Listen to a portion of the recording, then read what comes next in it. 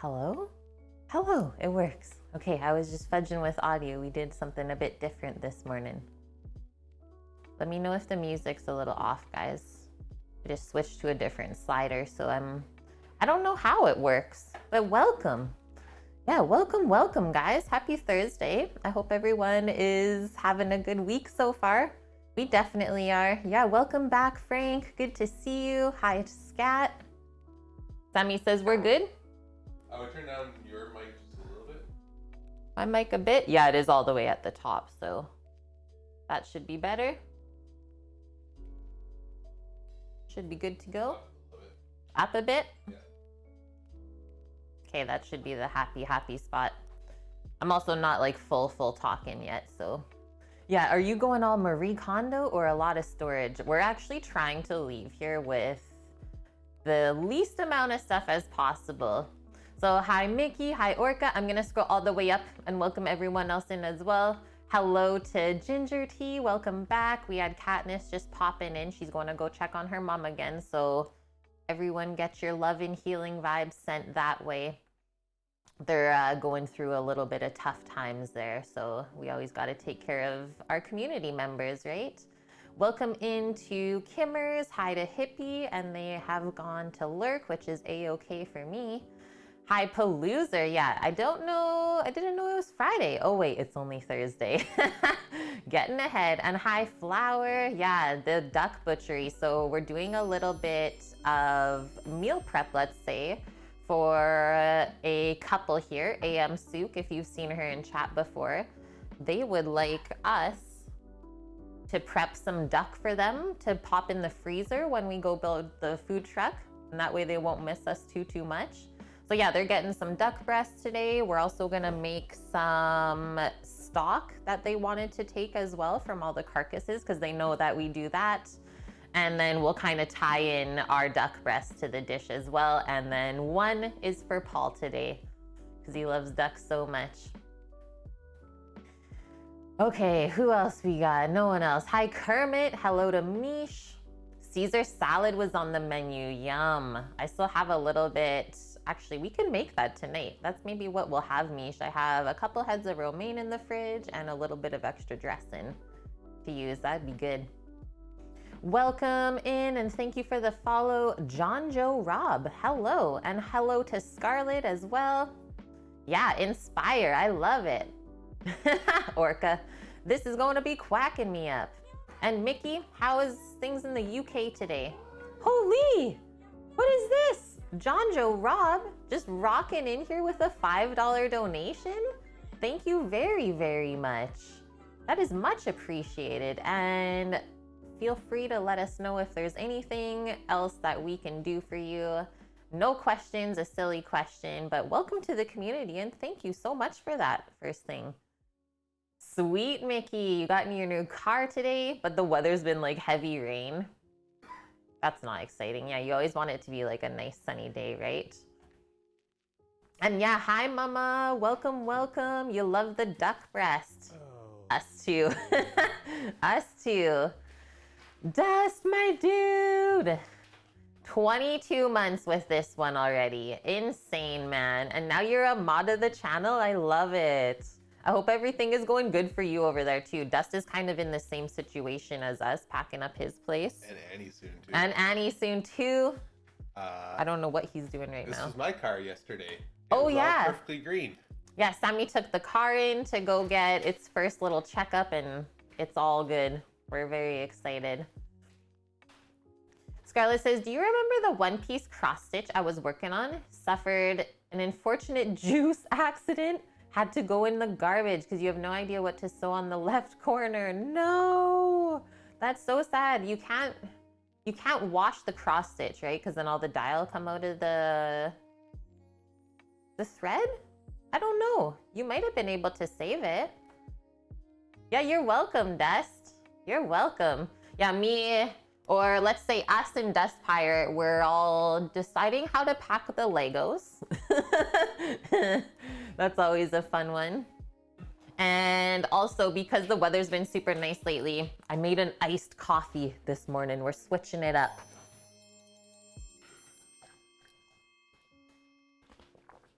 So good. Ice crunchies. Drink more arsenic. I don't know if I will, but thanks for the follow. This is now the hype train. Oh, yes. So keeping on going with our tornado of a few days here. So I just decided to post a few items on the Facebook Marketplace just to kind of get ahead of things, let's say, because there's about 40 days left before we go, and I don't want to be trying to sell stuff at like the 20-day mark, right? It gets a bit stressful. So I just posted everything, and yeah, yesterday we had, I think, 5 different people come. The greenhouse is gone, guys. The shelves inside are gone. I made Sam switch his office desk twice yesterday to a different table. That's all gone. So the hype train is all packed down because we had to get rid of that table, but it is still coming into the food truck with us. Yeah, the greenhouse is gone, Dust. It's crazy. I put the couch up for sale. The bed's going this week. So yeah, it was a good couple days for sure. So I was busy yesterday taking the greenhouse apart and all that, but it feels good for sure. Yeah, crispy duck boob. Now you want one? I'm sorry, Scat. It was a very basic iced coffee. Literally just ice and coffee. Nothing exciting. Okay, guys, let's get into it. I think that's all I have to report so far. So sad to say, no running hype train, but we can still play the sounds and stuff on stream. It'll still be fun. You got the train behind you. Yeah, we did leave out our little 40-year anniversary, the steam engine set that we picked up, the original small scale hype train. So that's still here with us. Have no fear. I'm quite sure that we finished. Yeah, so another book done. Another book done. So that's gonna go in the recycling. So many lists, so much organization. And now the next one, we got a red one. Yeah, really good recipes linked today. So for the duck, the recipe has how to do your duck breast, how to make the citrus red wine gastrique, and also how to do the potatoes. So really like good one link for a recipe. And then the other recipe I linked is actually for tomorrow, but we're gonna make the cookie dough today because it has to chill. So a different style of cookie dough, which I don't think I've ever made before other than culinary school. Here you go, Frank. There you go. There's the 2 links for today. So we make up the cookie dough and then we roll it into a log and then we let that sit and then we cut the cookies into the little rounds and then they get baked that way rather than doing the balling dough method. So that's why we're doing it early today so that tomorrow morning when we first start stream, take your cookie dough out of the fridge, cut them up, and you can bake them right away. Good to go. Yeah, the hype train's getting a field trip. Good one, Scat. And yeah, nice R2-D2. That looked sweet. Also, we know what a scat looks like now. It's like, hey, I know that guy. Found a new best way to watch Twitch, Kermit. Watch you on the Twitch app on your Apple TV and type on the app on your phone. Sam does that all the time. All the time. All the time. It is such a good way to do it too. That is so cool, Paloozer. Yeah, when I was young, I journaled all the time. It is something I want to get back into because, yeah, I'm definitely a writer. You can tell. But those are very cool. Like the journals that people make when they literally just write in them all day. It's nice to look back on the stories, right? If they let you. Okay, sounds good, Scat. Also, how was your vacation so far, Scat? I'm sorry, I never asked. Okay, so first thing today, I think we should start by butchering all the ducks so that we can get a stock going. Also, just reminded myself to grab all the chicken bones out of the freezer. This big bag. So we're gonna be doing a poultry stock today with both duck and chicken. Remember, we've been adding to this chicken bone bag in the freezer. So I'll just pop that there for now. And holy heck, Cookie. Yeah, 2 years. What the frick? At tier 2 even. Thank you so much, my dude. I honestly can't imagine our life without meeting so many of you. It's crazy. It would definitely feel like something's missing. So Thank you for all the support over the last few years, Cookie, and thank you for your service as being a mod as well. Yeah, thanks mods for all of the love. You guys do such a good job all the time. Welcome, Barracuda. Yeah, hope you had a good week so far, Cookie. Oh no, yeah, it's going too fast. Isn't that the thing, Scat, when you're on vacation? Why does the time go by so much faster? Yeah, you do good, Orca? Oh, I mean, most of the time. Sometimes it gets a little out of control. So first thing on the list, I'm just writing the duck butchery. And then I suppose under that we'll put stock. And so we're getting the stock going right away so that we're able to render off some of the duck fat to fry the potatoes in. Thinking here. Although I will say, the way that the recipe is made, they first do the duck breast in the pan so that you render the fat from there. And then you put the potatoes back into the pan where you cook the duck. So there will be enough fat from just like 1 or 2 duck breasts to do your potatoes. But we could always use a bit more. Yeah, I like it, Scat. It's a Run RMC stream. And hi, Trish. It's okay. Yeah, don't have to apologize if you're late. I'm just happy to see you if you do pop by. Okay, after the stock, why don't we get the potatoes going? So it's a smashed potato sort of dealio. If you've ever had that before. I need to scroll up and pop these recipes up for myself as well. So it's a recipe from Tasty, which is like a food blog. So seared crispy skin duck breast with duck fat fried potatoes. And it is a 2-serving recipe. So I just have little baby potatoes that we're first going to boil up in a pot until they're just cooked through. And then after that, we're gonna spread them all out onto like a sheet pan or something like that. And then we're gonna flatten or smash them all down. So we break the skin open, but the potato still holds together. And then we put those into the pan with the duck fat and it just crisps right up. Hello, Vune. So yes, that is smashed potatoes and they're some of the greatest things ever. They're really good done in the oven as well. So thank you, Trish, for those 100 biddies first in this morning. I appreciate you. Yes, Sam? Where are the art supplies? Art supplies is not till tonight, 6 or 7 o'clock. Okay, he's also coming for the calendar now as well. Oh, perfect. We're clearing out, guys. Sammy is meeting like, I think 3 ladies this afternoon to give them stuff.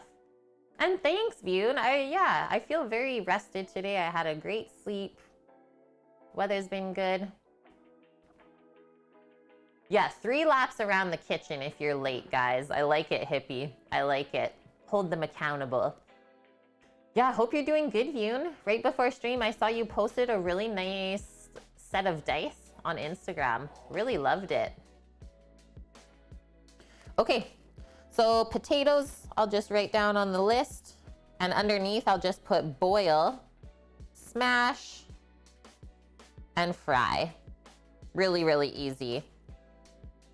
And then after that, why don't we're gonna go outside. So do a little bit of gardening today because it's so beautiful. And we'll pick some nice fresh greens to pair with this dish. And I will say this dish today that we're making, I think it has some French inspiration in it. Duck is quite a French item to prepare, I would say, and just having it with the breast, the potatoes, well, gastrique is a French word as well. And then doing the greens with it, this is definitely a dish you could see at like a bistro or a brasserie. The set you posted, you got some history with it? Nice. Oh, wow. One of your first commissions, but you couldn't send it out because of COVID? What?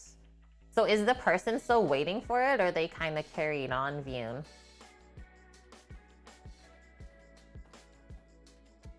And yeah, hi, Double Tap. Hope you are well. Orca, canard, mallard, malat, idiot. What? I love it. Okay, after the potatoes, like I said, we'll go and pick our greens and then wash them up. For Paul, I'm gonna give him, we have some leftover bacon vinaigrette in the fridge. So I thought I would give him the bacon balsamic vinaigrette because he's never had it yet, and I know he will love it. And then for us, yeah, I think I cleared out most of our dressings, so we can make a new one together today. Or, no, I lied. I have to think right now. Is this the olive dressing? It might be a different one. Oh, I think this is the dressing for the big Italian salad. So that would be good on our dish today. We just have to shake it back up because the olive oil gets a little bit hard in the fridge. So I'm not gonna make a dressing today. But just know that you don't really need much flavor in the dressing for the greens today. You could even just go super simple like oil and vinegar because the rest of the dish is gonna have a lot of flavor. Baba Louie, foie gras. I like foie. Not when I prepare it, but when it's prepared for me by someone else. That's when I eat it. That's so cool of you. And well, I hope the set actually makes it to that customer. Yeah, and hi Hassan, good to see you. Okay, so the greens, I don't have to make a dressing. You can also put some tomato with that if you want, or cucumber, whatever you're feeling. And then we still have to, before we cook the duck breast today, we have to score it up. So I'll show you guys how to do that. Score the duck. And then I think that's it. And then the last thing, oh, sorry, the gastrique. And that's what I wanted. So what a gastrique is, guys, is this gets done. I don't know if they do it in the pan after the duck.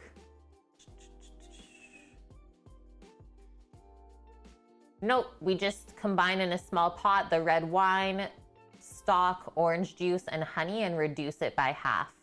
So think about the flavors, the wine when it reduces, the orange juice or citrus juice, and then the honey. So it's kind of like a sweet and sour sort of glaze. That'll be really nice with the duck. So that's what a gastrique is.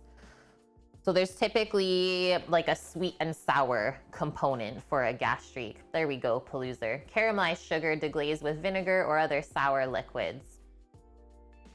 So it is really nice, Mickey, exactly. So it would be good with all of the things on the plate, even the salad, right? Like once the duck kind of juices go into the gastrique, it'll loosen it up, and then your lettuce will soak up that flavor too.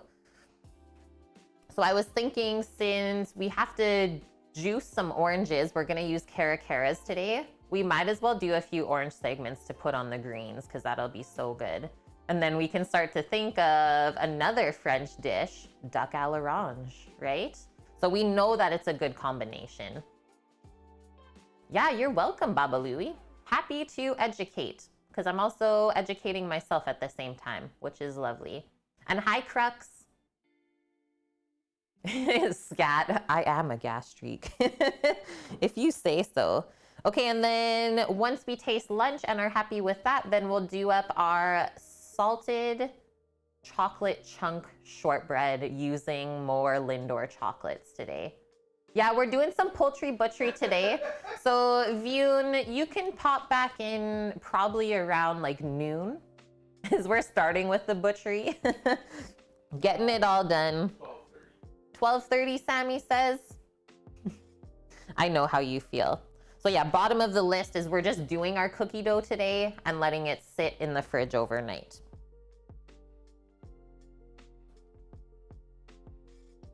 And actually quite a few orders already for the chowder and the cookies tomorrow.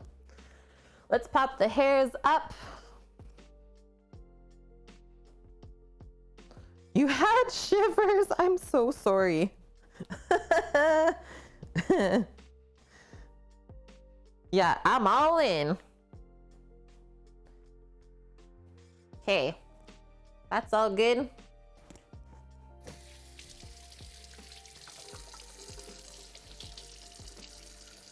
Another funny thing that happened this week, our friend Paul, I think he messaged us either Monday or Tuesday.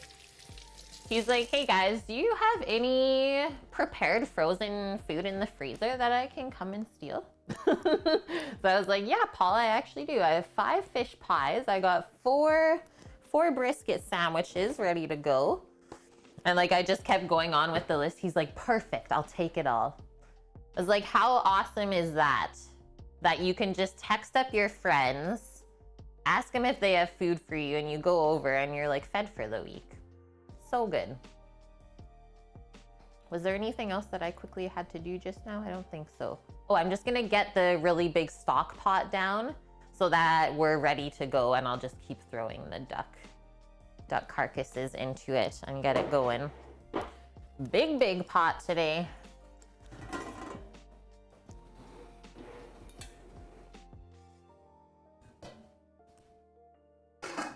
This is the one.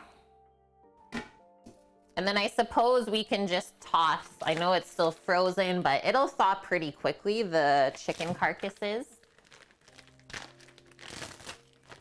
Yeah, the free game today from Epic Games is such a good one, Sam was saying.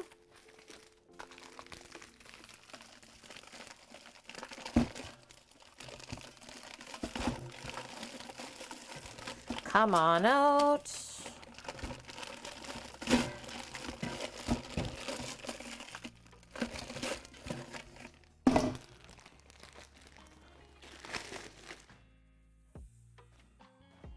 So that's good. And then when we add the water to the stock pot, we just want to make sure that it's nice and cold. And then we end up with a clear stock. So yeah, we've sent out a few like wish lists, let's say, to some of our friends to prepare some freezer items for them when we go. So we're starting to work on some of that on our stream days. I think it's just right here. Look, check it out. Scott and AM's wish list. 4 duck breasts with sauce, 4 bisque soup. So we'll have to do that, is the crab and shrimp bisque. And then our 4 pounds of bacon we still gotta make, and then the duck stock, 4 liters worth. Such a good list. You got Days Gone, and you really like it, Vune?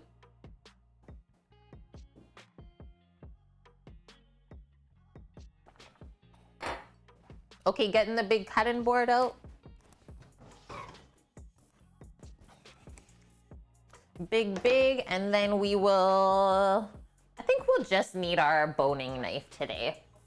I don't think we'll need really anything else. So this is the one. Same one that Dust Pirate has. And I want to ask if you're still in here, Dust. Have you used it yet? Just gonna pop it on the steel first. Make sure this baby is good to go.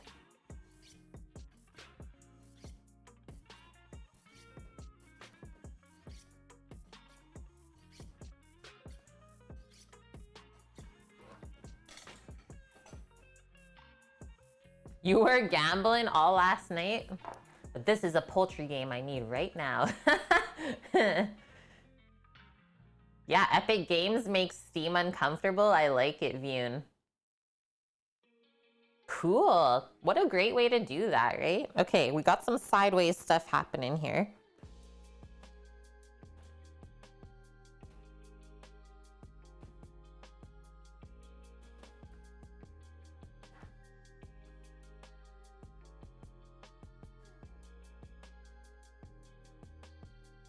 You have to remember that last Sunday was a Cook with Sammy stream, and then I've not really been back in here. Readjusting. Remember, chat.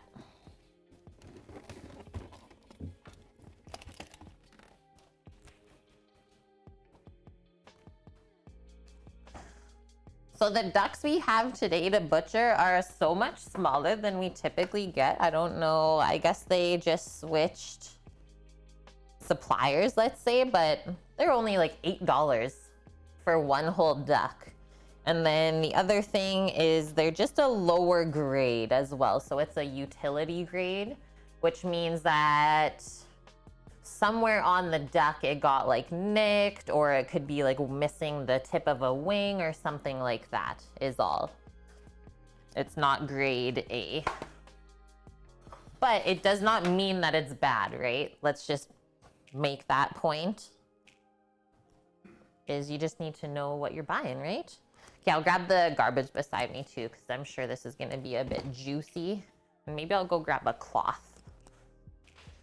The preparation, and then we can get started.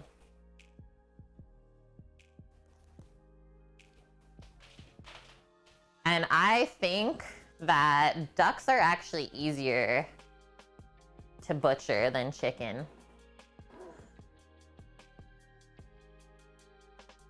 Yeah, $8, I know. So the size though, if you look at it, it's 1.8 kilos. That's actually not that small if you think about it. Yeah, bye Vune, see you soon.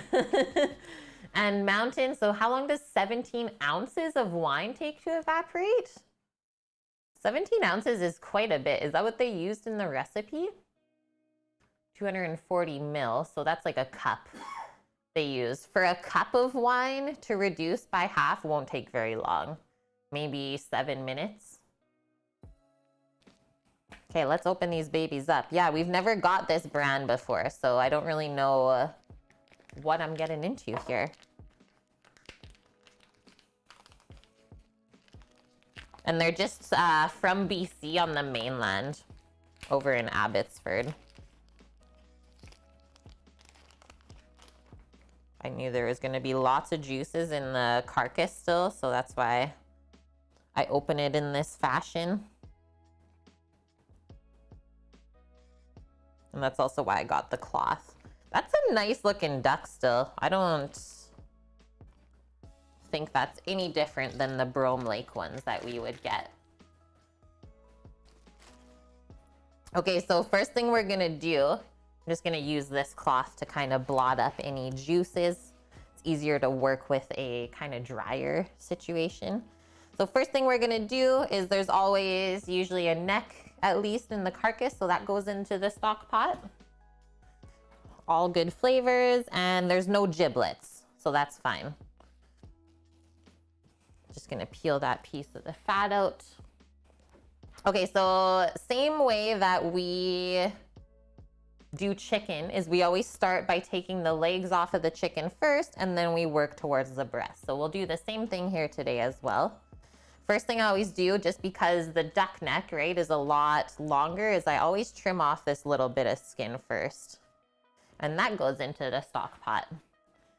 And so all of that skin and everything that we're popping in, that's where we're gonna get that nice rendered duck fat from as well.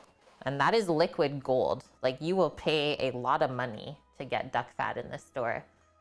Okay, so first thing we're gonna do is you can kind of see where the legs separate from the carcass. So we're gonna do one slit there and one slit there.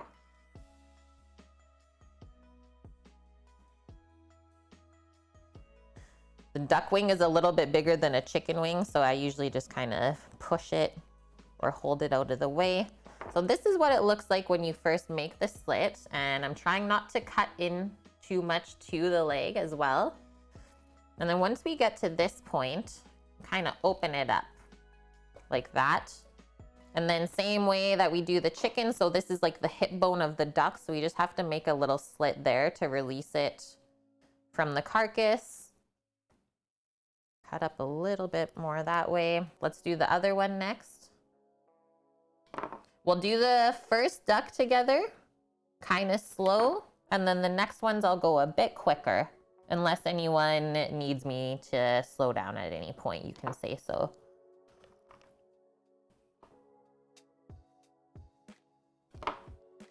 So we get to this point, and then I just make like a little cut under there for the hip bone. Give it a pop so you can see where you have to release it from the carcass. So literally just make a slit. And then we just place our boning knife right onto the cutting board. I can see the knuckle where I have to cut through, kind of guide it through, holding the leg open, and there we go. And that is a duck leg.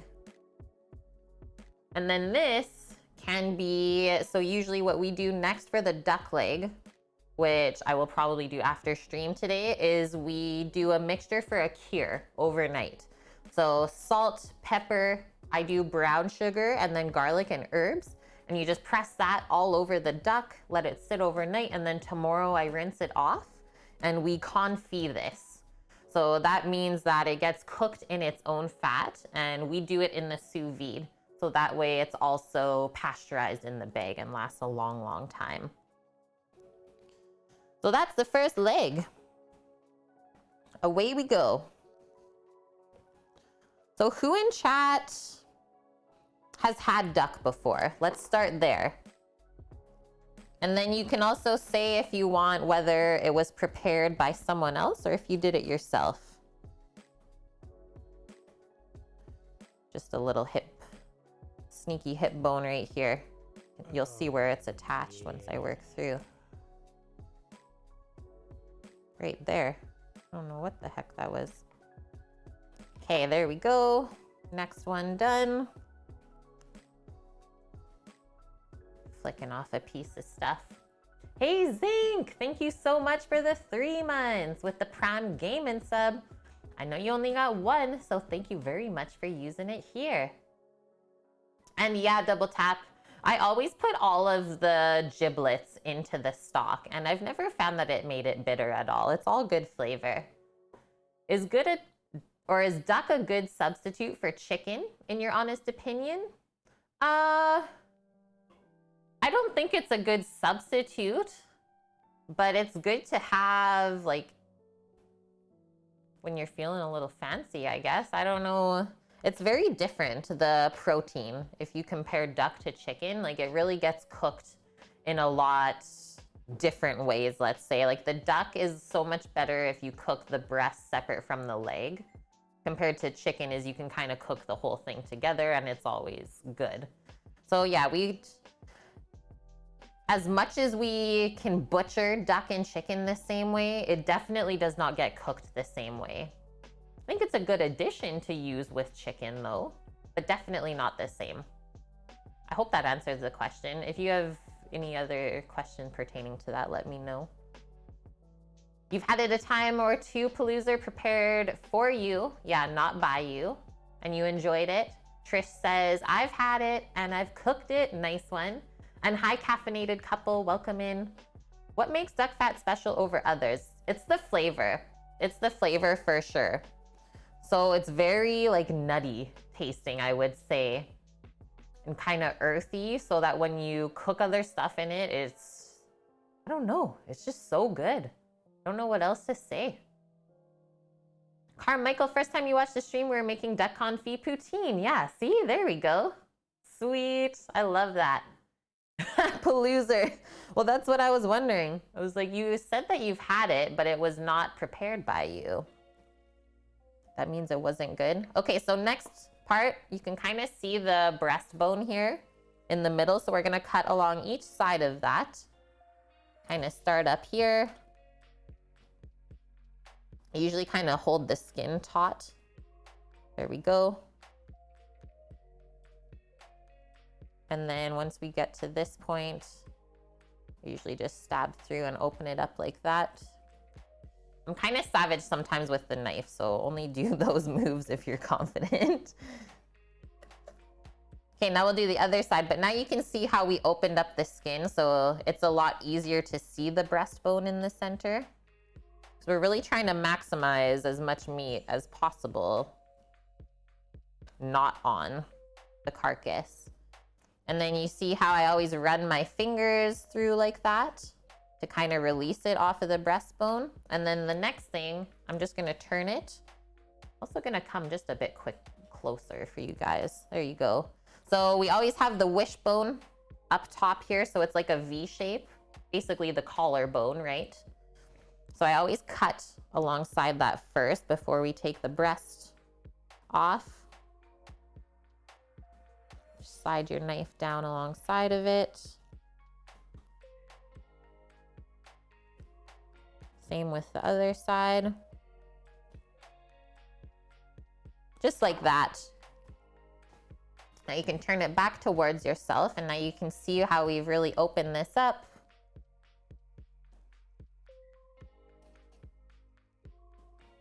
Just cutting some of the connective tissue away first. And then all we're gonna do with our boning knife is literally just press it right along the rib cage, slowly releasing the breast off. And I find that duck, the meat itself is a little bit firmer than chicken. So I think you always get more meat off of a duck carcass compared to a chicken. It's really interesting. Okay, so now that this is opened up this way, I always turn it back, and we're gonna work on releasing it from the wing. Sam, I just have a lady coming down. I think it's Wendy. So now that this is opened up, you can kind of see the duck wing underneath here. That's the knuckle.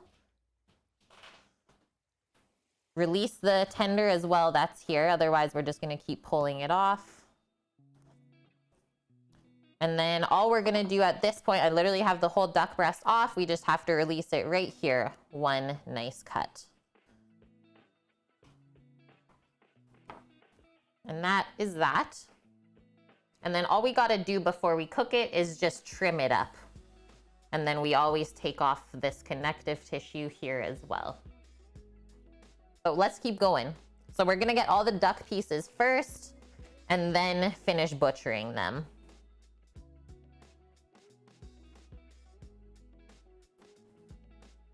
And Baba Louie, thank you for subscribing to the channel at Tier 1. Welcome to the kitchen crew. Yeah, let us know if you have any other questions at all. Honored to have you here. Dust, poor ducky. You guys are being funny. I love it. Okay, next side.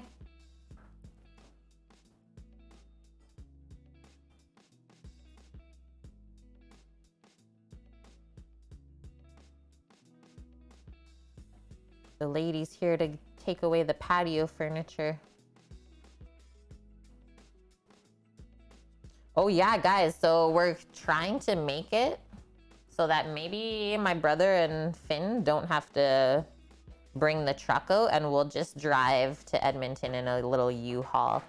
It'll be way less expensive. So we just said we'll see how much stuff we end up having when it comes time to move.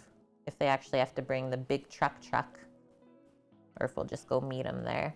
Okay, release the tender here. There we go. Otherwise, it's just gonna keep pulling away. And then the same thing. So just keep the wing out of the way. It always kind of wants to be in the way. One nice cut. And that's the next duck breast.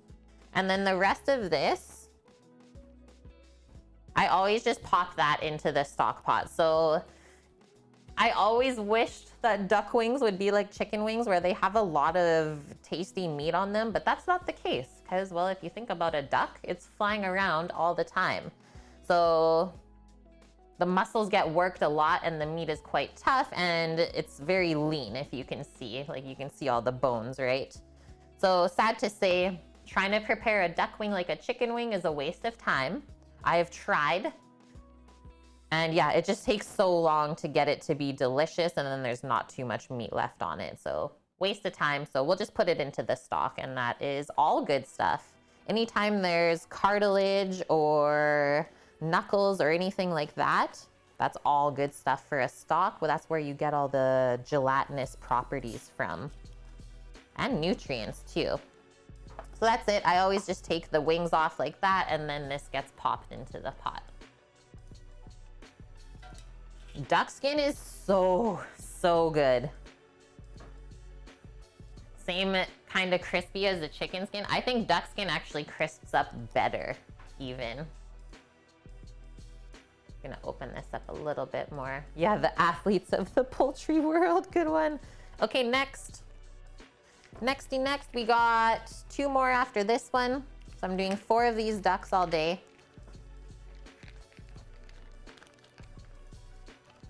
And then we have 3 other duck breasts to cook up for us and Paul. Yeah, crispy duck skin, cookie nose. This is God tier. It's seriously so good. Okay, what's happening here? Okay, see why this one's a utility? It's literally missing a leg. What the heck?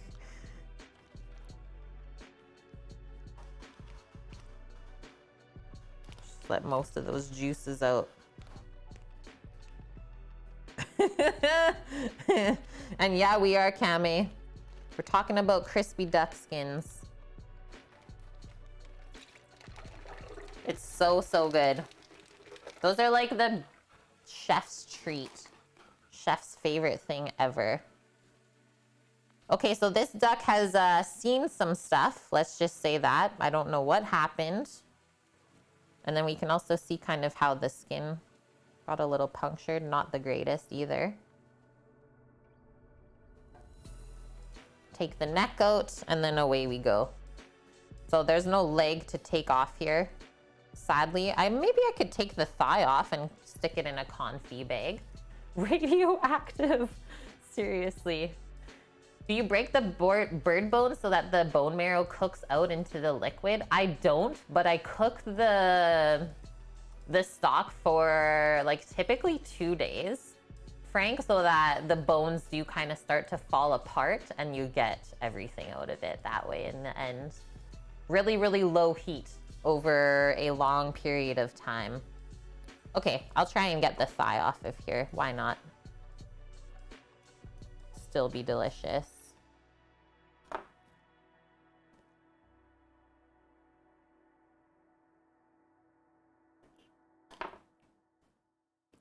Looking for this hip bone.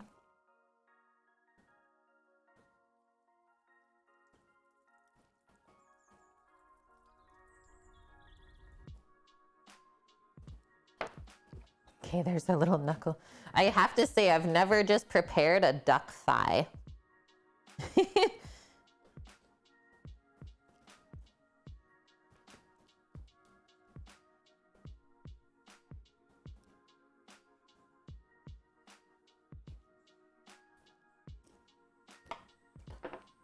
But here it is in all of its glory. I'm in. That's a good little chunk of meat. Glad I did that, actually.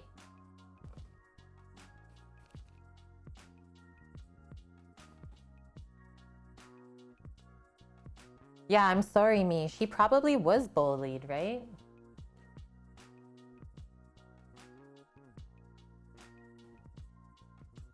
Made some Japanese fried chicken last night. Saved the marinated skins for yourself. Holy. I don't know what this is. Oh, it's just a feather.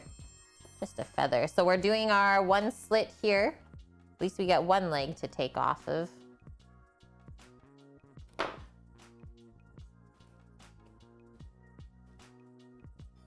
Lokai, thanks for that follow and welcome. I'm gonna try to bring him downstairs, but she's got a shmoop. There's a shmappa? What is it? Oh, Sam's saying that the lady that's here right now taking the patio furniture has a really cute pit bull.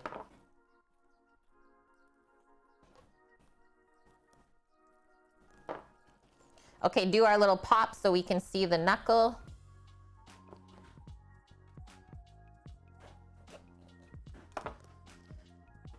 Sam, why don't you see if he can have a piece of the dog jerky?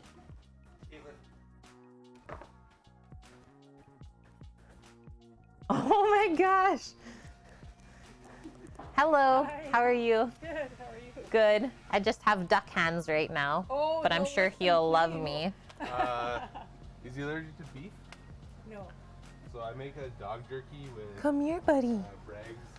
Come here, buddy. Um, What is this? and You're adorable. Oh man. Guys, he was so good. Did you hear him schnifting? I just held my hands out like this. And he's like, I don't know you, so I'm not gonna lick your hands.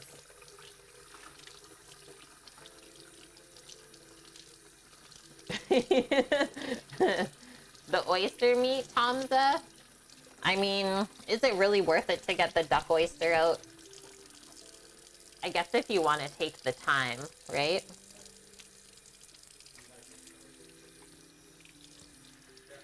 It's usually something I only try and pick out a chicken when we roast it, because it's really easy to get out cleanly. Otherwise, I find that you waste a lot of meat trying to scrape it out raw. Sad to say. But it is a great question. Yeah, he needs some jerky for sure. This Muhalo, so this is a market duck. They are raised in Abbotsford, so on the mainland of BC. And it's also a utility grade, so not top tier. Okay, so this is where I stopped. Sam brought the really cute dog down and I got distracted. So we're just releasing this leg.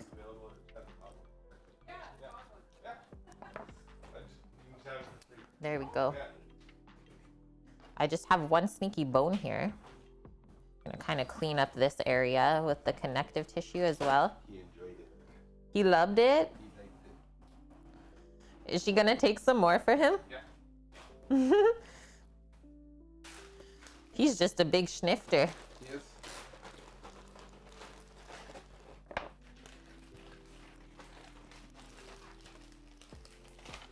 Sam, duck thigh. Because the one side of the leg was gone. So I was like, I guess we'll take the thigh. Yeah, blame Sammy. It was a pit bull. He was like white and tan color, so same color as Posh, kind of spotted all over. I think like one part of his head had the brown on it and then the rest was white. Really cute. Cat jerky? Oh, I wonder. Cats would love like a dried salmon snack, I'm sure.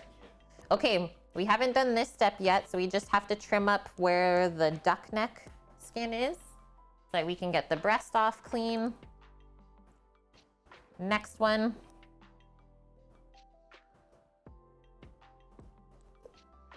Go along the breastbone and then just kind of sneak up here.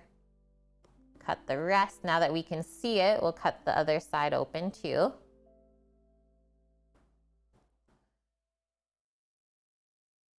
There we go. Oh, when your knife is so sharp that you cut through the cartilage. There we go. Like, why does this feel weird? There we go. And now we're cutting the wishbone. Usually just get the tip of the knife in and then down.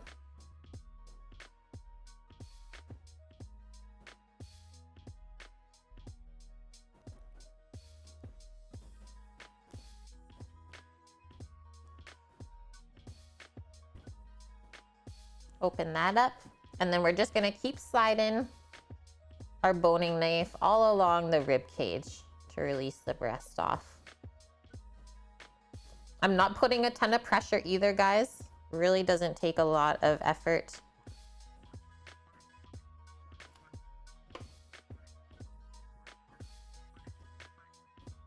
And then I usually turn this, cut all the way up the skin.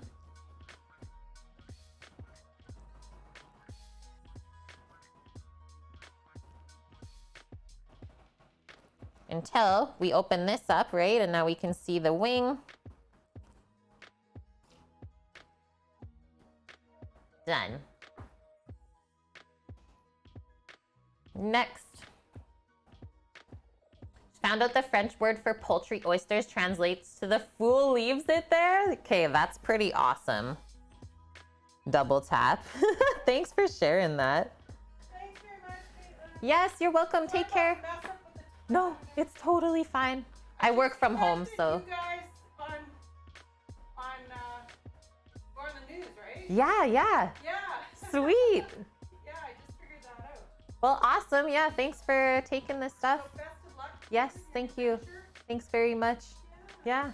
Okay. Nice to meet you. What an island, guys. Never know who you're gonna meet. Remember that segment that we did when we were on the news? Too famous. Too famous, guys.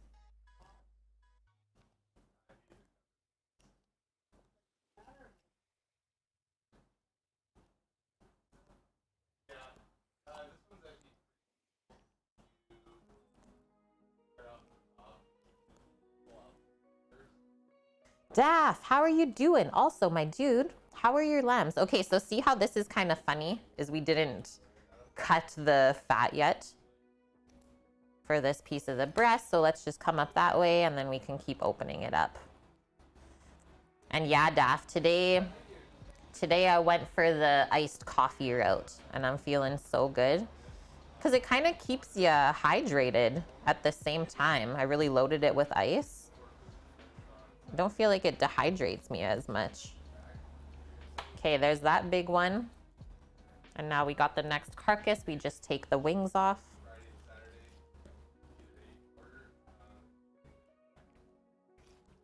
That.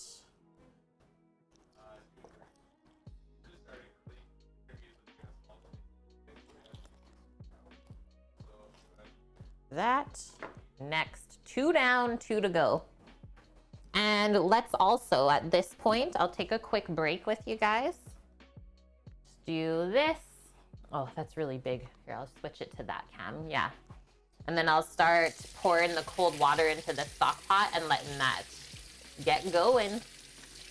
The lamb was awesome. That is good to hear. How did you serve it up? We got a couple lamb wraps in the freezer still, so we'll be getting into that pretty soon. If anyone wants special lamb, let us know. And hey, DJ Ashlita, yeah, filet min ducks. I love it. Wicked good knife. So Muhalo, I'm so happy you asked. So exactly it. So my mod Dust Pirate, he's picked up the same filet knife for himself. I think I have a command. What did I put it as the command? Give me a sec. I have an affiliate link for the knife. That's the Shun. Give me a sec, Orca. I'll just pop onto my Stream Elements real quick. Yeah, that's not the right knife. That's the Shun one. But the boning knife. Yeah, I'm so happy I did Dust. It really helps, doesn't it? Like, please say that it helps upgrading your knife. Next page. When you have like 3 pages of commands, guys. That.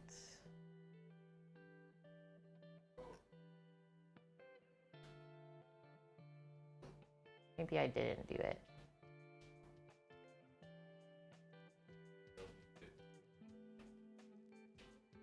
Dang, I thought it was a funny name. I'm just waiting for this lady now. She's coming around 12:01. You should give her a message. She might have forgot.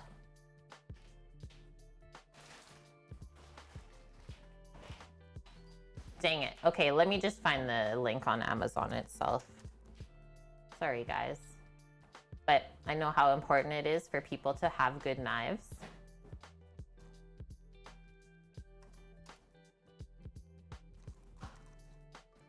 The other thing I was gonna say is I do have it linked in the Amazon Blacksmith. Pretty sure. If you hover over the stream.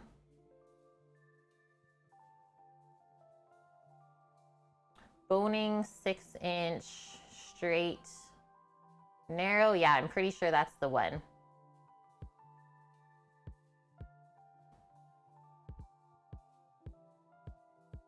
Needs to become a soup. Yeah, we always make the stock, DJ Ashlita. There's the link for it. And then we can usually make like ramen from that, or yeah, just a nice little noodle soup. So just pouring this measuring cup, nice cold water for the stock pot. Sam, make a command while Kate searches. I don't even know if he knows how to. And it's okay. He was busy doing the other stuff. Oh, yum daff. Just turn the lamb fat cap into crackling. You're dirty, dude. And hey, Just Joking. Yeah, chicken goes quack, duck goes quack. Well, chicken kind of goes bok if we think about it. But ducks definitely quack.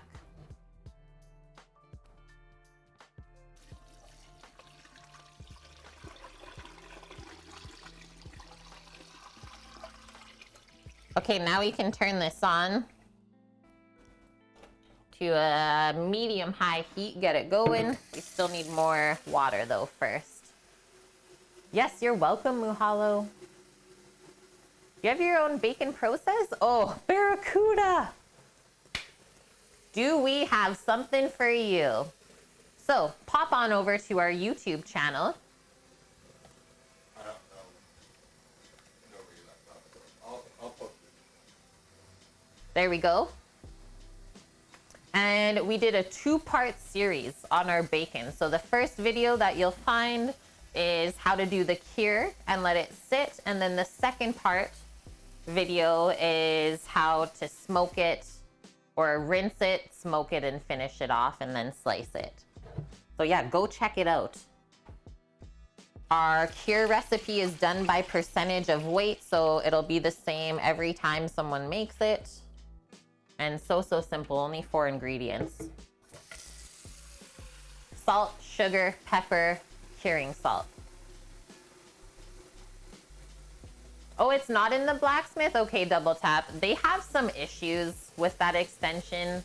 Like every few weeks, it just blargs on itself and I have to refill in all the stuff. Kind of silly.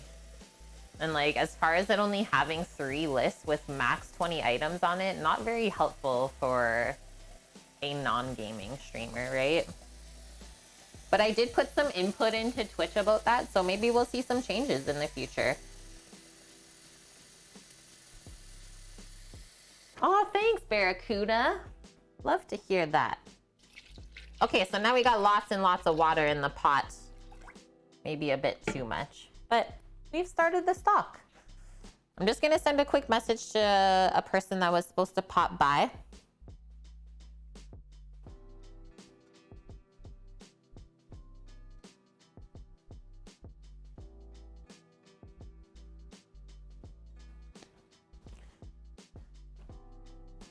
One more sip of coffee and then away we go. What does duck taste like? That's a good question. I'm sorry that I almost missed it. Duck, we can say, well, if you think about the color of the meat, how dark it is, it definitely has like a deeper flavor, right? Than for sure compared to chicken or even pork. So anytime meat has that darker color, it's from like iron in the blood. So it does have that kind of earthier flavor to it. So we can definitely say that. The duck breast itself is like quite juicy and very meaty, and we basically treat it almost like a steak, the way that we cook it. So you don't want to cook it well done. I would recommend cooking your duck breast to medium rare, max medium. So it has to have a little pink inside still. Otherwise it just gets so chewy and tough and dry. So don't do that. And then the leg, because of all the connective tissue in it, is you usually cook it lower and slower until the meat's like falling off the bone. And the leg is really nice. It almost goes like more kind of porky, let's say, because you cook it in its own fat. So it gets like really unctuous and delicious. And it soaks up any flavor you put with it too. So that's why I always do herbs and garlic.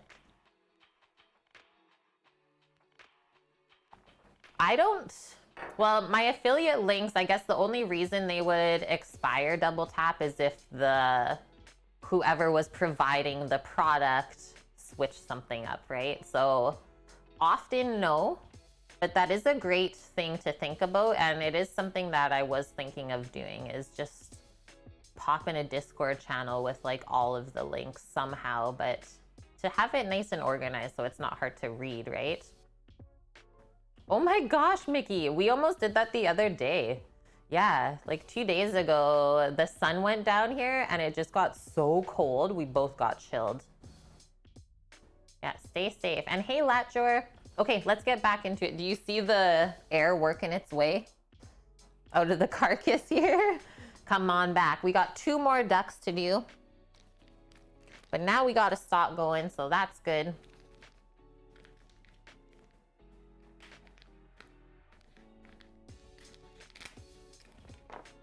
And then one other thing we were talking about this morning because we're always kind of thinking about stuff to do for our YouTube channel. Sam's like, what if we created like a video series of the ways of how to save money in the kitchen? Because I don't think anyone's really done a good series like that yet. And probably a chef definitely hasn't, right? Like somebody trusted.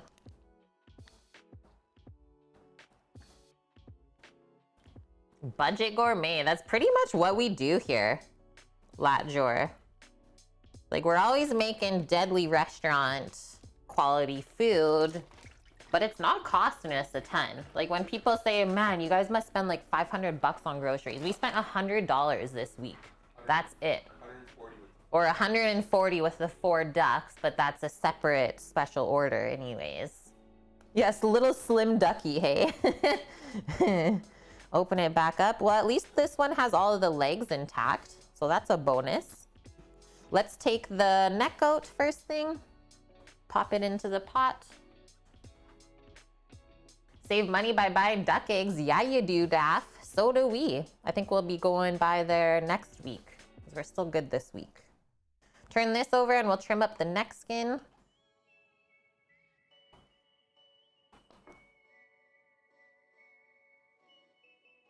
Scat says yes, please do it. Okay. Yeah, we just wanted to hear what you guys thought of that, but I didn't think anyone would say no. Yeah, I'm starting to think of things that I'll be able to work on while we're like kind of traveling with the truck. Video series is a good one to do every week. It just keeps building on itself, right? Are duck eggs cheaper? It depends on how you source them, Lat Jour. So we source them from a local, like very small scale farm here, let's say. Just a lady that has ducks, chickens, and horses, and like a nice little property. So we buy our dozen duck eggs for $7, which for price point is pretty much the same price. Oh, there's a fly in here, Sam. You gotta close the door. So we buy our duck eggs for the same price that like a dozen chicken eggs cost. So that's pretty good for us, right? Because if you've ever had a duck egg, you know that it's also larger than a chicken egg. Okay, almost ready for this leg. Just getting through this connective tissue. Okay, now we can pop our little knuckle. Next side. That one's got some pretty big breasts. Yeah, this one, they're all kind of funny sizes, I will say that. But it's fine. Way bigger than the last one was. Yeah. Like these were only $2 a pound. Yeah, $2 a pound for duck, that's pretty good. Because this is what I always think about when I prepare duck, is if you're gonna go out, also, just quick intermission, thank you Pink Sheep for the 2 months in a row Prime Gaming. If you're gonna go out to a restaurant and eat duck, whether it's the leg or the breast, I would say you're paying now minimum $30 for that dish, for one piece. If you buy one duck for $8, you can feed minimum 4 people off of it. Just takes a bit of time to prepare, right? Each duck breast cut in half. Each leg and thigh divided into half once it's all pulled apart. Yeah. And you have 4 people worth food, and they each get part of the duck. Yeah. Okay, so there's that. Next leg.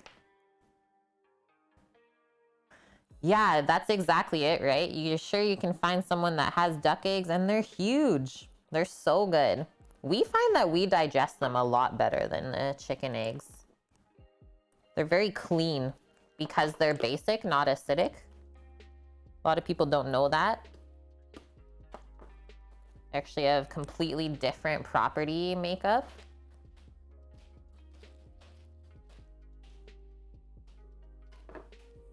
Next leg, that was a good size one. Yeah, this duck, as compact as it was in that little package, it's quite a big one. Duck eggs taste fishy though. I think it's whatever they're feeding the ducks. So like if they're letting the ducks go out and grub on like slugs and stuff, I could see them being a bit fishy. Interesting. I've never heard of that, nor have I tasted that in the eggs that we get. So yeah, very interesting, and thank you for sharing. Okay, we'll just trim up the skin here. I think I'll just try and go all the way through that way. Perfect. Just run your fingy along. Other side now.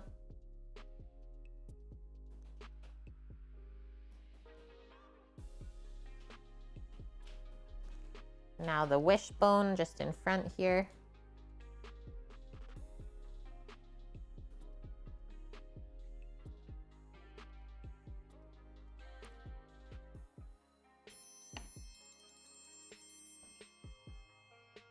Next one. Okay, now turn it again. Stardust, Faden, thanks for the follow and welcome. Yeah, one duck for you would be a week of eating, right? Just munching. Okay, now all we're gonna do is just slowly run our knife along the rib cage.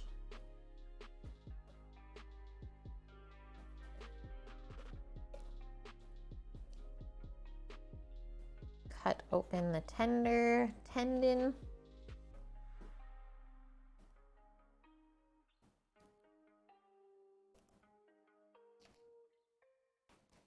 Turn it.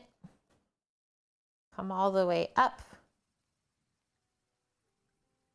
to the wing. Cut and cut. Done. Next. Yeah, the egg flavor is really influenced by whatever the birdies are eating. I said 12:30, Vune. Vune!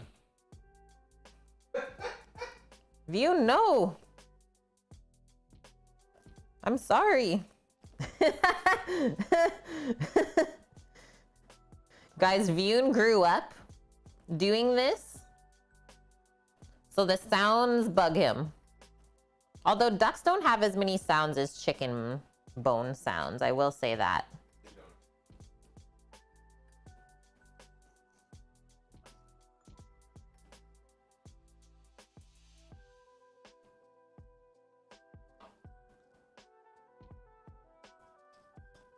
Chicken bones like pop. Boom. Yeah.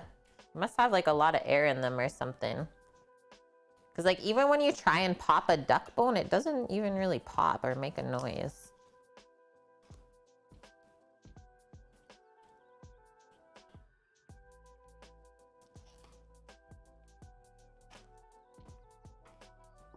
Done and done. Okay, one left only. We're crushing it. In any other channel, breast slap would probably not be a permitted term. But Yeah. here, you can breast slap.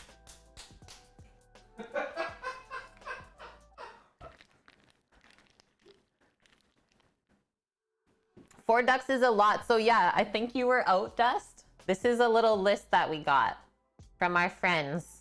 So we're like, guys, you got to start thinking about stuff to put in the freezer when we're not here.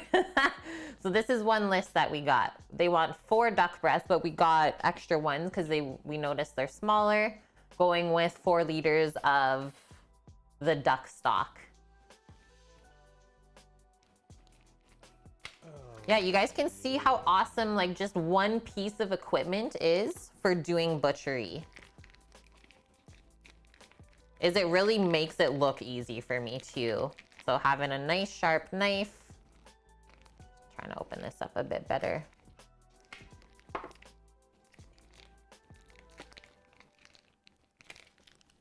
And Oiliana, welcome, welcome. Good to see you.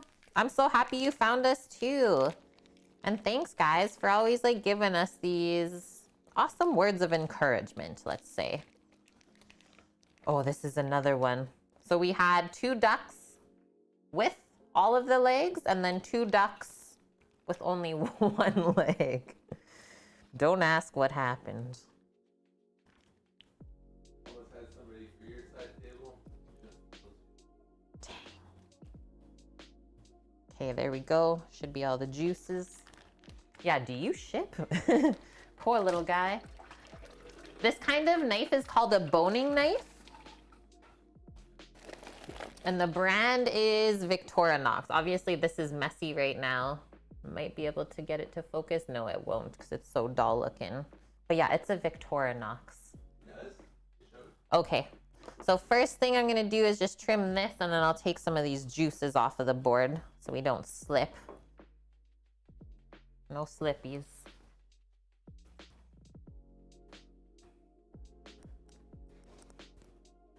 That one was really, oh my God, full of it. That's why I always have a cloth, guys. And then we just go right into the wash with this. Goodness gracious. Okay, that's going into the stock pot. This cloth will just sit right there, and away we go. So yeah, I can attempt to take off this other thigh again, just so we don't waste the good meat. Yeah, he's going to be delicious. It's true. But that's the other thing we can think about as well. Like, if anyone in here goes hunting, depending on where, like, you're probably going to be shooting the duck, right? Depending on where you shoot it, there's not going to be all usable meat around that area, right? So sometimes you will only get a duck thigh. Right? No, you used to have bullets in it. There's holes. Or everything just has a hole in it. Like, depending on where you hit it, some duck shot's not that bad. Well, I've never gone duck hunting, so I don't know. It doesn't just like blow it apart then. No.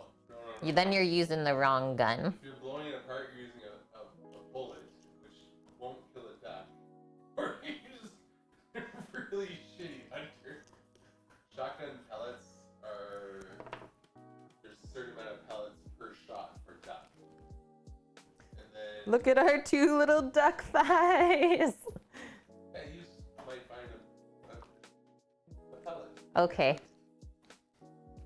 Just organizing our tray a bit here too.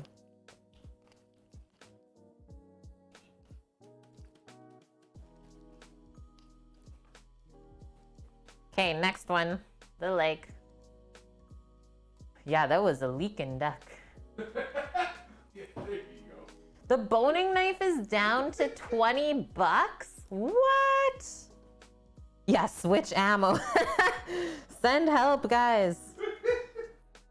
Kate, are you sure? Exactly. Don't fucking go shoot ducks on a moose hunt. You don't have duck left. Oh, Scare all the Mish. moose. I can't wait to go hunting with Mish and fishing. Be the best Canadians ever. Yeah. So, Mish, where is your friend from again? Oh, Canada. Don't ask.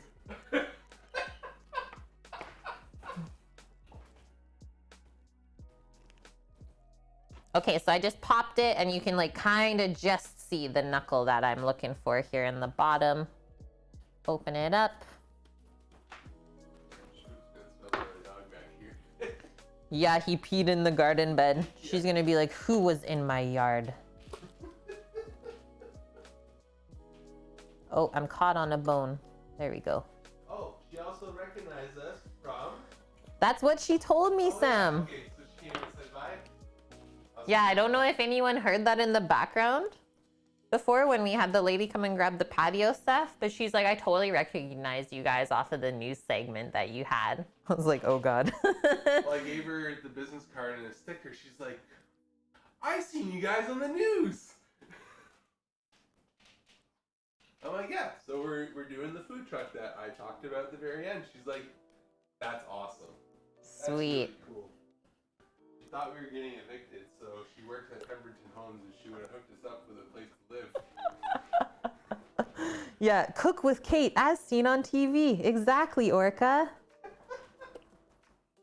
That just shows like how small the island is though. Get the limited edition cook with Kate Garlic Smasher. Yeah, cook with Kate garlic press? Sammy, what?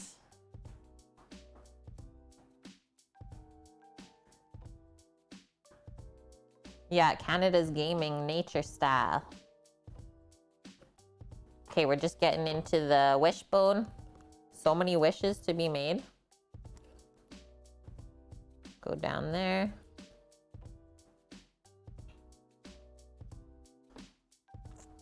Robins are crazy currently, so careful outside. You might get attacked. I don't know, like, okay, the robins are going nuts outside here, guys. I don't know if they're so happy that I took the greenhouse away or something like that, but they've been going crazy. I don't know. I don't know what to tell you. Like, their songs that they were singing last night, I've never heard robins go that nuts before. It was crazy. Like, it was a song war. Just like his nan.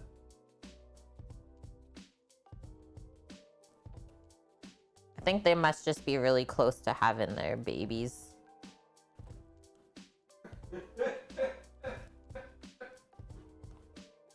Okay, this part. Can you explain Dan to Dust? Oh God, yeah. It's really simple. You just take Canada and Denmark, and now you have Danada. Yeah, it was just one of Sam's typos, and now we just go with it.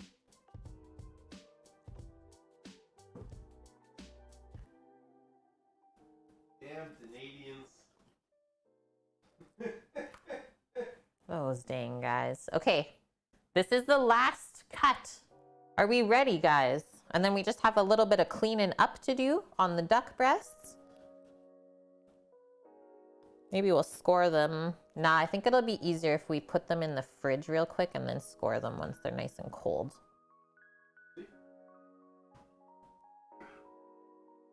Sammy's losing bones. Was I supposed to see anything else? Oh, okay.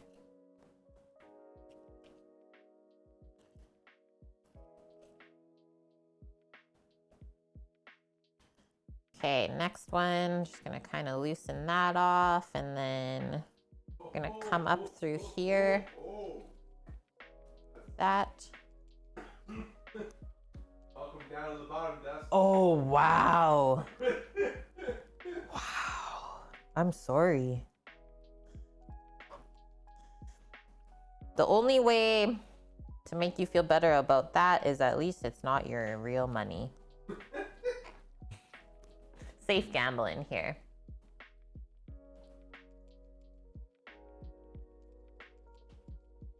Oh, that's like a little interesting bit there. A gland, if you will. Okay, so I'm just gonna trim that right off. That. This is gone. So next up, we just take the wingers off. Right in between there. And there.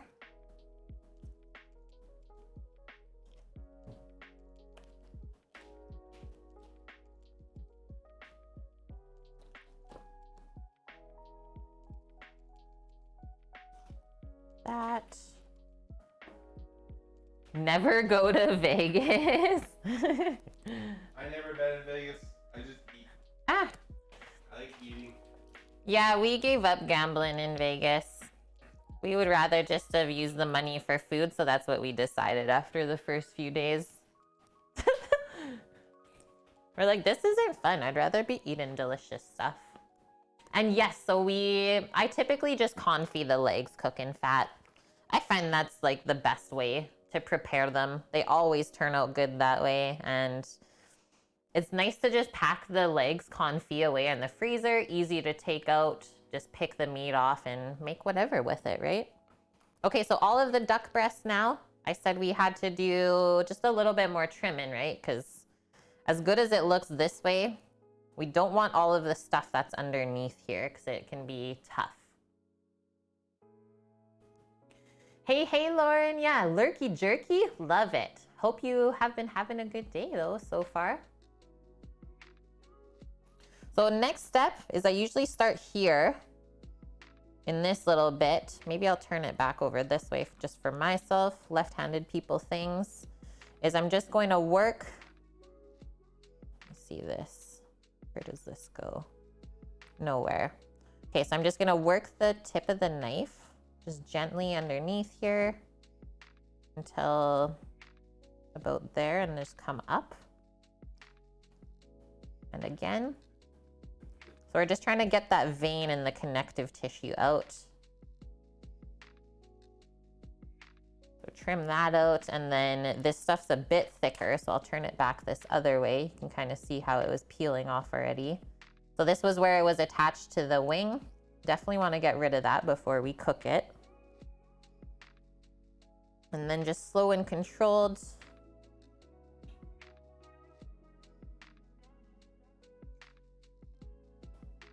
Take that connective stuff off, and then a little bit more up here. Because it's not going to cook down once we put heat to it. It's just going to get more tough and less delicious. So yeah, always take off the stuff that you don't want. And then the tender here, so typically they fall off really easy, but this one's staying on, so I'm just going to leave that on. If we try and disturb that, it's going to fall apart. So you just have to know what you're working with. There's a little buddy, yep. So now all we're gonna do is to just trim up the fat to fit the duck breast is all. And then all of the excess stuff can go in the stock pot. Next person. Sammy's busy today. And oh my gosh, what did I just miss? We got a bonk in here? I'm in Duckland and I'm missing a bonk? Hope you're having a good day. Oh, your name is Louise? But I like actually calling you Baba. Is that okay? And hi, Izzy. Yeah, wishing you all the best. Oh, bonk. Drank too much at karaoke last night. It was to your demise. Okay, so that's how that should look then. If we compare it to the other one, this is where we started, right? That looks way, way different, especially when we flip it over. So there we go. That's what you're looking for. Move over some space here and we'll keep going. And yeah, it's always quicker if you do the same process over and over. Rather than, for example, like when we were butchering all the ducks earlier, if I just did each breast separately when I butchered it off of the duck, that would take us so much longer to actually get it done. Get that out. Okay, what's going on here? Trim that is good. Now our little veins.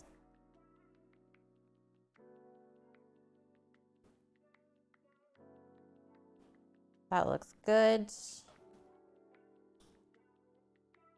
Do a little bit more here. I'm just gonna kind of hold it up. Like that. And then just a touch here we can see as well, right? Anything that's really shiny and kind of white looking, that's not gonna break down any further. And then I felt a little bit of cartilage there. Kind of trim that up, and then same with this side, like that. And then if we center that again,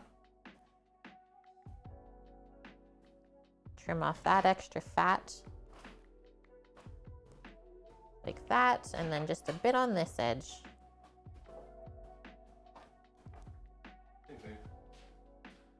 What? What is that? Sam's making deals on deals over here. The heck?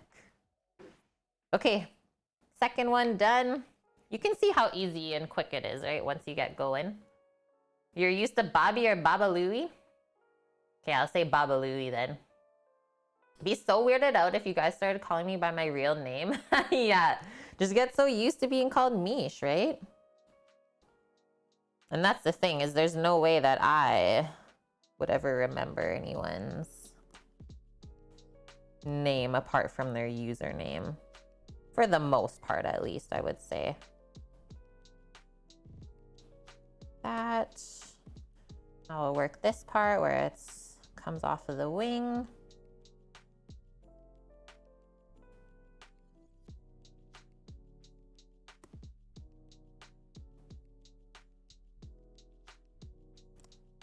And yeah, all it really comes down to, guys, is just repetition. Practice makes perfect, as with really anything in life, right?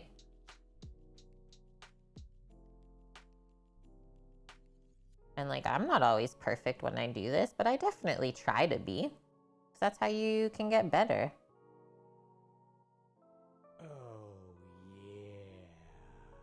Oh yeah. Uber noob. Thank you very much for the 2 months together. Yeah, this is like meditation. I love it. I'm happy that you're enjoying it because I really zone into this.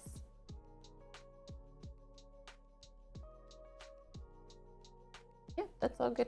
I know, I'm just making sure that's for your email address. Oh, yep, it is.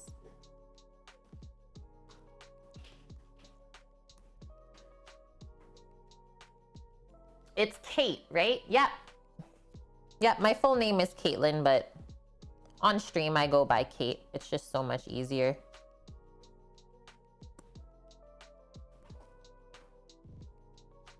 But never a Katie. That's the only one I say no to. I've never been a Katie, which I'm sure you guys could tell that. Okay, 3 out of 8, done. Carry on.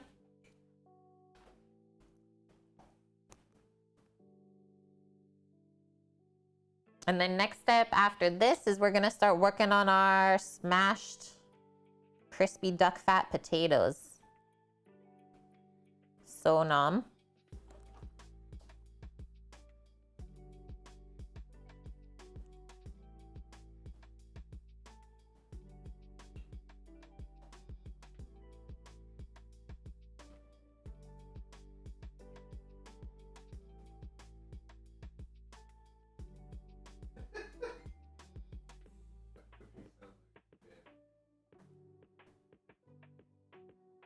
Oh, I've never been a Kathy. How would that even translate?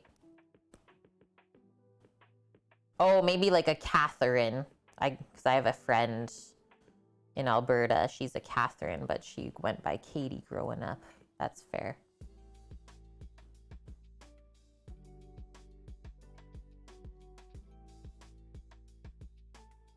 It was really funny. Like growing up, it got to the point when people asked me how to spell Caitlin, my name. It's like, you just spell it however you want. If it wasn't like a serious thing. Like, you spell it however you want because I know there's just so many different ways to spell it. And at this point, kind of don't care.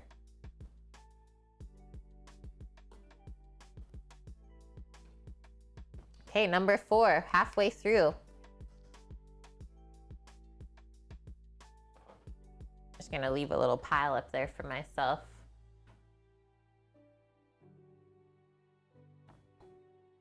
Kate the Great. Thanks, Double Tap. Dust is a David, which is what he goes by, but he has a few friends who call you Dave. Yeah, you allow it. Well, the same thing with Sam. So Sam was never anything other than that until I called him Sammy. And that's why it's like a stream thing, but that's literally it, guys. It is Sam. Like 99% of the time. Holy, I don't know why I can't get through this here. What is going on, duck? It's a really tough vein or something. Here we go. That's gone.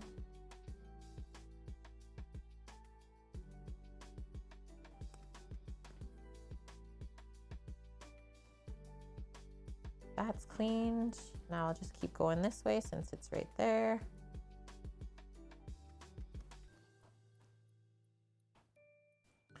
Bottom. It was a fighting duck, it was. Do this in 2 parts. Oh, yeah. And yeah, we're just really trying to maximize getting as much meat on the duck breast as possible and only taking off what we don't want. Torino, my dude, a 21-month resub. Thank you very much, man. Even subscribing at tier 2. He's got some special emotes and all that good stuff. How are you doing today? And thank you, thank you. We had Cookie with the 2 years. Torino's rolling in with the 21 months. We got lots of special kind of 2-month subs, so yeah, they're newer to the channel. Just happy that they found us. Yeah, Goat Lord. Is there any goat in this recipe? Nope, not today. And we've actually never cooked. Yeah, it's super tough here, whatever's going on. I've never cooked goat on stream before. I've done lamb. But no goat. We could probably find goat. Yeah, I can probably find goat in the summertime. Okay, number 5 done. You little goat curry? 3 more. I love goat curry or a biryani. Oh. You're tired, Torino? Oh, I'm sorry to hear that, dude. Well, rest on up. Thanks for popping by at least. You know, we appreciate you.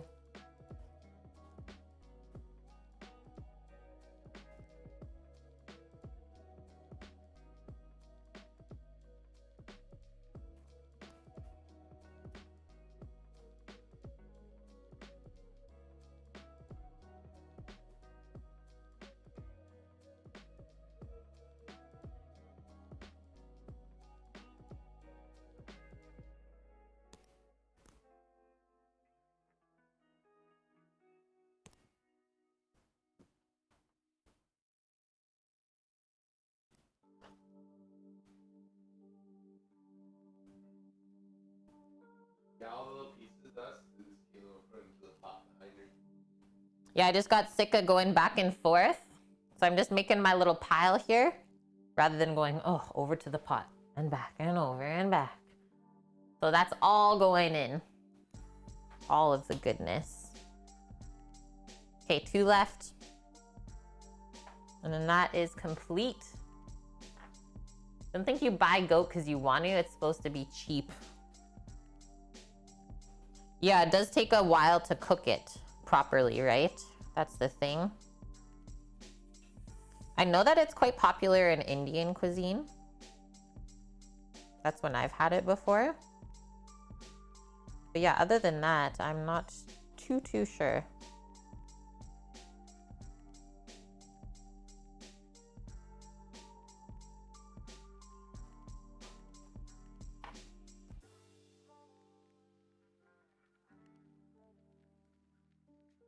Actually quite soft, that stuff.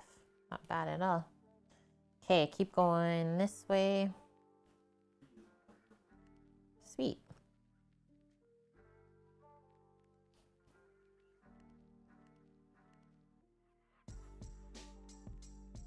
Yeah, right here. Whew.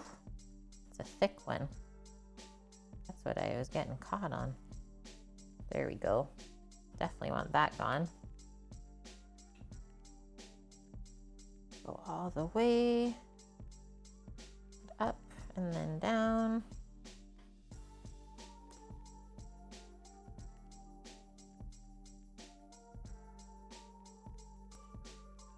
Now we just trim to fit.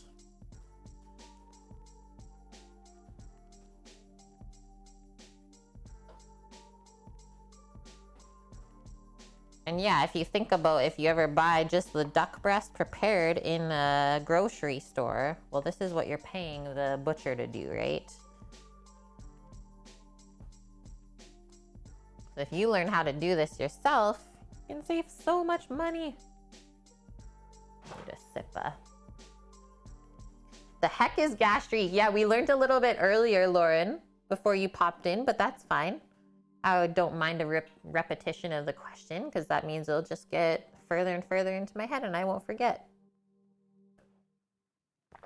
So it's a sauce that's typically made with some aspect of acid and some aspect of sweetness, and you reduce it. And it's basically like a glaze, let's say. So yeah, what Bonk said, a tart sweet French sauce recipe made with vinegar and honey. So today ours is gonna be red wine, orange juice, and honey, and a little bit of the stock in there. Yum. Wow, Daff, congratulations. Officially lost 25 pounds. Good job, dude. Really, really good. I'm so proud of you. And yeah, that's gotta feel awesome, right?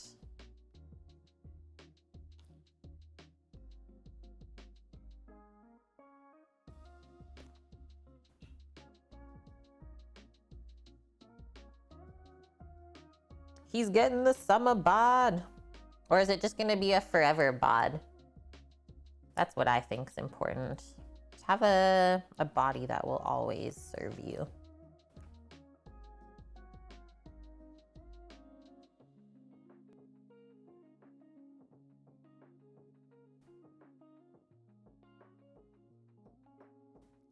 Oh.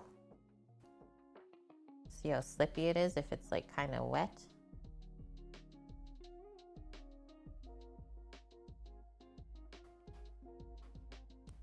There we go.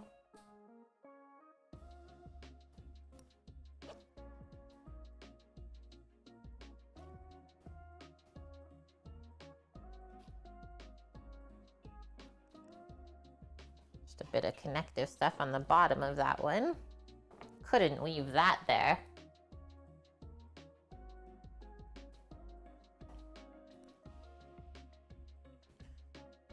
Okay, that's 8 duck breasts, 6 whole duck legs, and 2 duck thighs. Just organizing the tray here. Show you guys what we did today. So far, at least. I'm gonna just hold...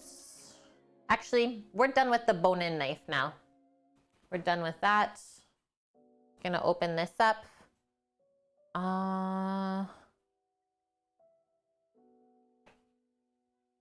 Want to get rid of the board. Maybe I won't just yet. Maybe I'll just go grab quickly the other duck breasts that we want. And since I'm all ducky right now, just get them scored up so they're ready to cook. But the rest of this can go into the fridge. An unlurk. Welcome back, Hippie. And hello, Chef Steve. Hello, OMG Pete. Sorry I missed ya. Ducking around a bit today, I guess. Quill, hello. Son has an allergy to one of the ingredients they use in processing meat. I have heard of that from someone else before that had that. You got to buy all your meat from a butcher. Yeah, that's a big one, right? Oh, okay. Thank you. And yeah, so much better. Yeah, just buy a half cow. That's the way to do it, right? Okay, so check that out. There's our happy, happy tray. So the legs get slow cooked in fat, and then you pull the meat off, and it's just absolutely delish. Duck breast, we basically treat like a steak. When it gets seared up in a pan, served medium rare.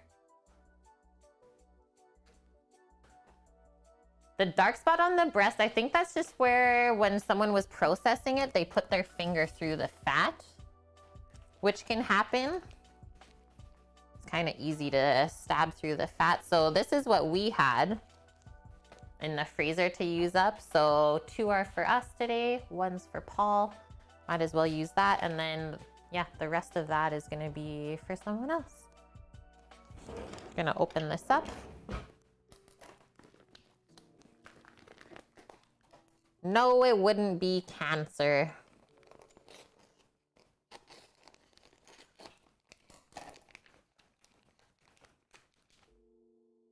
So these ones are already trimmed and ready to go. All we're gonna do is score them. And then we can just pop them on a plate and let them air dry in the fridge, and we'll get a really nice sear on it that way.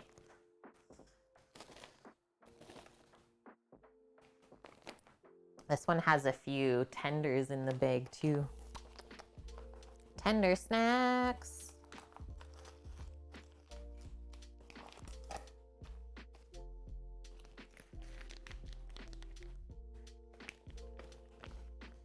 Yeah, they would definitely cut that out. So what did I pack in here? It's like four duck tenders or 5 duck tenders to cook separate. There's that one. And yeah, don't ask me why this breast is a little bit darker. That I don't have an answer for. They were two kind of different times of using duck, that's all.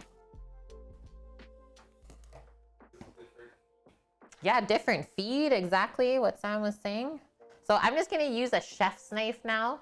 I like the one straight blade rather than the boning knife is a bit different, right? So you want one nice straight blade for scoring. That is, yeah, just works better and easier.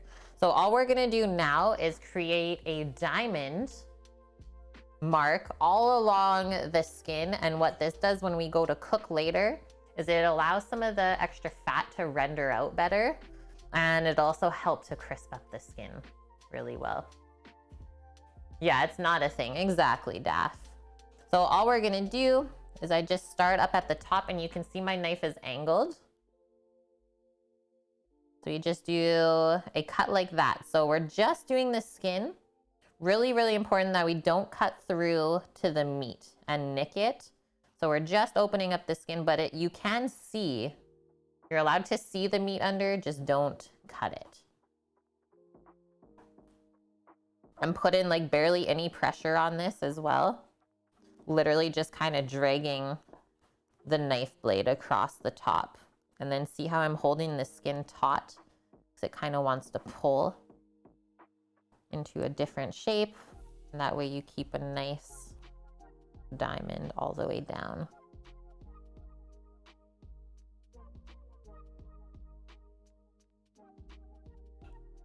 And then all I usually do is turn it like that, and then we just come back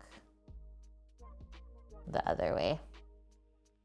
And you can choose to do like a big score or really, really small diamonds. It's totally up to you.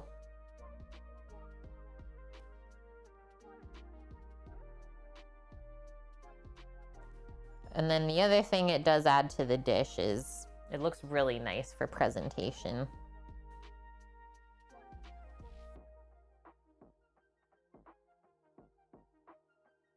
Okay, first one. So yeah, you can kind of just smooth it back out. And then we're not gonna season until right before we cook it. That way we don't draw out any extra moisture. Okay, next one. And yeah, good time to remind people that a sharp knife is key. Exactly, Kame.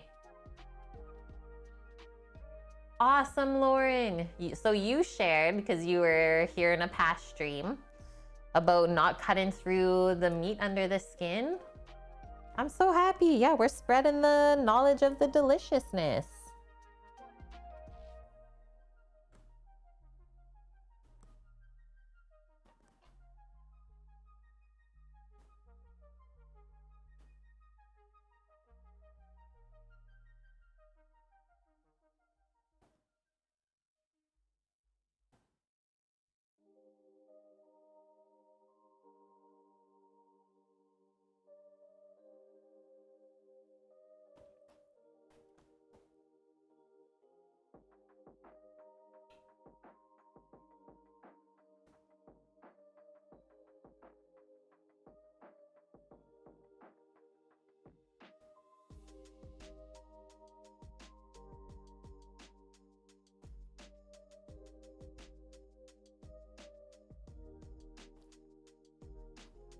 Two. Oh yeah. I am a trained chef. I've gone to culinary school. I have over 10 years worth of experience working in, I would say, a lot of high-end restaurants. I didn't really work in many low-scale restaurants. And we have done a knife sharpening stream before as well. We have a really, really good knife sharpening video. So Muhalo, we use a knife sharpening jig with whetstones. You can really dial in the angle of the blade for each different knife if you have a bunch of different ones. So check that one out too. It's got lots and lots of good views on there. It's pretty crazy. And yeah, would 100% recommend that sharpening jig. Like I said, it's just so accurate.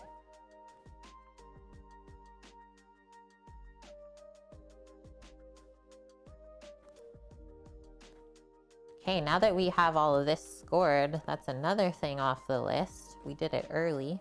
I thought might as well since we have the whole raw duck station out still.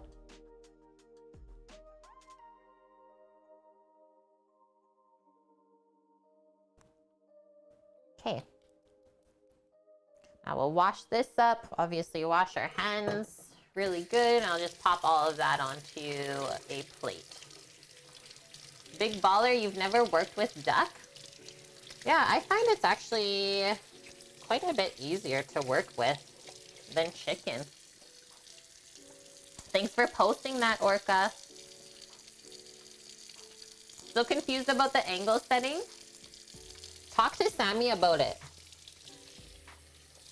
He's the one that's done or used that thing for the most part. Soak this up. Because we just use an app on the phone and then, yeah, somehow he like offsets the angle. I'm not sure. You know me in numbers, not always the best.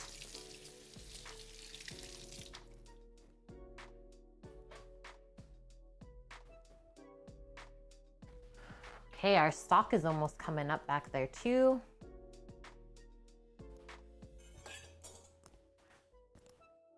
You bug them a lot already.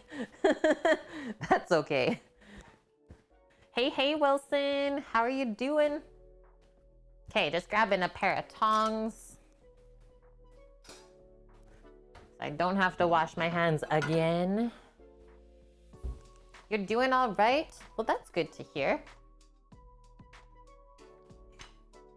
I think we are also doing all right. Pop that little guy there. I'm gonna move this over maybe. Sneak these tenders stack on. Okay, and then yeah, just gonna let that air dry in the fridge until we're ready to cook it. And then all we do before it goes in the pan, just a bit of salt and pepper on the skin, that's it. We crushed that. We're looking really, really good.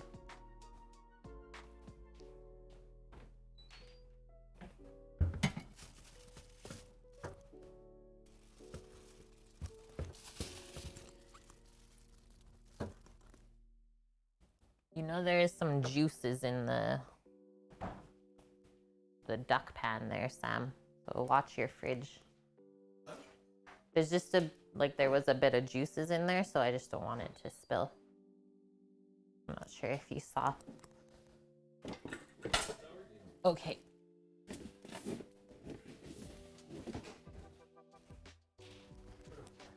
Okay, we can save our tongs as well. And I think we're done with this water. So that's all good. Gotta go get some groceries. Okay, I hope you have a safe trip. And hopefully we're here when you get back. Man, that feels good to be done. Okay, so duck butchery, check. Duck and chicken stock, check. Score the duck, check. All we got left are potatoes. We gotta boil the baby potatoes. We gotta smash them, and then we're gonna fry them in the duck fat. We gotta pick some greens from the garden outside and make our gastrique. And then last thing, once we're done tasting and made sure the lunch is delicious, we're gonna make some cookie dough for tomorrow so it can chill really nice over in the fridge. Be ready for us tomorrow.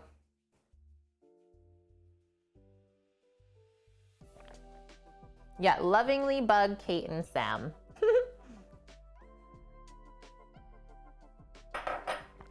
Okay, let me grab those baby potatoes. We'll get a small pot and away we go. And then maybe while the potatoes are going, we can do the gastrique at the same time. Hey, thanks, Baba Louie. I think we'll cook all of this for us and Paul.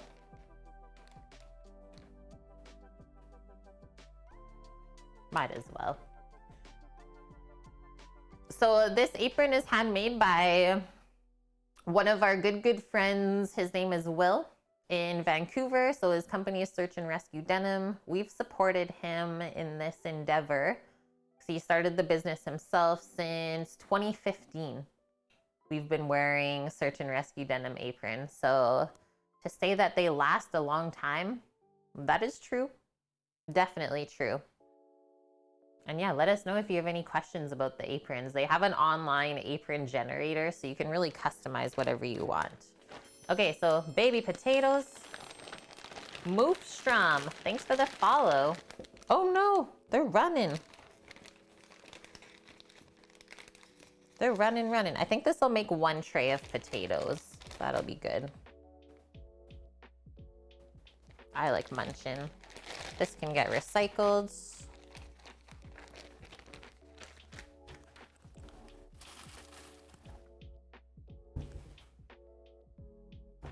A Pokeball? No. This shirt is actually one of my favorite shirts ever that I own. And it just has some writing on it. And the writing on it, ready for this? It says shit haps. This shirt has also gone like almost all places that I've traveled. Yeah, I've taken it around the world with me. It's seen a lot of spots. It's the greatest. Yeah, it's peaking. Okay, so just looking over the potatoes, we're going to boil them whole. Yeah, because they're all the same size, so that'll be good. But the only thing we want to do before we pop them in the pot is we just want to discard anything off of the potato that we don't want to eat. So anything that's discolored or it's a bit dirty still, we just get rid of that. So something like that, just pop off with your paring knife. But we are trying as much as possible to not really cut the potato at all.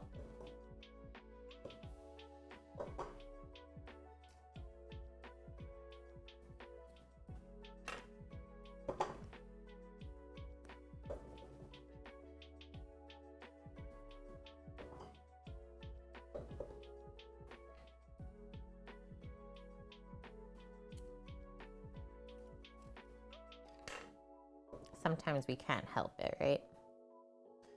This one where there's a bit of dirt in there. Kind of scrape it out.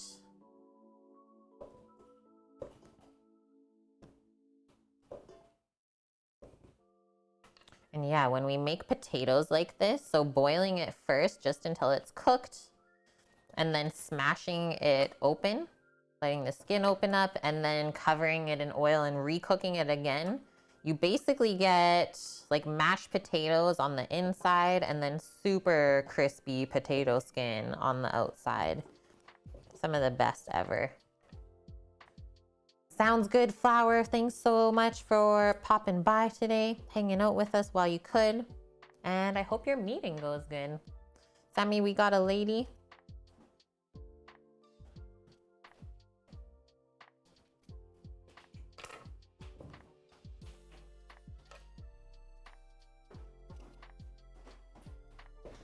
Hello, how are you? Good. Do you want to try the table out first, or just Oh, yeah, we can carry that out.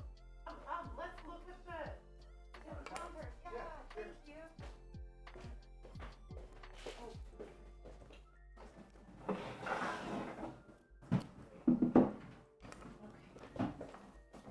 Hi there. Hi, how are you? I'm good. Good. So it's fairly new? Yeah. Oh, good. Awesome. Great. That may into my, it's 8 feet away.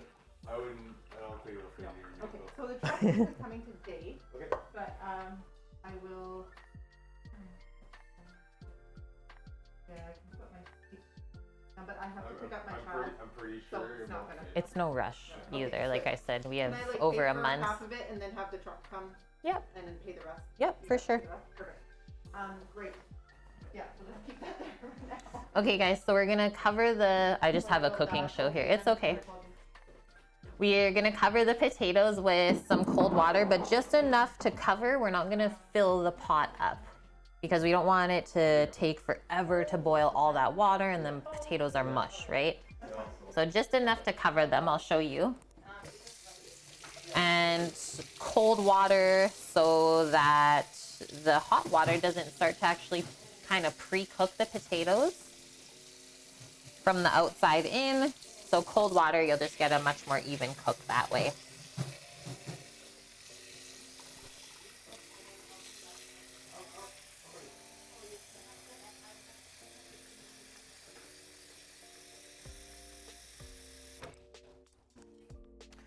So that's all we want. And then let's add some salt too, so they can get seasoned while we boil them. Aren't they the best, Bonk? And then the other thing, like if I take out the bag, because Nike was also saying like he found these where he is at in the States. So little potato company. And then it shows you or tells you like 15 minutes to boil, 5 minutes in the microwave, which I don't think I ever would do, but 30 minutes to roast, and then 30 minutes on the barbecue, which we did last week and we know it worked great. Yeah, I've never had issues with those ones. Yeah, you got them too, Lauren? That's awesome. Okay, so we'll do 2 good scoops of salt to season it through, and then why don't we pop a lid on because it'll make it come up quicker. Save some energy.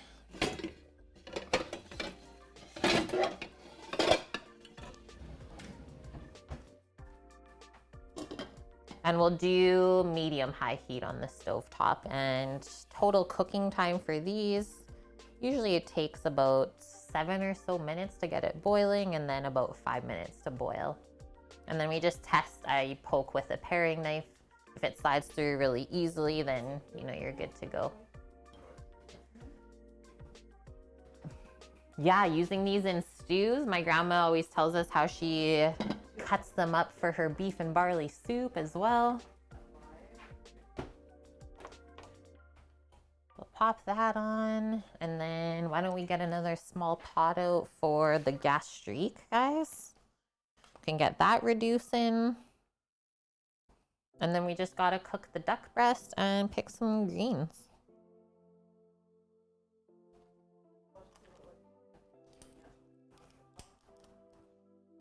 And then one other thing I'll prep.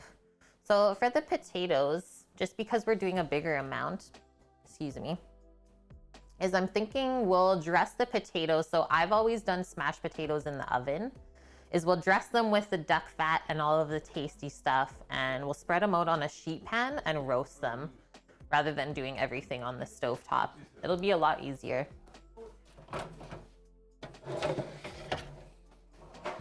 So let's prep a sheet pan. You can line it with parchment or whatever else you have. Foil is okay too.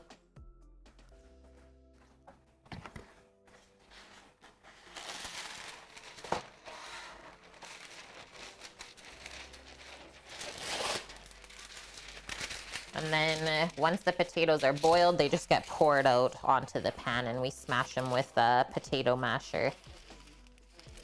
Or some people have also said they just bash it with the back of a pot.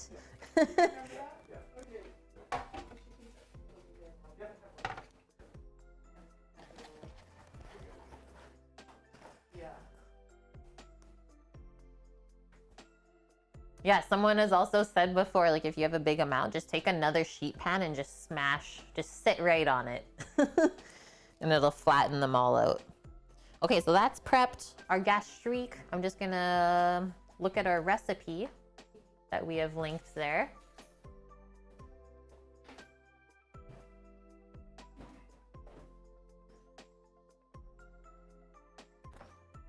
So for 2 servings, so I'll just bump up the amounts a little bit, I think.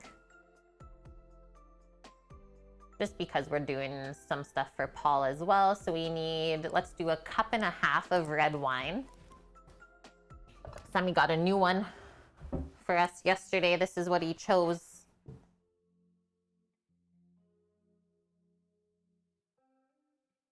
A Cabernet Sauvignon. Why do you not want to focus? It's just focusing on me. Okay, sounds good. So it says complex, medium-bodied, smooth finish. So always we say, don't cook with any alcohol that you wouldn't drink yourself. And yeah, it's just a blend, which is fine. And yeah, blends are a little bit less expensive as well, which it helps for cooking wine, right? And then the one thing that I will say is never ever buy something that is labeled cooking wine, because it's actually pre-seasoned, so they put a lot of salt in it, I think, to preserve it, and it'll F up whatever you cook in it. That's like a must in every kitchen, is like, don't use cooking wine ever. So I would never recommend that for you guys. Yeah, it's like, so then you think about if you're making like a reduced wine sauce with cooking wine that has a high salt content in it already, if you reduce it, well, it's gonna be so salty you won't taste anything else. Kind of weird why they would make something like that, right?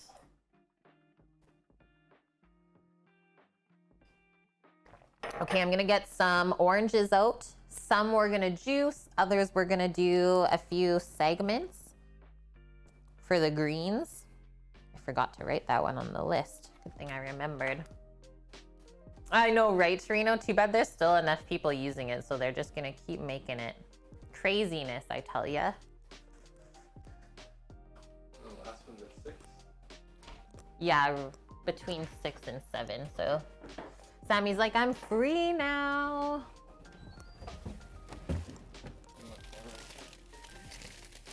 Yeah, soon, please. We get to open up the Caracara Oranges with you guys today. Someone was asking, I think the other week, what it is. Some of the best ever. It looks like a regular orange, but it's not. And if you know, you know. And hello, Kylie. I hope I'm saying that right. Adjust the salt to the rest of the dish when using that. It's made for professional kitchens. I will say I've never worked in a professional kitchen that carried cooking wine. It might be for some of the lower tier ones. I have in a couple restaurants. And It's gross. You don't use it much. yeah, okay. And hi, Green Fang, how are you doing? Are we ready? Quick check of the scene. This is where we are today. Yeah, Gordon Ramsay, you'd be like, what is this? Okay, come on over to the cutting board. Here's our oranges. I think I'll just juice it by hand. So I'll set up a fine mesh strainer over a measuring cup or a bowl even.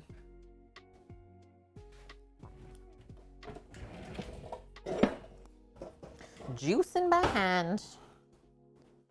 What happened here? Residue from the dishwasher drying. Oh, working. Working. Oh, it is working. It's here. Ah! Okay, so we're good? Yep. Okay, we're all prepped to go outside then. Okay, so we're just gonna juice some oranges. How much orange juice do we need?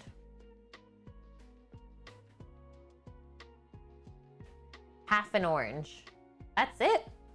I'm definitely gonna do a full orange. And as always, I think I'll save this nice firm one for segments as well as this one, and we'll roll these.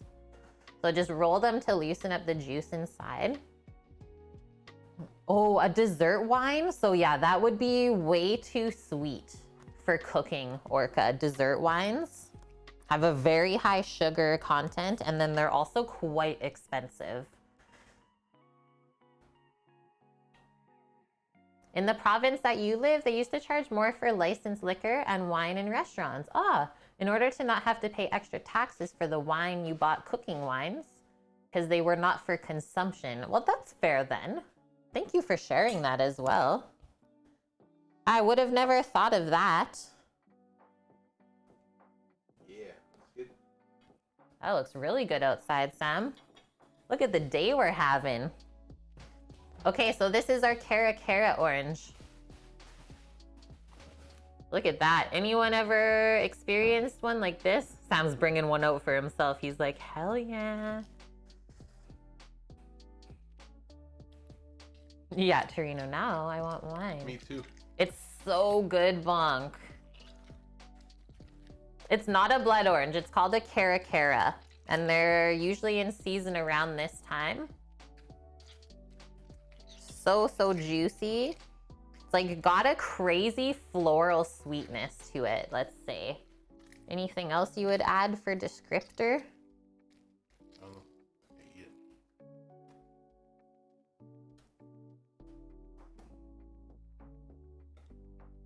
You did a thing in Discord under food photos? Okay. We'll check it once I don't have juice hands. Juice in ASMR. It looks and smells so deadly. Feed me. I was already going to. Mmm.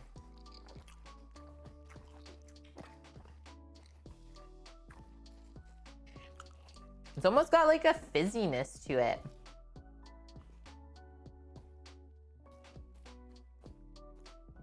Whoa. Mmm. I should be quiet for a bit.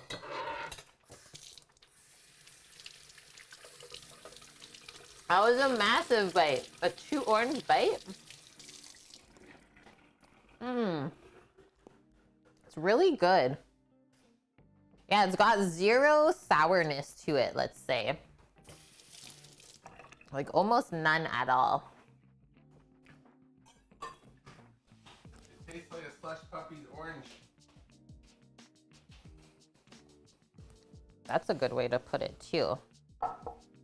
Okay, gastrique orange juice is prepped. And it smells like Starburst. Mmm. I think we're gonna make an orange gastrique and an orange sauce pot. Oh. I'm in. This sound good, guys? It's your dream to build a greenhouse with a 50-foot ceiling so you can go grow fruit trees in the north. I will help you build that, Torino. Please let us know when you need our labor.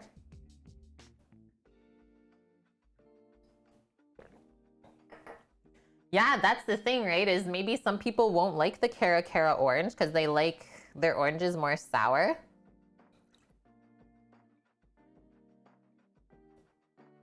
Okay, so there's that.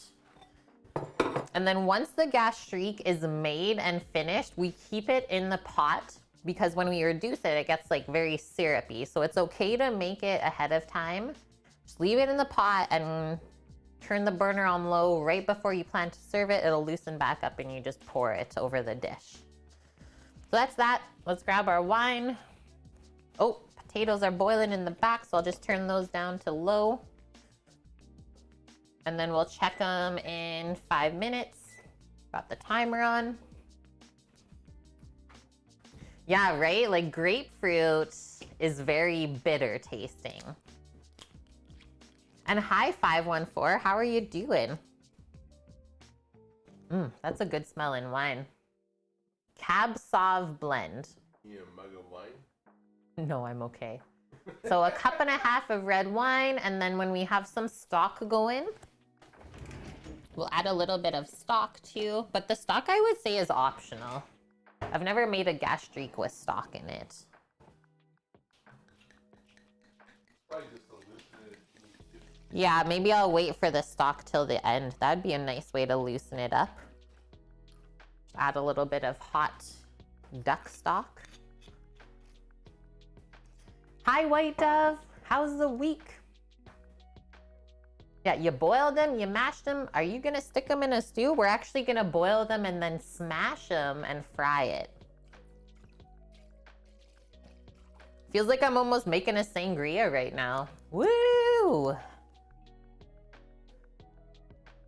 Oh, you haven't been back since Sammy's brisket? That was so, so good. Everyone that had it said, how did you make this meat this way? They're like, we've never had beef that was this tender and like juicy before. It's going, White Dove. Oh no. Does that mean it's a bit rough over there? Yeah, I'm doing pretty good today. It's been a busy week so far, but it feels good. Okay, so we add 2 tablespoons of honey also. to the pot here, and then that all gets cooked together.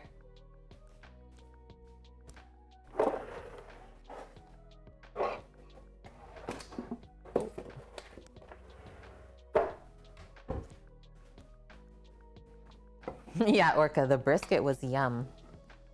She didn't even partake, she just knows it was good.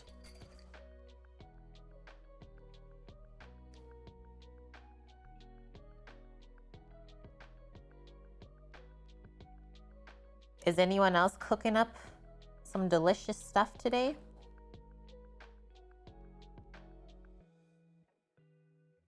Or eating delicious stuff? I'm gonna just pour until I feel like we're at the 2 tablespoon mark. I think we're almost there.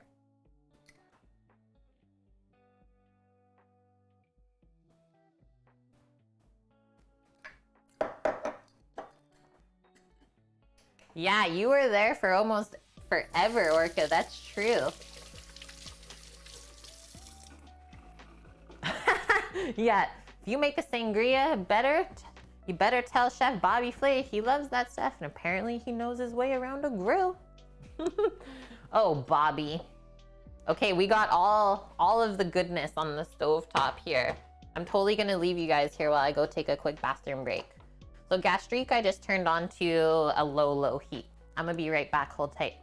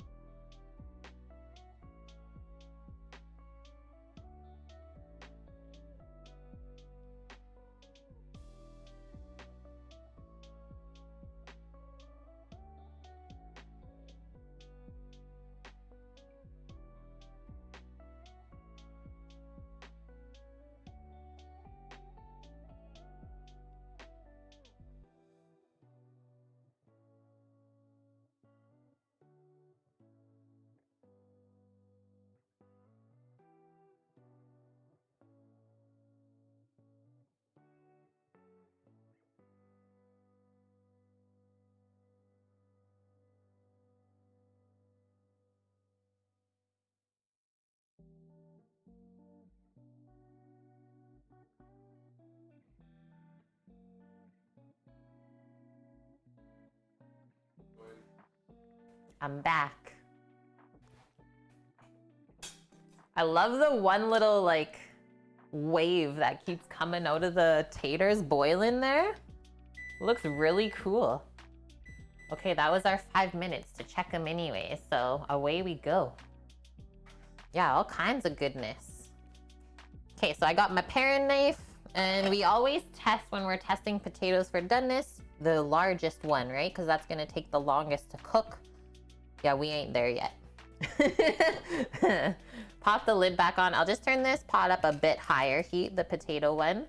So like medium low now, and then our gastrique, we can go up to medium on that back burner. And I'm just gonna give it a little whisk to incorporate the honey so it's not just kind of chilling on the bottom of the pot. So yeah, obviously when our gastrique reduces, it'll be a nice deep dark red color, which will look really nice with the duck on the plate.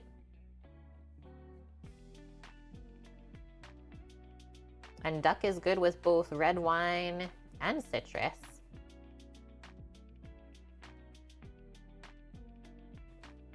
And yeah, our stock is like, as you can see, just about to come up, I think. We're getting there. Angle my sink. Take a dirty cloth out of here. And then I think while we're waiting for both of those things on the stovetop, I think we should stay inside. So we're gonna do our orange segments right now. And then we can go pick the greens afterwards. I'm also gonna just pop this Oh, it's not loud with working outside. Wow. It depends on the wine that you use, Green Fang. So like the Cab Sauv blend, definitely not too acidic. Got a nice balance between acidity, sweetness, and flavor, right? So, catching up with Lauren, some folks who parboil the potatoes in baking soda. I've never heard of that. Would be interested to know though. And Ados, welcome in. So you missed the duck brine part. So this is actually a duck stock.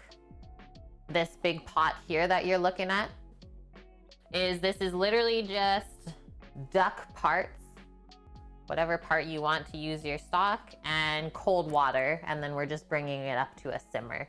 Really, really simple.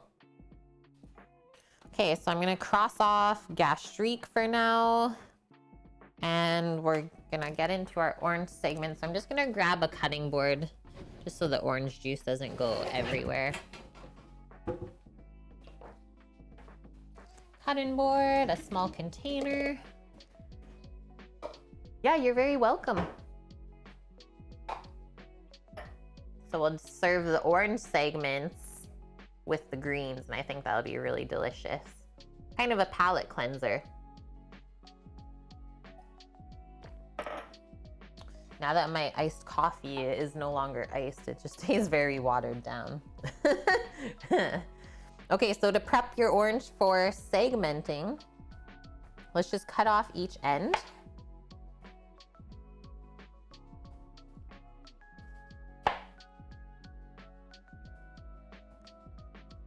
A little bit more from that side.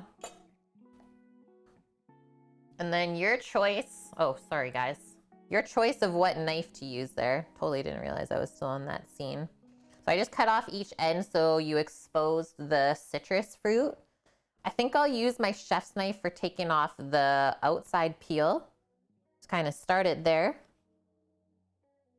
And then depending on how thick the peel is, you come back down. So you're trying to get as little amount of orange on the peel as possible, right? We find that the first one's a bit challenging, and then you're able to at least see.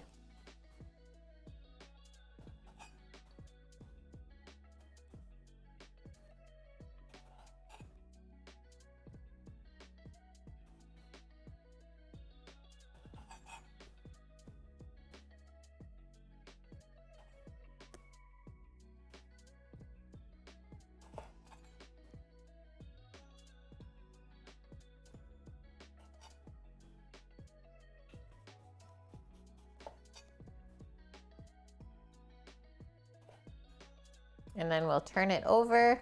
There's usually just a bit to trim off the underside.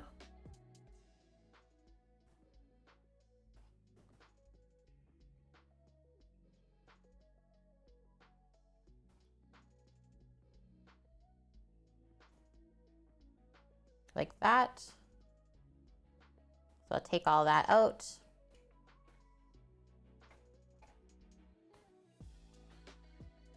Why not just peel it the way most people would if they're eating an orange for a snack? So think about when you eat an orange, the little segments. Yeah, Paloozer knows already. So it always is like encompassed in a little package, right? And what we're trying to do is take off that outer layer that holds the orange segment together, because it's kind of chewy if you think about it, right? Not the best in salad. So doing it this way, it's called like orange segments or orange supremes, is you just get the orange, I don't know what to call the pulp, I guess, itself, rather than a chewy outside layer. JK, foie gras. So now we're gonna take our knife, and you can see how each piece is already separated, right? So we just go as close as we can to that, angle it, go on the other side, go down, and then you should be able to pull up. And we get this beautiful piece of orange. Yeah, noms for sure. Just checking on my gastrique back there. not come up just yet. So yeah, go as close as you can to that middle layer so you don't waste anything.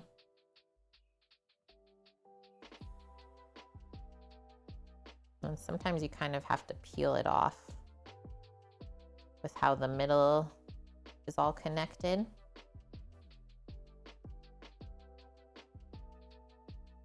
But yeah, I don't do this often because I do find that it is quite a wasteful thing. Just, I thought since we're going with the whole French duck plate theme here, might as well be a bit fancy.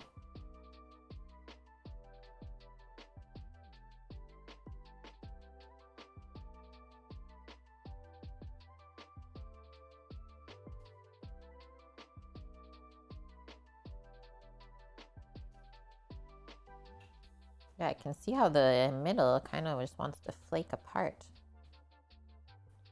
Very delicate.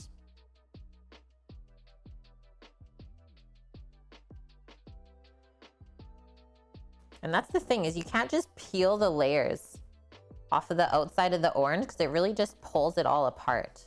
So you have to cut it. Here, I'll show you on this one since it's being finicky. It's like yeah, it's just weird.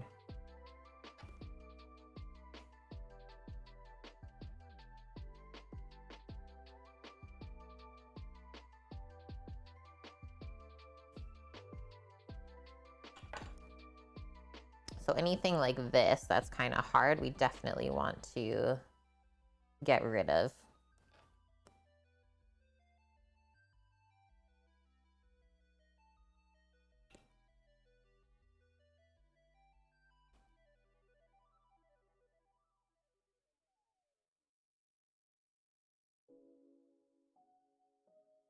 Last piece on that guy, and then we'll prep one more.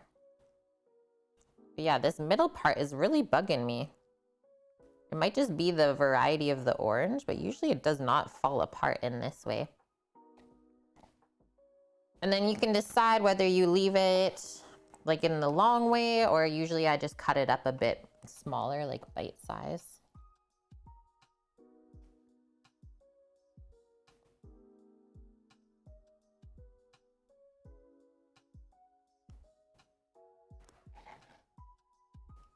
Totally looks like a grapefruit, guys. I know, but it's not. It's called a Caracara Orange. Okay, we'll do one more.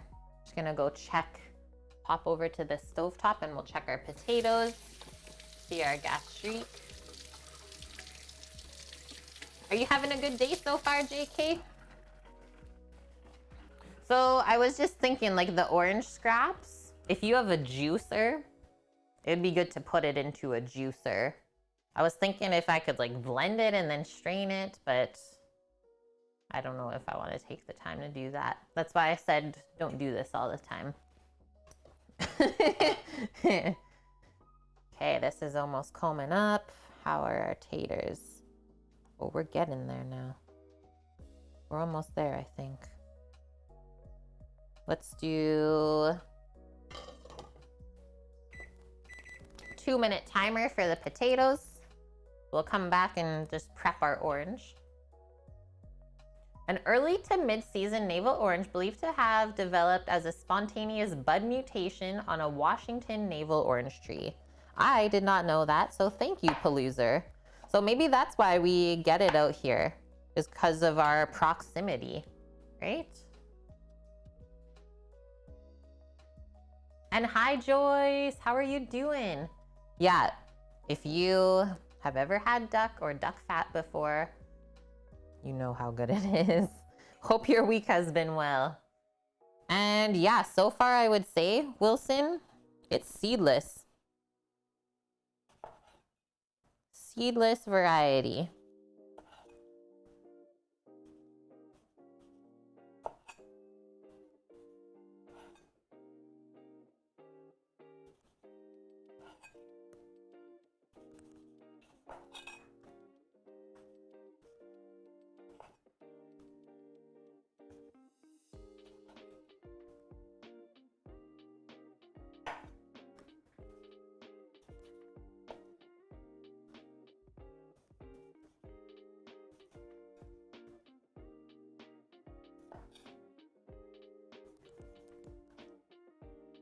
flip it.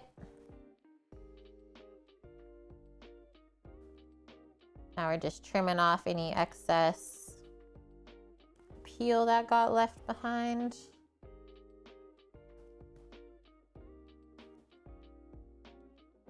We're good. Okay, Strakeman. And I hope you are doing good today. Nice to see you. You get them in Virginia. Yeah, they are awesome, hey? We always get really excited when we see them in the store. It's like we get them at least once a year. We try. Okay, that was our potato timer. So we'll just do a quick little switch up here. Living so close to Florida, Wilson says we get theirs and some Mexico varieties of citrus. Yeah. Yeah, it's nice to be in close proximity to California, I will say. Okay, so we're just moving the orange stuff over for a sec.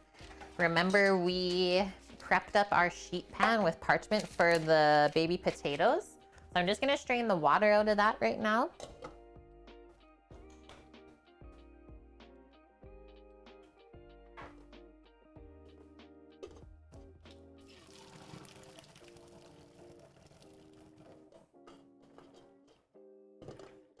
Just need a cloth.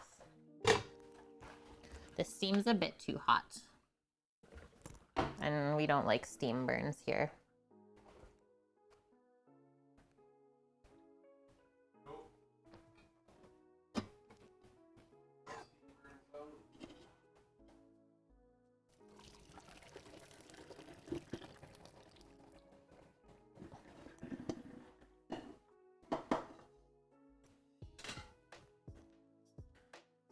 Okay, it might get real steamy.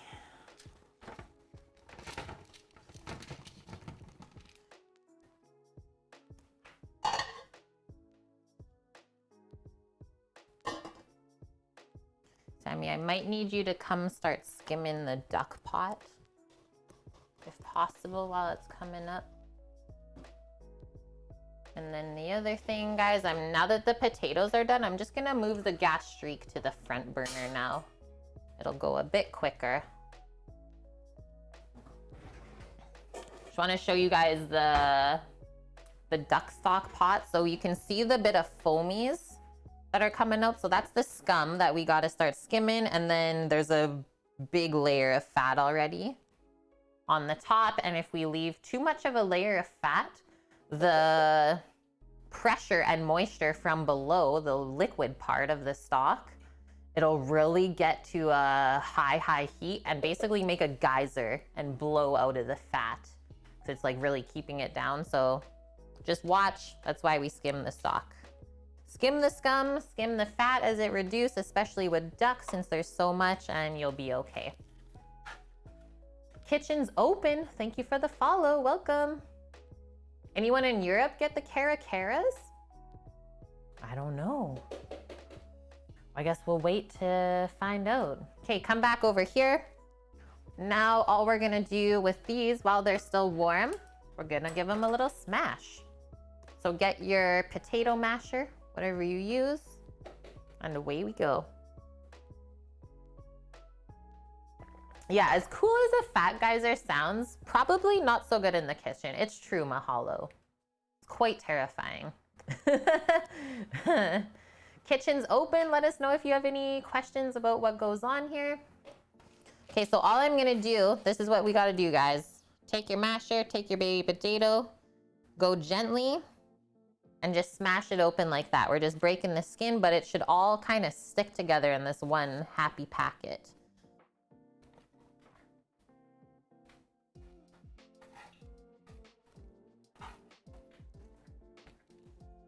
We want to do this while they're still warm so they don't get gluey as the starches cool off.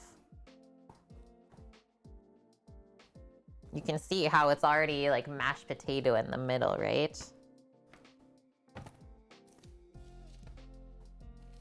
Just move them over.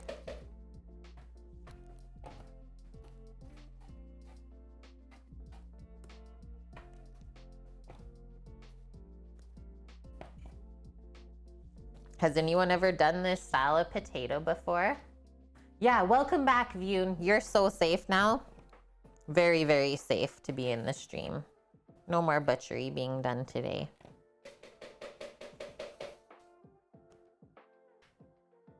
Yeah, the ducks are in the pot. You do them all the time, Wilson, right? I'm pretty sure it was Jamie Oliver who did the first ever smashed potato.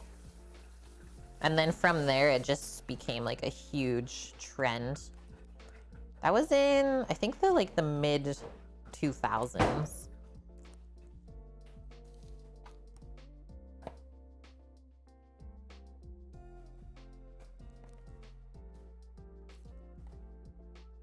Hello, La Costa. Good to see you. Hey, thanks, View. Yeah, you'll cheer us on when we butcher the half cow or half pig. I'm in.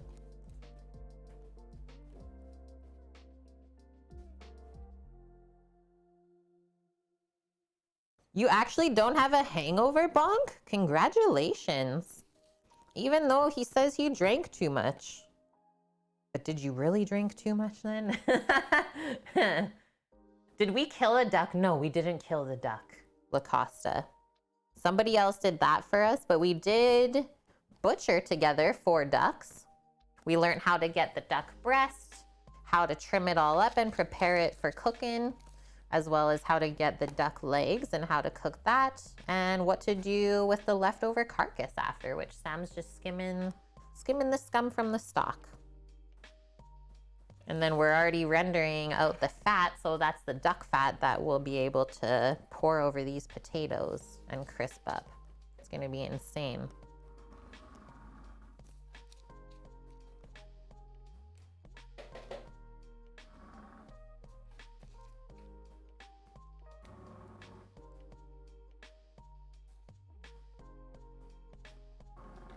Don't ask what's going on outside, guys.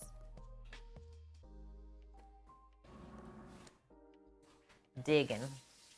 Duck hunting stream? I wonder. I mean, I know there's streamers that fish, but can you hunt? Can you hunt without it being TOS? I don't think so, guys.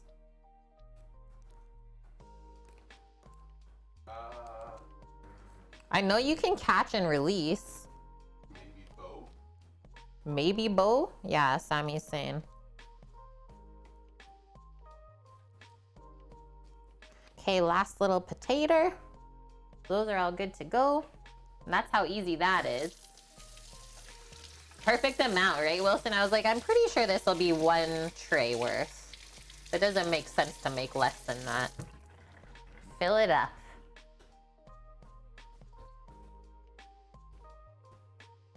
What do you think of Rando's 4-legged assistant, Astra? So yeah, it's a female dog. Her name is Astra. And she is the best ever, Green Fang. We're so excited to go hang out with them. We've met her before as well. She loves us. She loves us. We love her. But last time we've seen her, she was kind of a pup still. Yeah. Really cute. Yeah, Astra's just the best. And she loves her dog jerky that we make for her. Hey, AFK. How are you doing? You can catch and kill, Wilson says. He watches offshore fishing all the time. Well, there's that, I guess. Okay, do we have... We don't got any duck fat yet.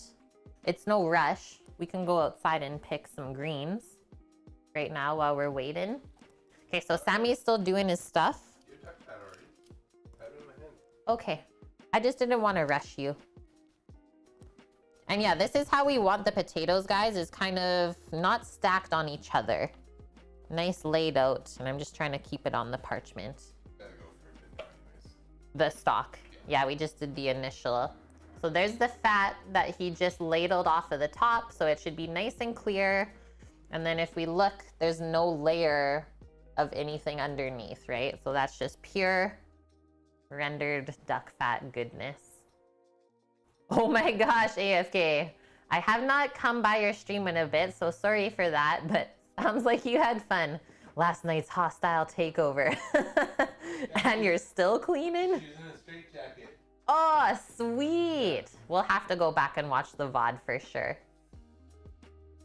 So what do? Yeah, get ready, Dust. Get ready. So we're gonna start drizzling it over these potatoes.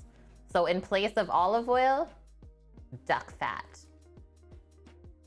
Oh, the best double tap. Yeah, online grocery ordering. So you just go pick it up. They do the shopping for you.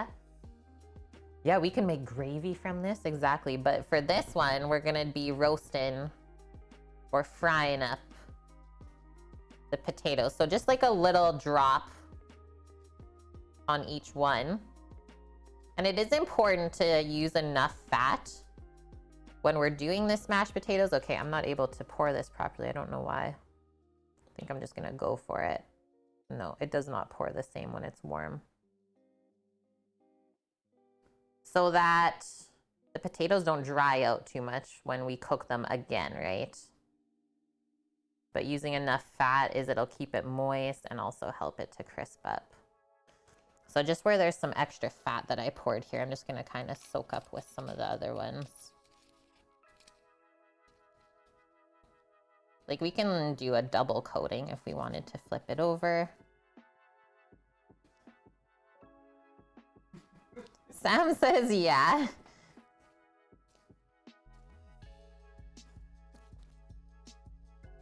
But then because duck fat is so hard to come by, let's say, is we don't want to waste any on the sheet pan. That's why I'm just making sure everything's gonna get soaked up. We don't want to throw any of it out. And it smells so good already. Very nutty. I think that's the best way to describe duck fat. I don't know if Sam has anything else to add.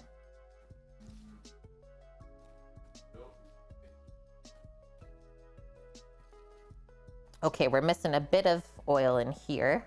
And you can see right away how much the potatoes will soak up the fat too. It's crazy. They're like, thank you. Thank you for this.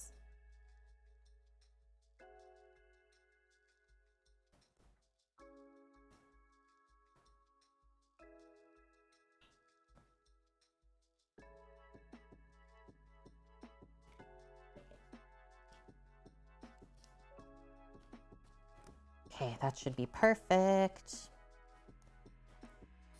And now we can season them as well.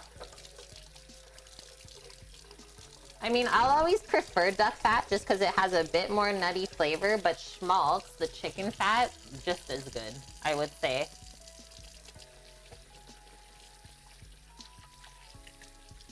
Yeah, Dust says, Kate, please. It didn't use that much though. Remember how much I showed you? There's still quite a bit left in the container. Okay, this pot's coming up to a simmer finally. Okay, I'll turn it down again then. Just a little bit more. There is some more scum if you want. Up to you if you want to wait a bit. Okay, so salt. Definitely want more of a like coarse or flake salt for these potatoes, is you kind of want that crunch. So don't go with fine salt to season this. So I'm using Diamond Crystal kosher salt. Definitely don't want like table salt, iodized salt. No worries, Green Fang. I'm just gonna read through your text.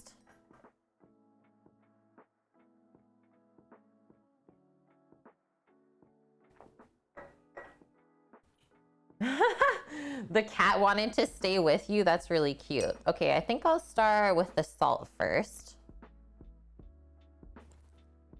And so we season the water when we are cooking the potatoes initially, but they'll definitely take more, as if you've ever cooked with potatoes.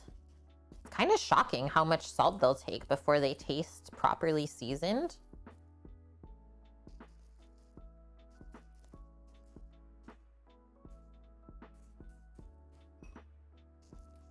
Just a nice coating on top.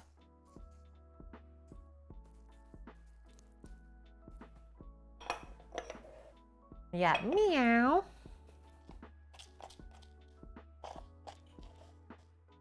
Now our pepper.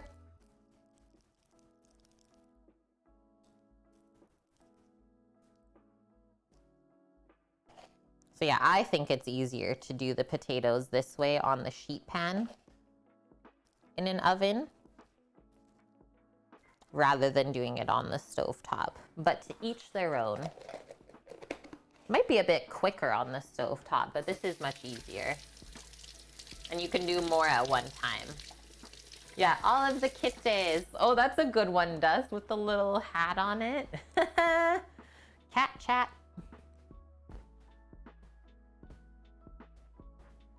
Okay, so those are all prepped, ready to go.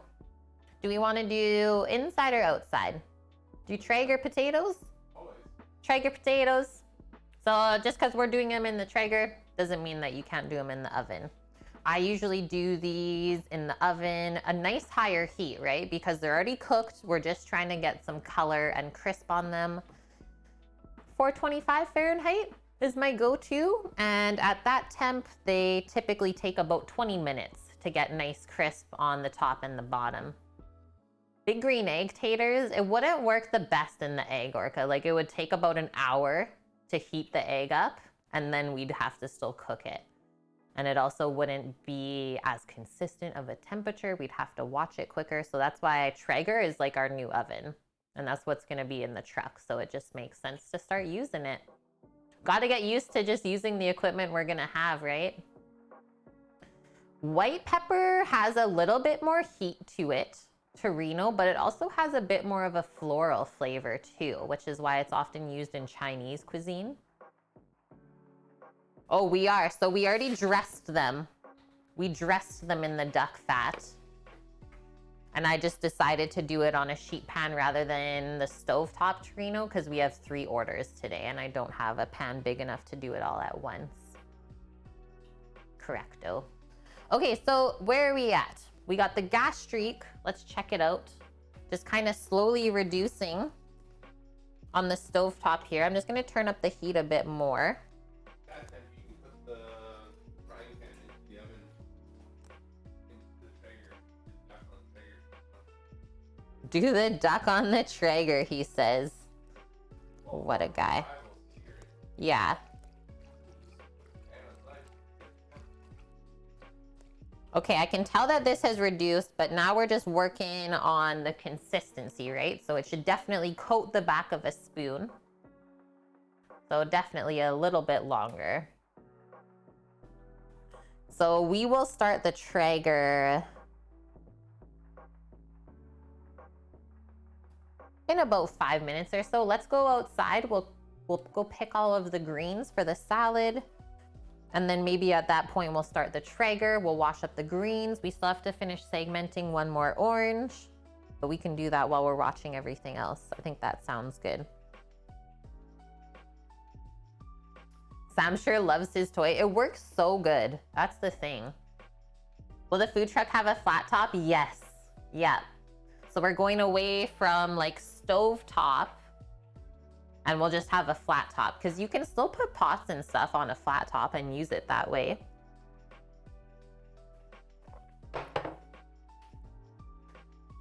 All right, are we good to go outside in the garden, Sam? Yeah. Yeah, check that out. What a day outside today.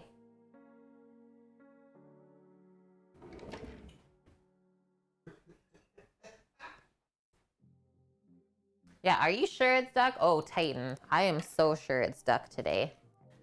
Let's grab a bowl for our lettuce.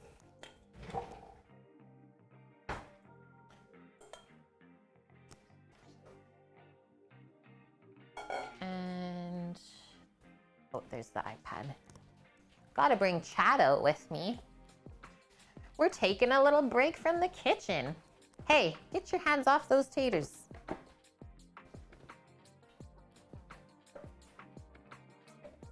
Your brother was put off eating meat for a while after working at Burger King for a few years? Is that the BK?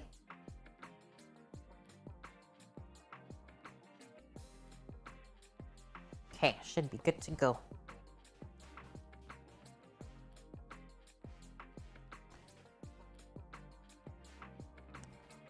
Oh, Oh, you got the wind today, Bonk? Yeah, it's actually quite breezy outside here, but yesterday was a lot more windy.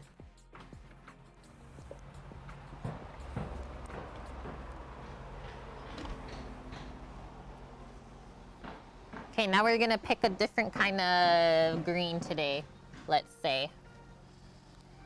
Set up my iPad. We've got our little bowl here.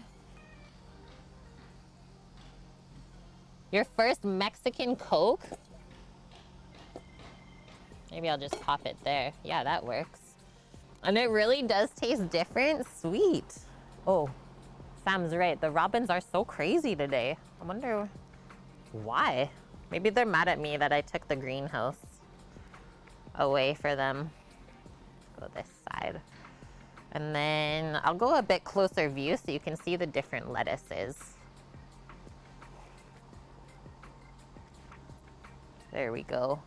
So we're gonna be picking lots of these leafy lettuces that are on the outside here, and I think I'll also top off this one Jester, the spotted one. Otherwise, it's just gonna go to seed.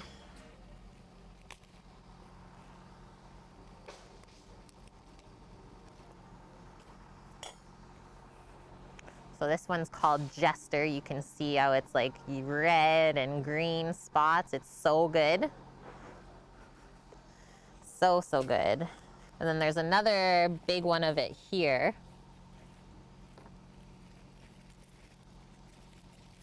Oh, there's actually two. So usually how I harvest my lettuce, I start at the bottom. Obviously the buggies have been in this bed. So let's get rid of all those leaves. I would say it's mostly slugs that eat the leaves like that. And that's what we've always had the worst pest problem with. Sad to say.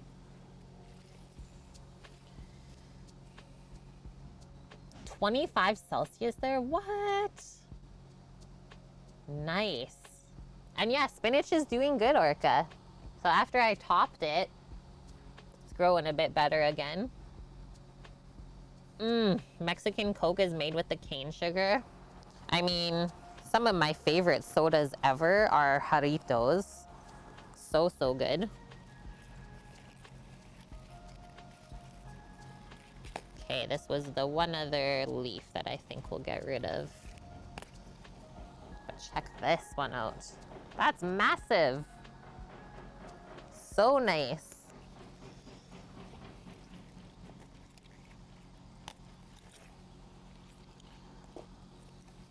Big, big salad today for the three of us. Okay, so we might as well take off of this one too. That piece is okay.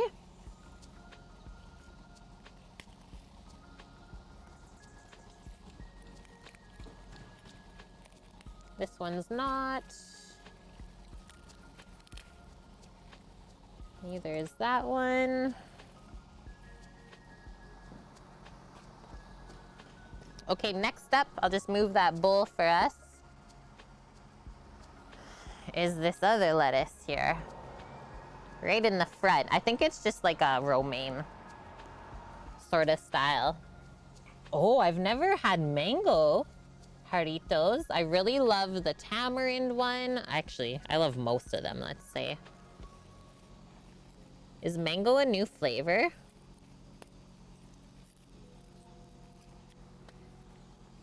Man, these slugs really did a number. Slugging. See? There it is. I told you. The worst thing ever. That's why we need ducks, guys. Did you know that if you have ducks, they'll eat all the slugs and grubs that wreck your garden? Yeah, hi, Sluggo.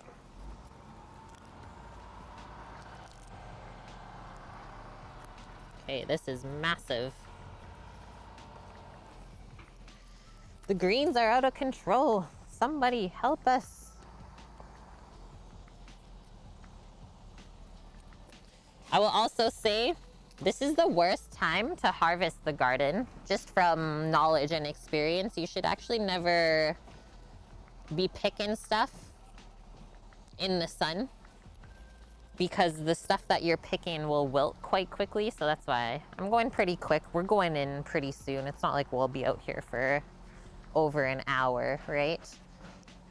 But just going by my farm days is we would always harvest early in the morning, and then the rest of the afternoon was like field maintenance and stuff like that, so that all the veggies stayed crisp out of the sun.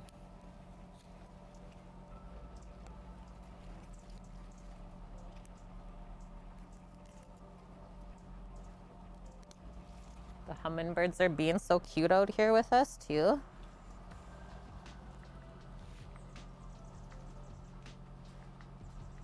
Some bunnies harvested the greens the other day. Thanks, Sammy.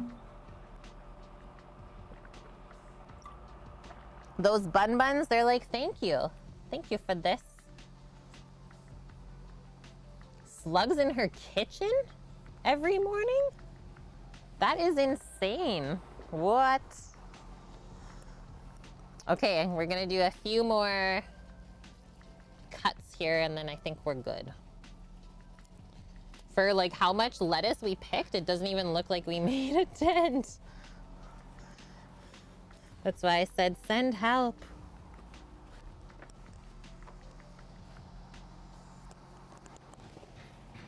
Take care of some of these other leaves that are not looking so good underneath. It just helps the plant too if you take off what it doesn't need to provide energy for, right?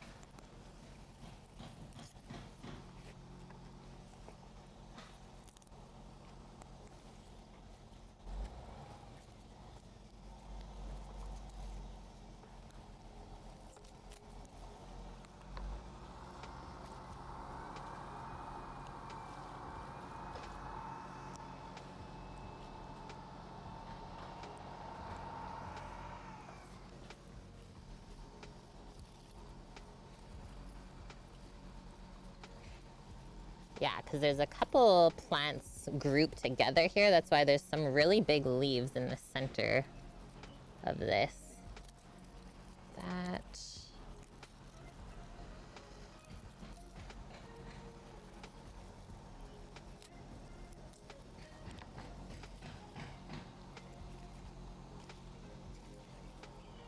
Perfect. Okay, I think we made a good dent there. Any other ones that you guys want me to harvest? There's a nice kind of interesting leafy one over here.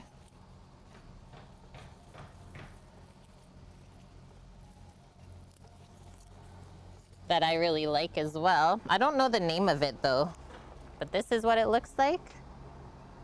It's kind of curly. Okay, so there's our happy bowl. Just gonna gather up all the stuff that we said was going back to nature. The deer, I know they're dropping fawns now, so they will love to munch on all of that compost, right? The deer babies have started.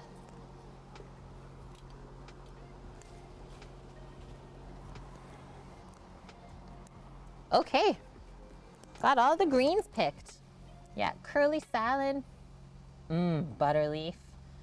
Parents are gonna use the garden when we left. Oh yeah, totally. As my mom just asked us to use, excuse me, a bunch of these greens because they just can't eat them all, the two of them. Just bringing the lettuce in. And then everything else. Oh, it smells like gastrique in here, yum. It smells very winey.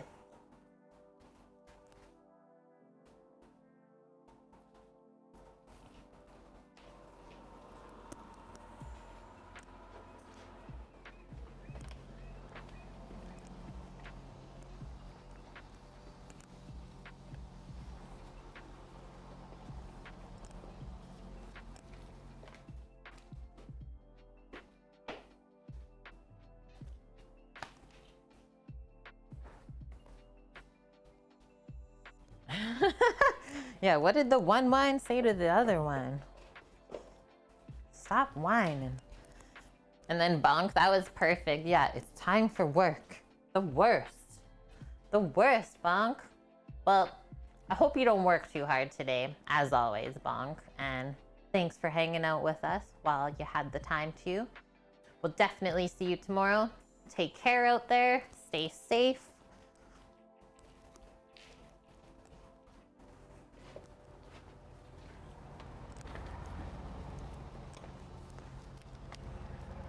Have you heard from Paul yet at all, Sam? No, I can do 2:30 though if you want me to. Yeah, I think so.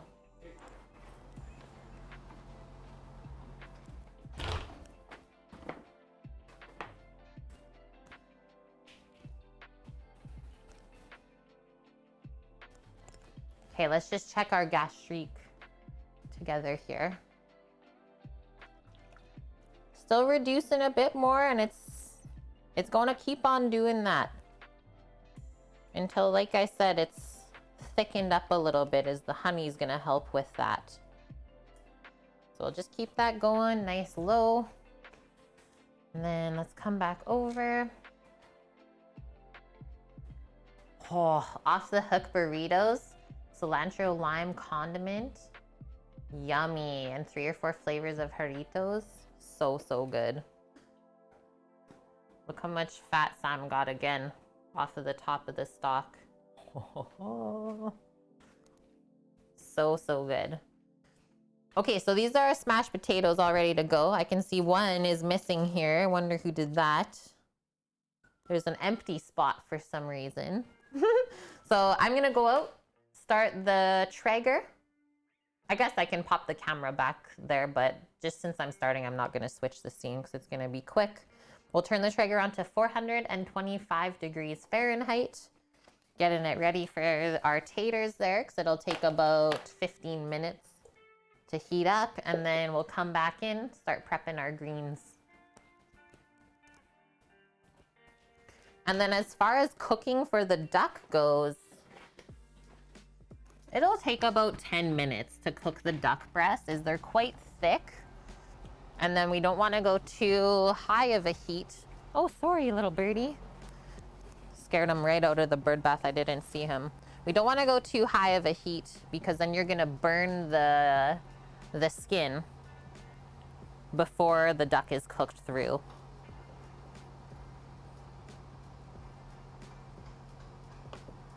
.425F. Ignite. Open. There's nothing in there. We're safe.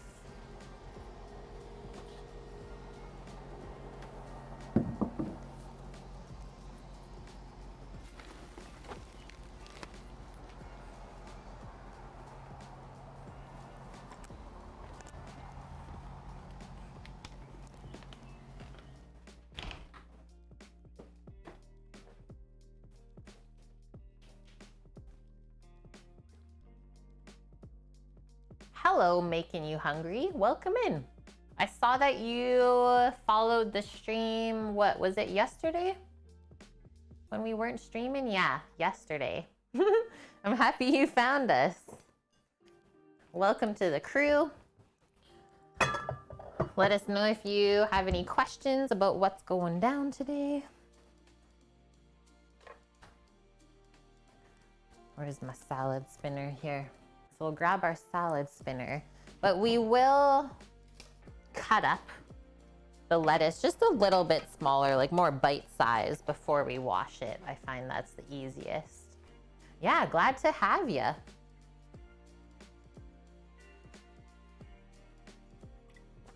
It's true green thing. I don't know if it's like a chef thing or what, but whenever I turn on any sort of oven or cooking device, I always look inside of it to make sure there's nothing there. Like, who's gonna pop something sneakily in there? I don't know. Not me, but always check. Yeah, maybe Sam, right? Okay, so all I'm gonna do, also just watch while we're picking through the lettuce, anything like that, we'll just get rid of. But first, we're just gonna kind of layer all of these pieces, cut them up a bit smaller. Yeah, that's a lot of lettuce I picked. It's very deceiving, actually. So this is all I'm gonna do. Put it like that. Just have my knife over here with the orange. Gonna give it a little rinse. It's a safety thing, totally. Yeah, we'll just cut pieces like that for the salad. The leaves are quite delicate feeling, so I know once we got some dressing on, they'll kind of compact down a bit more.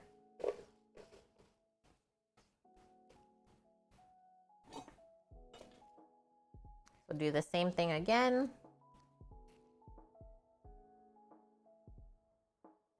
And we grow everything organic. So the only thing we're really washing off is just any potential bugs or dirt or anything like that.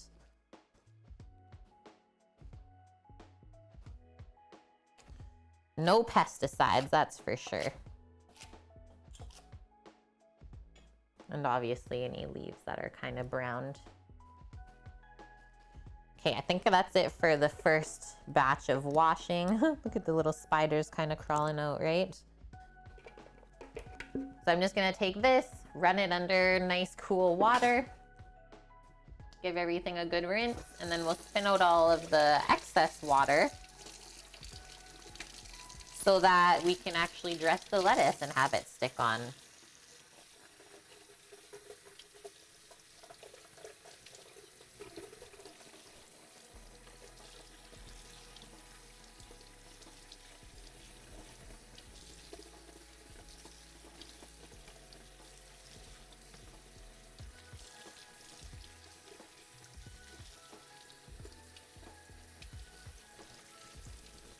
It always freaks me out at first when the Traeger starts because it really smokes for the first little bit. And I'm like, what is smoking outside? And I'm like, oh yeah, it started in the Traeger.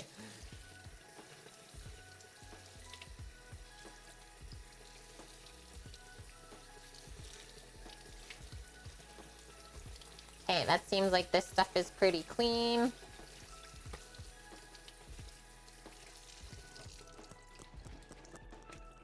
Give it a little shake. Come back over. Yeah, literally a jet. Pretty much how I feel, Daff. I'm gonna make sure that it's okay though. It's like, it's quite smoky though, Sam.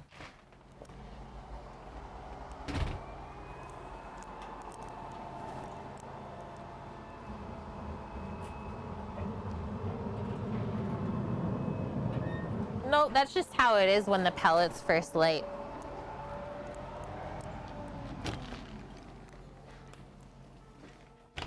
Just the lower temps is when the pellets really get smoky, and then once it gets hot, there's way less.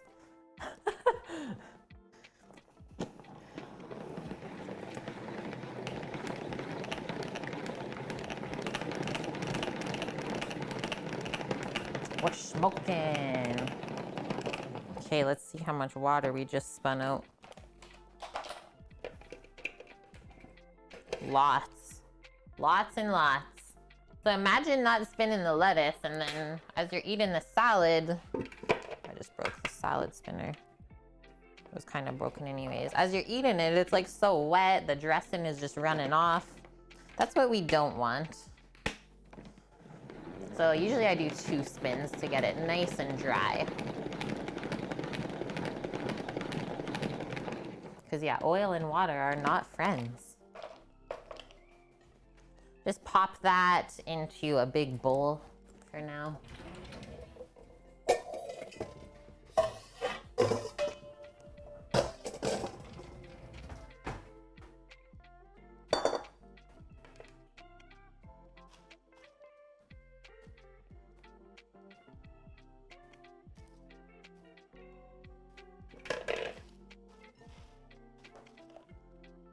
Kind of fluff up the greens, and I usually give them one more look over before I'm really happy.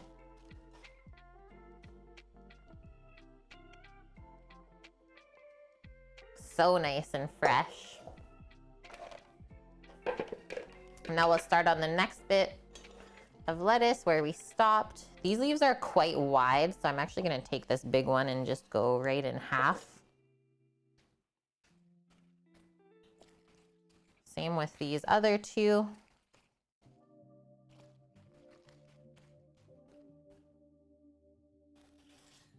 Crazy jester lettuce.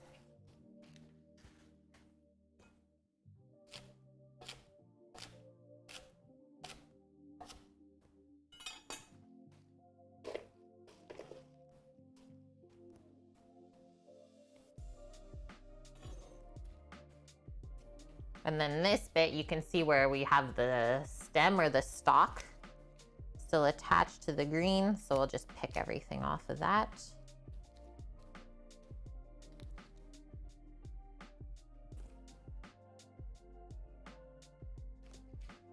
Turn that around. There we go. So we'll wash up that bit, and then all the greens are ready for the salad.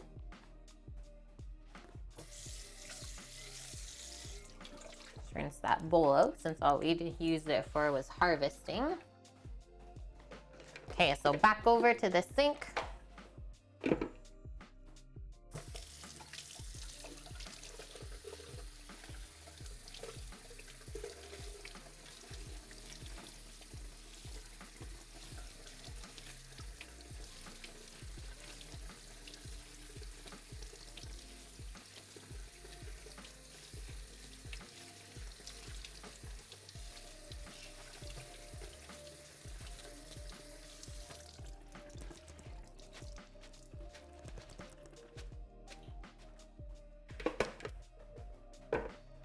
Spin it to win it. What are we winning? Dry lettuce.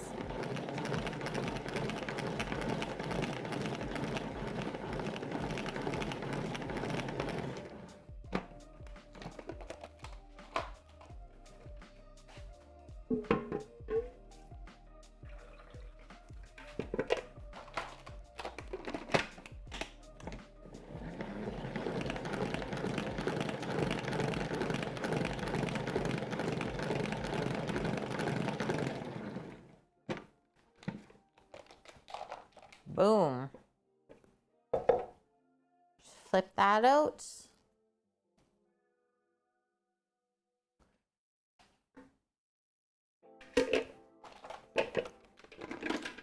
And now if you're gonna put it back in the fridge before you serve, the chill of the fridge could potentially like wilt the lettuce if it's too cold.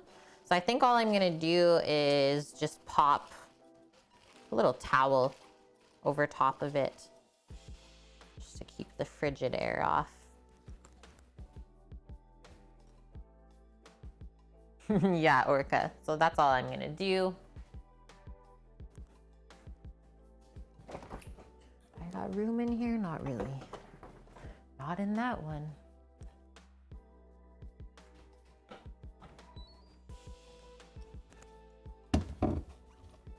What are you saying? Oh no. Oh. Oh no. Left some sneaky lettuce out. How did that get there? Put that back in. Get back in the bowl.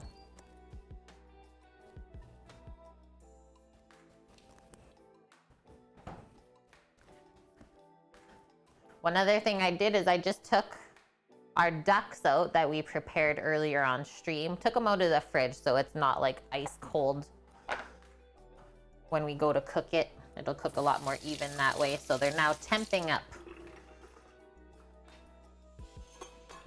Give this board a wipe, and then we'll finish off our orange segment. Then we'll check on how our Traeger is doing. And so the potatoes will take 20 minutes to crisp up, as they're already cooked through. And then the duck will take about half that, but we do want to let the duck rest before we cut it. So basically when the potatoes go into the Traeger or the oven, we're gonna start cooking the duck as well. Yeah, are you gonna put all of your ducks in a row Yeah, we are. Okay, so our list: potatoes, smash, and fry. I think I'll check that off. Greens, check.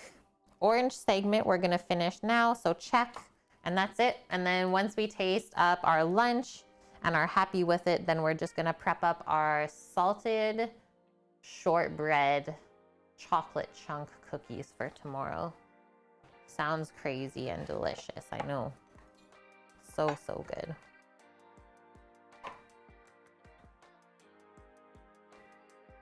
Okay, so come back to this. So all we've done up to this point is we just peeled the orange. Now we're gonna get each segment out. Just slide your knife down and then down on the other side. And then it should pop out just like that. And then if you notice that there's some connective stuff, kind of pick it off. Pick it or peel it off. So it's really weird in a salad, I will say. But yeah, that's what we want. Perfect little orangey.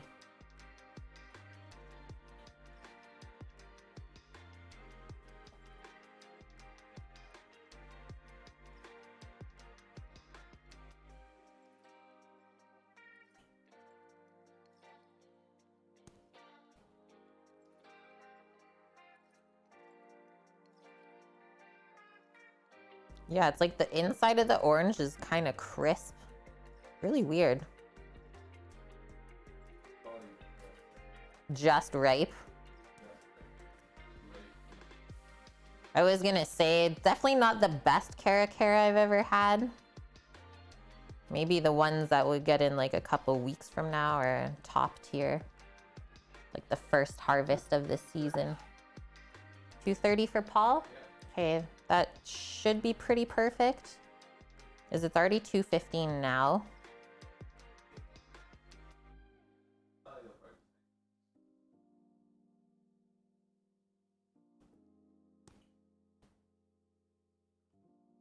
Now we're doing orange butchery? Yeah. So I thought since we were doing like an orange and wine gastrique or sauce to go with it, since I had the oranges out, might as well pop some segments into the salad. Because it's also really good with duck. Whoa, did you hear my stomach? Like a bomb went off. Wow, it's really growling.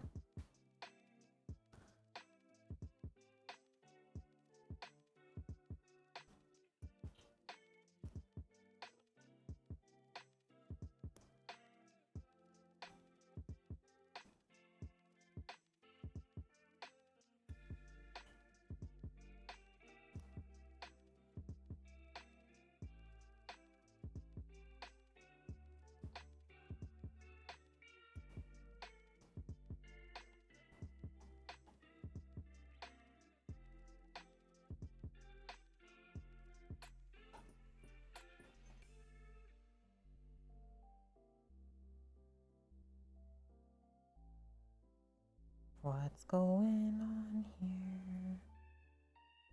See what I mean is you guys can't pick off the peel because it'll just tear the piece apart. So you literally have to cut it.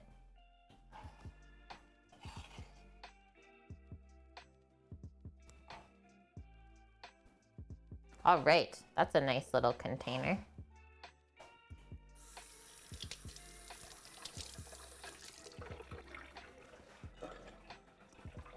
Get that gone. And then I'm just gonna wipe my knife real quick so it's not sitting wet. Going to check the temp of the oven.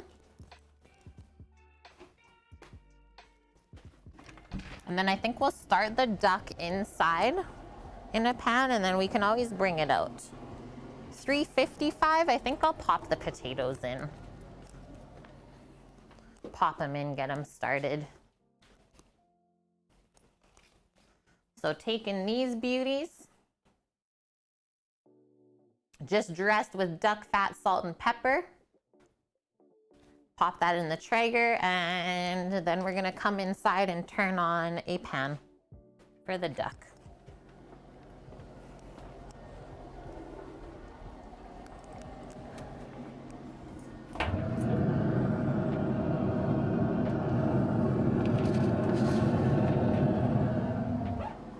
The roar. It's supposed to be really glowing orange underneath, right? At that temp? Yeah, okay. When you have to ask that. Okay, so 10 minutes. And we'll go check them. The gastrique is looking like it's almost there. I'm just gonna put it to the back burner now. And then coming over. My frying pan I want is in the oven here. Yes, it is.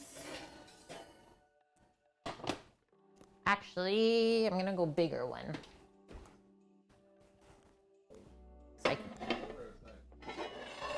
I'm starting it in a pan. I don't sear in the Traeger because I'm just not familiar with it.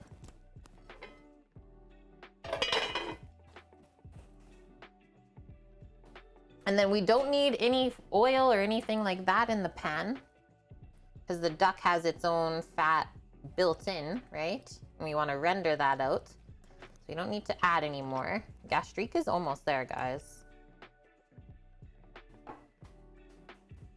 And so while we wait for that big pan to come up, it's on medium-high heat. And then once we pop the duck in, we'll turn it down. Just come back over here and we'll season everything. Still got the salt and pepper.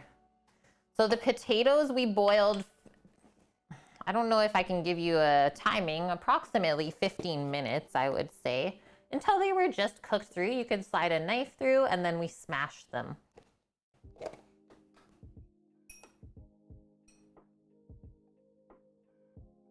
This is going to be your favorite part, head wounds. It's one of mine too. So good layer of seasoning on the skin. I'm only seasoning the one side. You can always add more salt after it's cooked, but you can't take it away, so don't go crazy with the seasoning.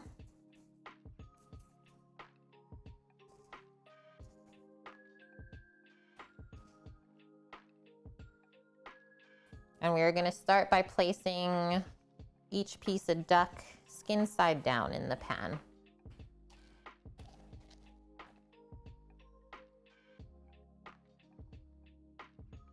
Cool, yeah, when you have a Tex-Mex place next to a sushi spot. Best of both worlds. And I'm not gonna cook the tenders right now because I don't think we'll fit them in the pan, guys. And they'll cook really quick. So I'll save those for something else.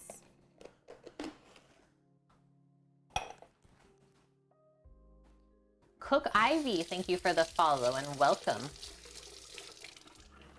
Get those peppery hands going. And now back over. Look at that duck stock bubbling away too. This is almost there. I'm just gonna take a really quick bathroom break while we're waiting for this to come up. It's a good time, so hold tight.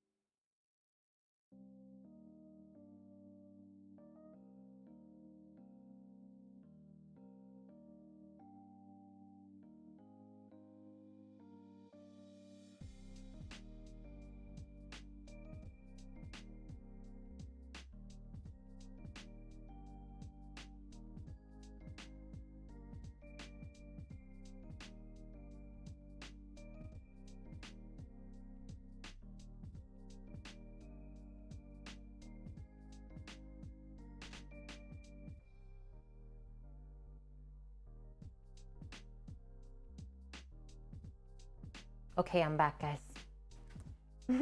You're faster than Sam. Okay, so these are our duck tongs from earlier. So now I'm gonna start putting our duck breasts down, starting with the biggest one. Should be a nice sizzle. Perfect. Now we're gonna go to low heat. And then you wanna be really sure of where you place the duck in the pan because you're not gonna be moving it for a bit.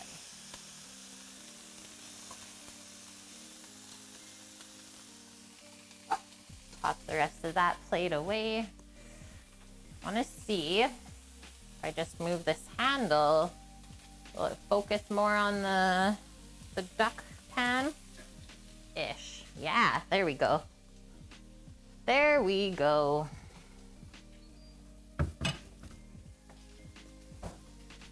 I need a quick sip of water.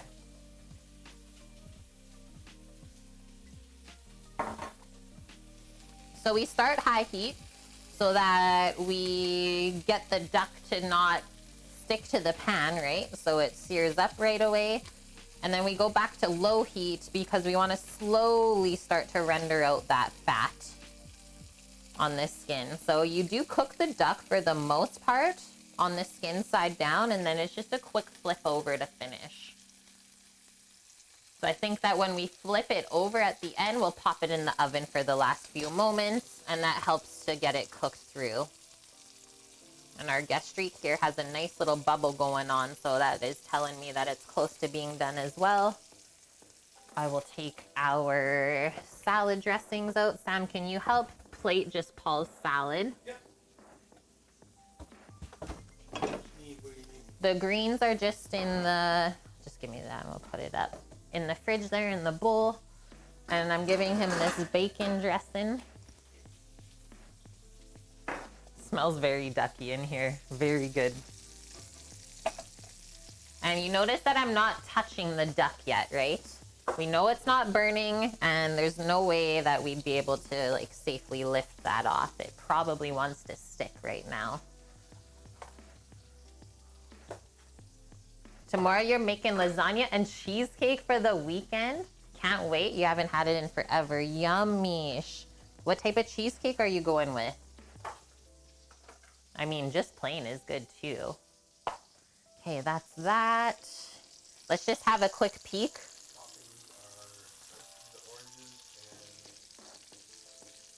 It's just the oranges on the salad. And then he gets the potatoes. So yeah, I just peeked there to make sure we're not too dark, and we're not at all. Actually gonna give it a little flip around, and then same with this guy. Now that I know that they're not stuck.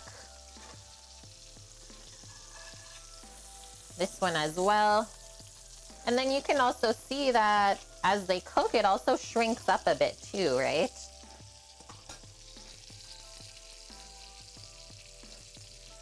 Yep. No oil in that pan. It was completely dry. They've rendered out that much fat. So that's why I was saying, and why the recipe guides you that when you take the duck out of the pan to rest, pop all your potatoes in if you're just making a small amount, and they'll fry up in the fat you rendered. So you don't need to buy extra duck fat for this. It's like a one-pan wonder, let's say.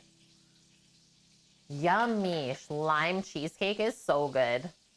Like the lime kind of cuts through the richness of the dairy, right? I think that would be good together, right? Yep. That would be good with the duck. I can see a little bit here. I don't think, yeah, you can maybe see just a touch of the gray color on that one duck breast. So once again, we can check it out. I'll turn up the pan just a bit more. It's clean in here.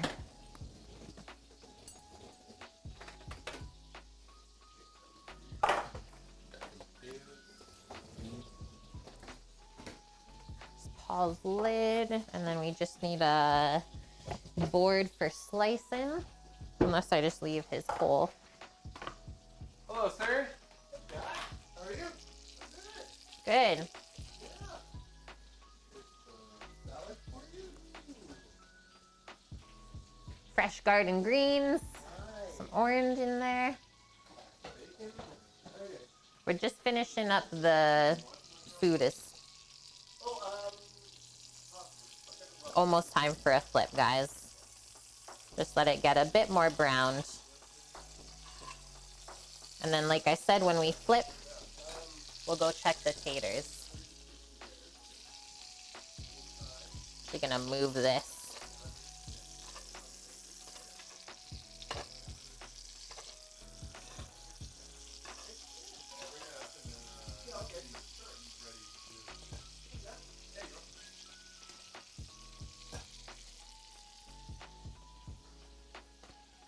Almost there. Almost ready for the flip.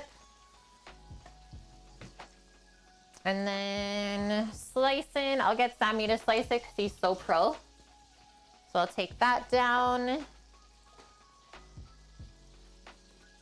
Yeah, it's Paul. It's the Paul. Yeah, ducks are migrating birds, so all the fat is the air fuel. It's the gas. Okay, ready?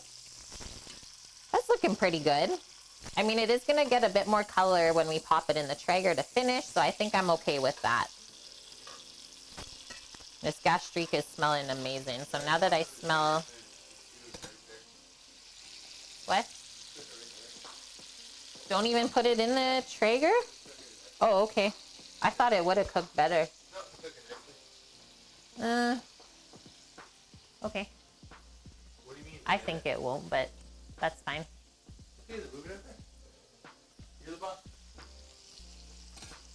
Okay, we're going outside. Turn that burner off.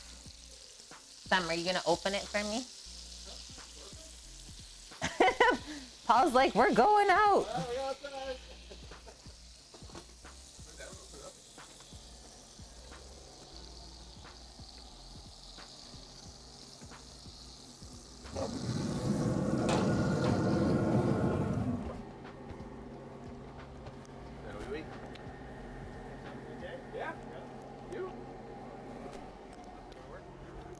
Going to grab the camera, guys.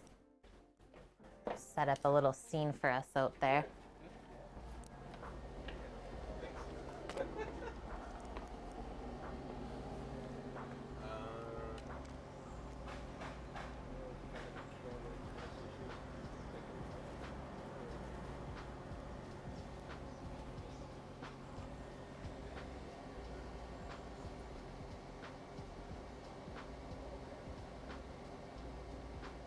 That's a good little scene. Also making sure I don't step in the dog poop.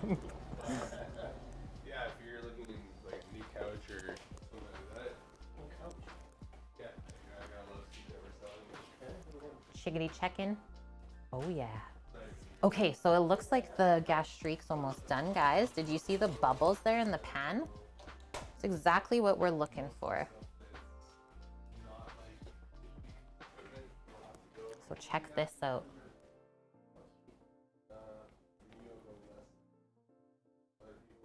So we don't want to go any more than that. You can see how it's coating the bottom of the pan. If we reduce any more, it's going to get too thick and syrupy, and then the balance of the flavor is off. I'm just going to dip a spoon in there and see how it tastes.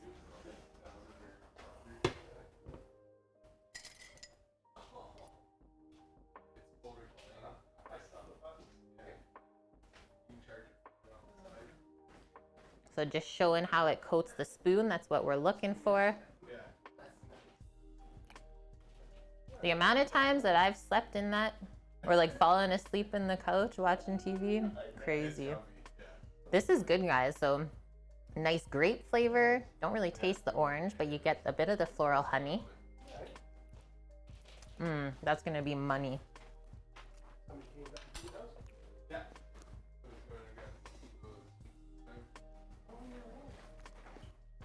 And then I'll just pop us back out there. And I'm gonna bring out, when we go check the duck, just our thermometer, our instant read, because we can check the internal temperature. It's a beauty day out there. And then I'm just gonna need some gloves for myself.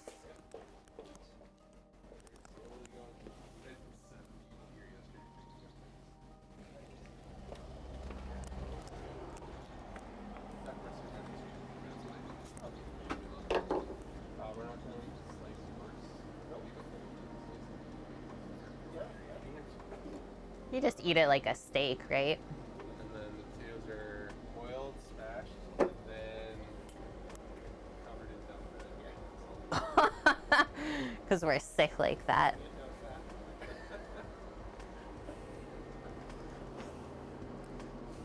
We will have some cotton legs, for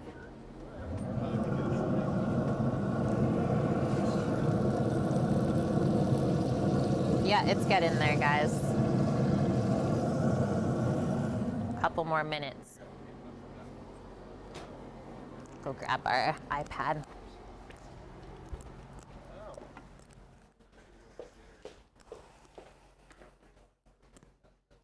Man, it smells so good inside, outside, all around. Craziness.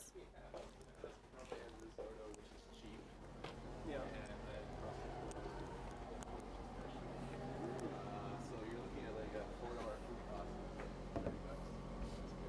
Yeah, that's the way to do it.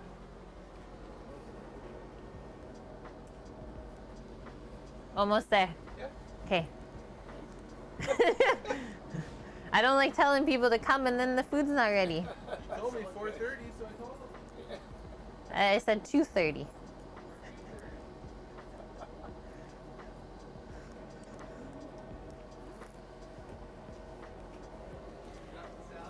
Yeah, patience. All you gotta do is put the duck in the tray. The That's potatoes in it. the tray. They're here. I'll bring the stuff out.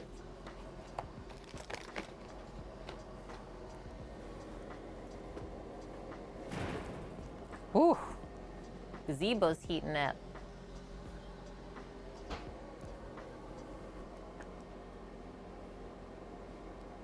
Gonna be another shoulder.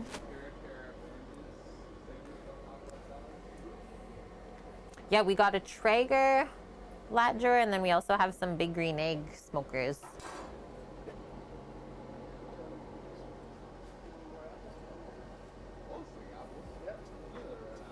Yep. Then I have to do an apple dessert.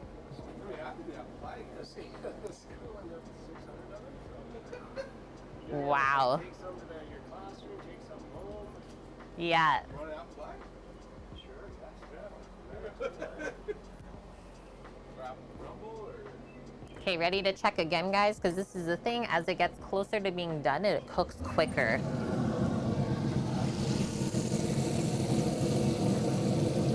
Very, very near. 2 minutes. Give those a little flippy. Those are crisping up. Looking good. He was like deadlocked on one of them. And he was just doing his song, doing his call, and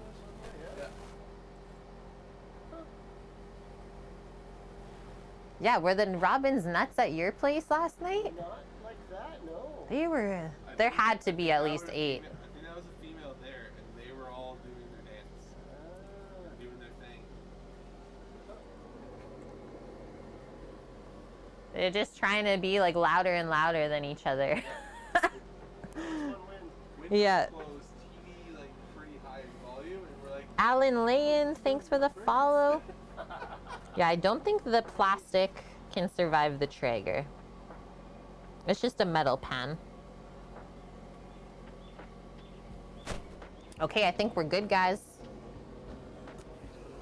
it is big. Sam, I'm just gonna take the duck pan, and can you take the breast out for me? And then I'll bring the rest of this stuff, or you can scoop off of this as well.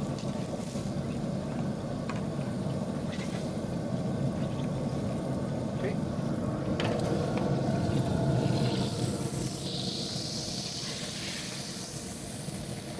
Okay. And now, guys, I'm gonna bring this inside the taters. Just give them a little pour of the gastrique.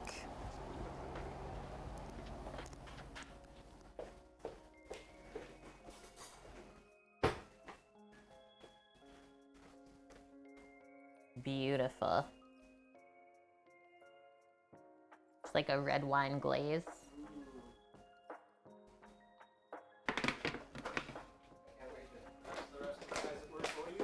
Those duck impressed with some. Alright. Yeah, where'd you get that? Oh, just the French bistro up the road. That's good. Thank you guys. You're Welcome. Alright. Hope you have a good rest of your day. Yeah, see you tomorrow.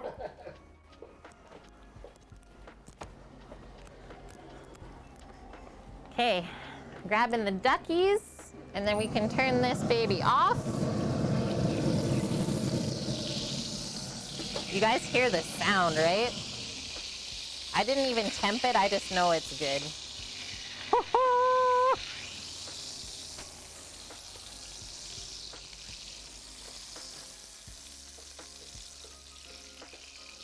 Yeah, baby. Sammy. Oh no. No one's safe. Okay, it's okay. I solved my own problems. What? It's okay, I got it. Okay. Just it was really hot and I had nowhere to put it down. And you can take those right out of the pan on the board. Just a shutdown, guys. So all I do is press this one left button and it shuts it down. So we're gonna pop inside now.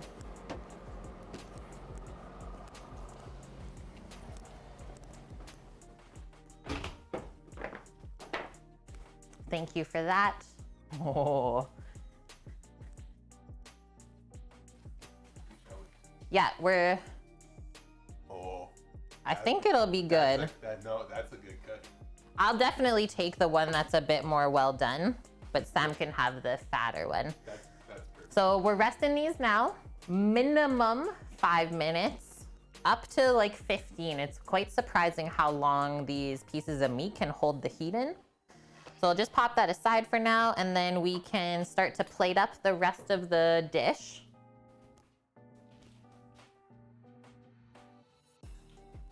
Greens, Thank you. orange segments you have, salad dressing you have. Yeah. The color of the pan threw you off. Yeah, no, it's all good. Schmoop's like, I miss Paul. Oh, Doggo came down. Paul's like one of her favorite people. Okay, so our fresh garden greens. Yeah, she's like, Paul, wait. She was napping. So a handful of those on the plate.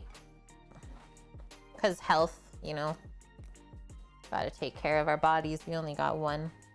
There's a coop really close to the concrete. Oh, I know. Oh, okay. I've been dodging it the whole time.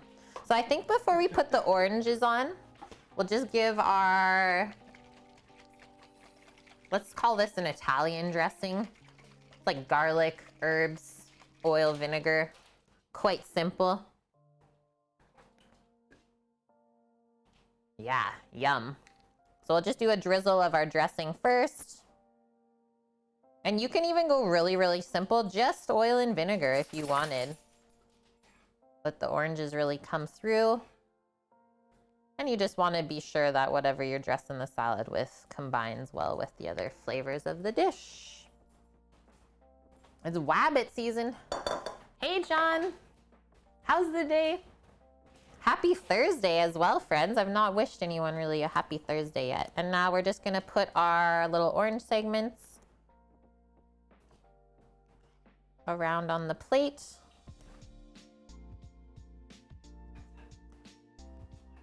Kind of nestle it in there if you want.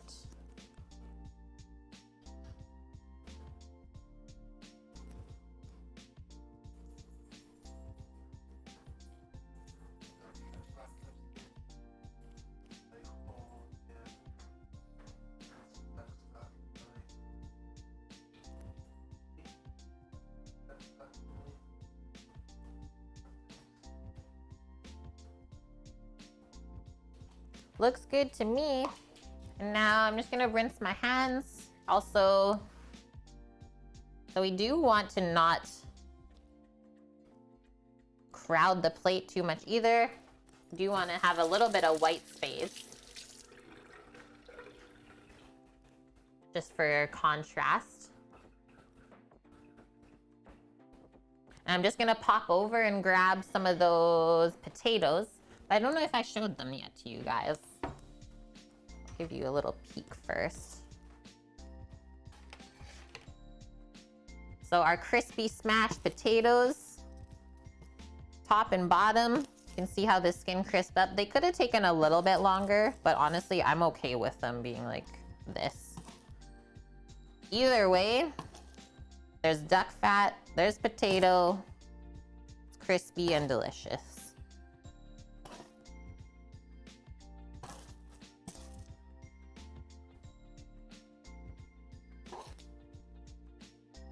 Take that out of the baby piece.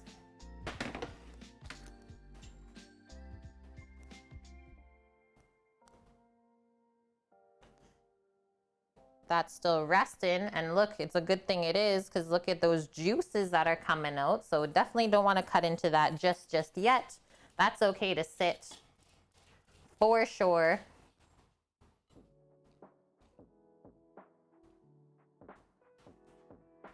And then the only thing we gotta garnish the dish with is our gastrique, which I gotta get this pan off of there anyways. Everyone's so ready for plate up. I know, because it always gets so quiet in chat.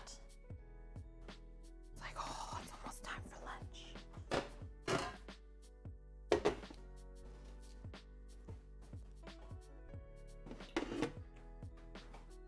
Yeah, this turned out so good. It's really hot still though, the handle on that. Red wine gastrique. Your mouth is watering, Wilson. Just a little bit longer, I swear. I think I need to munch this piece of lettuce. I don't know why, but it's like talking to me. And well, we're done cooking for everyone else. Mmm. Really good dressing with it. I love that.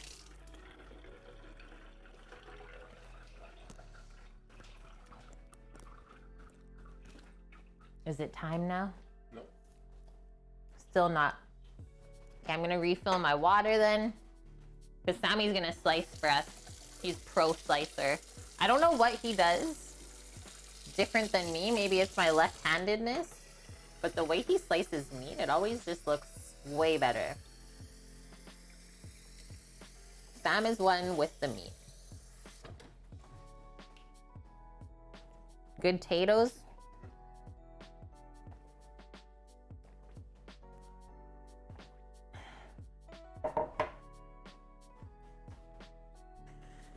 After this, cookie doughs.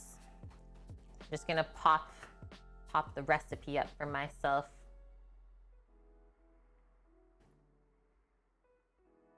2 minutes.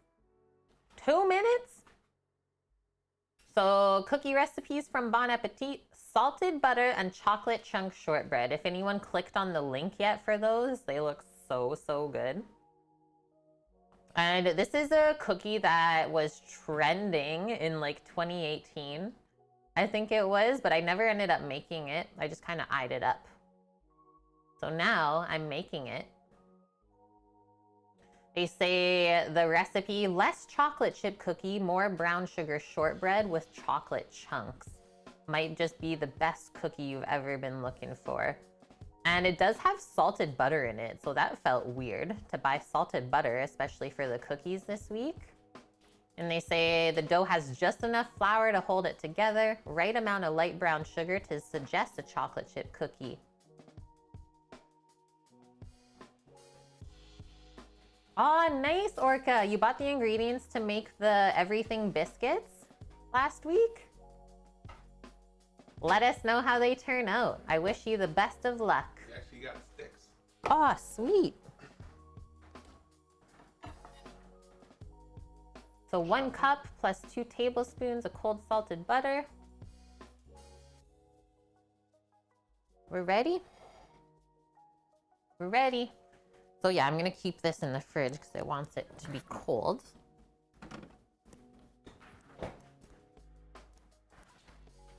That means Paul's rested out perfectly then. So yeah, we didn't slice Paul's duck for him. Just left it whole so that it didn't overcook or juice out. on him. He's so good at cutting. And that's the thing, is you can't be slow at slicing stuff when you're a chef, right? Because then the slower you are at slicing the meat, well, then it takes forever to send the whole plate out. He never messes around. So like all those juices you could pour back into the gastrique pan and bring it back together that way, which I might suggest. That looks amazing, Sam. I think I did a good cook on there. Like the middle piece? It's perfect. Yeah. And that's why you let it rest as long as we did, right? Because look at it now, where usually it would have a kind of a gray outline on the meat where you did the higher heat. But now that we rested it, it's a perfect pink throughout. Yeah, we're saving the juice. This is what Sammy's doing. Oh my God. Okay, so coming over with the gastrique. Just use a spoon for that.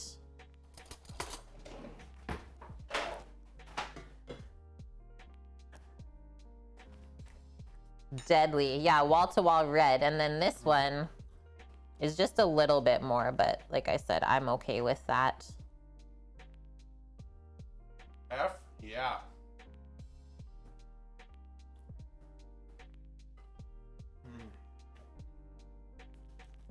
I could have rendered the fat a bit more. No. No, Sam says. And I always munch this piece. I just always feel like it looks weird on the plate. Okay. So, just rinsing my hands. I've already ate like 60. He's like, sure, I'll eat more. So our gastrique. It's so good. Not gonna do too much on the spoon. All I'm gonna do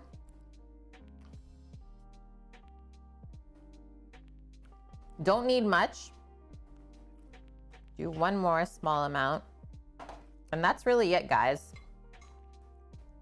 Would you like some? Oh, wow. So that's all extra then? What am I gonna do with that? Put it into 2 small sachets and give it with the duck breast. Mm. You got 1 sauce covered. Okay, quick photo op here, and we're eating. I love duck. That was a good recipe though. Like the one I linked, the fact that they did the breast, the potatoes, and the gastrique, like that's a full meal. It's perfect.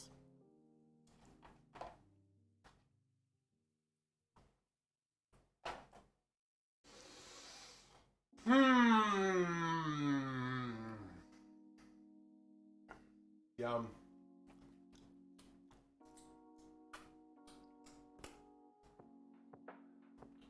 Lip smacking goodness. Hey, thank My you. goodness. Thank you. Now he's gonna eat his salad. Oh, yeah. Get your greens in ya. Duck season or wabbit season? Just polished off my spoon. Okay. Oh, you did? Yeah. Oh my God. Okay, I'm having a piece of duck with the red wine gastrique. Hey!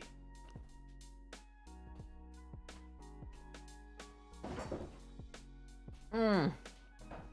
Getting rowdy out there, everyone. Gotta watch out. Perfect seasoning on the duck. Yeah, high five to that. And like the acidity and sweetness from the gastrique is so good with the salty fat. Mmm. We've changed somebody's life forever, Mm-hmm. just so you know. Paul's life is forever changed because he refused to have duck twice. I was like, what's wrong? Why don't you like duck? He's like, I just had bad duck. I was like, yeah, you did. Let us cook you good duck. So we cook him good duck. He likes duck. Now he always wants duck, so whenever we make it, we offer it to just him. And you're right, Orca. So this gastrique, good on other types of meat too. Anything dark, right? So anytime you would use red wine to cook a sort of meat, so like beef for sure. And you can do lamb as well. But I definitely wouldn't go with chicken or pork, I don't think. Venison would be delicious too. Yeah, that's melt in your mouth. Remember how chewy the last duck breast was that we did? Just a slight bit under, and I was also gonna say we never popped that one in the oven.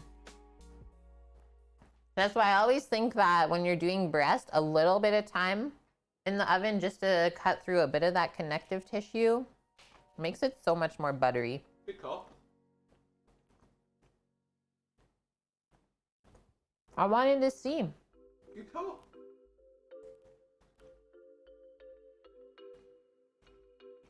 That's good. Well done, dear. You're like him, Wilson. So you've had duck twice and it was terrible. So now you never order it. Yeah, so I don't know, if you want to try duck, try to follow these steps. Maybe do it yourself at home. It's very different than if it's fucked up. Yeah. Like, it really is. These potatoes I've are had good. duck before too, cooked by my parents. They didn't know how to cook it. Not their fault. I would like to teach them how to cook duck again. Yeah. This way, or let them at least try it this way. But yeah, duck. If you're like, I would love Torino. I would love to try a mallard done this way rather than our store-bought Peking duck. Just because I know that I know how to cook it now, and I'm pretty sure I can make a mallard breast taste really good. Yeah. Before you guys only did it well done. I have what my parents cooked. Yeah. Now we're going in for like the palate cleansing bite, right?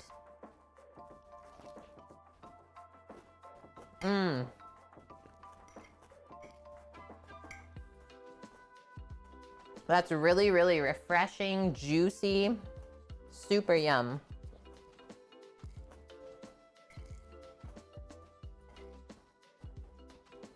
So good, I want another bite.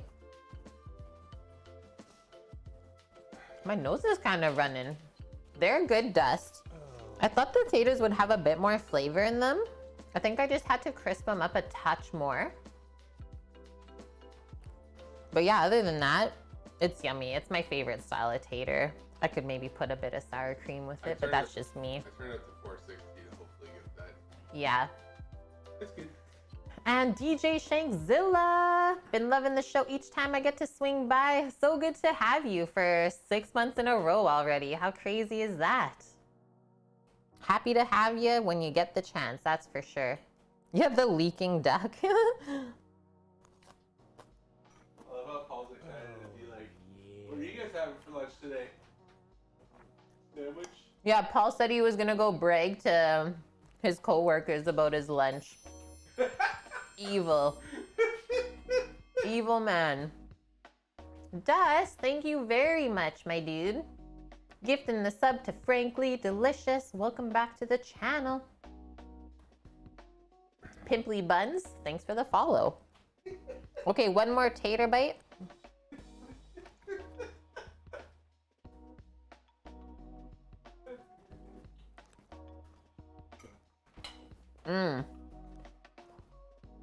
The potatoes took on a bit of smoke flavor from the pellets in the Traeger. It's good. It's like very earthy. The floating Dutchman? Not only does it fly, but it also floats. Welcome in. Thanks for the follow. All right, guys. That was a good lunchy. I'm happy with all of that. Yeah, you did a very good job. Thank you. You're welcome. Lots of good leftovers to munch on later. If I could pick up lunch from you guys, I'd probably eat it daily if I had a job. That's exactly it, Orca. That's what he did. So he literally came on his like afternoon coffee break, picked up his dinner, and now he's good to go. Today? Pretty sure. No, he starts work at 3 o'clock. That's why Ah. I said Okay, so he's coming on his way to work, getting his dinner, and now he's set. That's gotta be a good feeling. He's like, that's why he's like, could you do like a little after or before? Mhm. So when you said 2:30 was good, that was good. Okay, I didn't know the backstory. Yeah. He's He saying. popped down before work, grabbed his lunch, and went to work. Okay. Already? Yeah. Hot and ready. Okay, so I don't think we posted the recipes in a bit. So here you go again, guys, if you want to save that for yourself. Seared crispy skin duck breast with duck fat fried potatoes. And then for tomorrow, our recipe for the cookies, which we're getting into next. And then everything's already posted in Discord as well. Excuse me, belch of approval for the chef. Thank you. All Black Lives Matter. What's my most requested dish? Yeah, probably the Detroit style pizza. It's true, Orca. Pizza. Yeah, that's what Sammy just said from outside too. Or lasagna. Or yeah, lasagna. Probably Or pizza, pizza, lasagna, or wings. fried chicken is probably the top 3 that we've done a lot for our friends. Yeah, Meow Mix. How hyped is Doggo with the duck coming? She was down a bit earlier, but she didn't stick around too long, so we kind of ran out of time. Or that, or Sam was like, it's not ready yet. You got to come back later. So she'll pop down in a bit, but she definitely knows there's duck in the house. She's been in and out about 3 times, I think, already since we started the stream. Yeah, thanks for posting the link for our fancy pizza pan, Orca, but it's better to use than just for pizza, I will say that. Yeah, she's such a baby. Okay, getting into our cookies. So also, let me just tally up our orders, because I think I had a couple extras that I haven't put on the list yet. I know there is some for upstairs, 1 order of cookies. So, up, I want to say 2 dinner, do 1 dessert. dozen more. And then of the cookies, yeah, just so we can actually have some for ourselves. Maybe. Been really sad the couple times. It's like, okay, here's your 3 cookies. Good job, Kate. It's like, but I want more. Okay, soup and buns. Only get 1. Hey Sam, or hey Kate, do you have any extra cookies? 3, 6, 9. So 9 cookies on order. Make 2 dozen. Yeah. This recipe makes, does it say?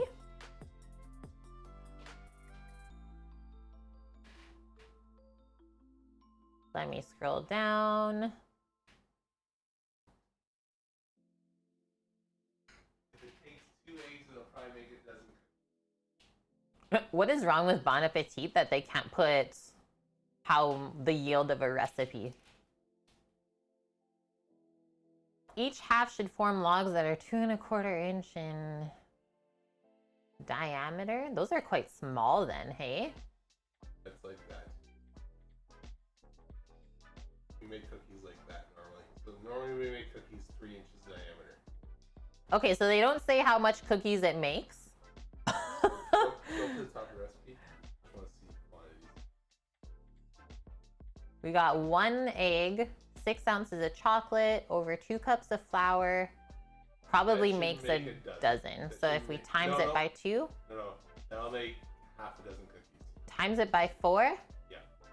Okay, we're 4 timesing it. Normally 2 egg cookie recipes are dozens for me. But Sam, it's 1 cup of butter though. I've never made a cookie. Well, I guess it is part shortbread that Well, has you're 4 making it cups. 3 inches, and then you're making it into a dozen. So you're increasing the recipe size and diameter already. Plus you want more. Okay. You definitely want to times that by 4. You guys like this? Yeah, I know. I That's understand. A double egg recipe is normally a dozen cookies for me. Okay. Time. So we'll just have to add, it does say, if I scroll here,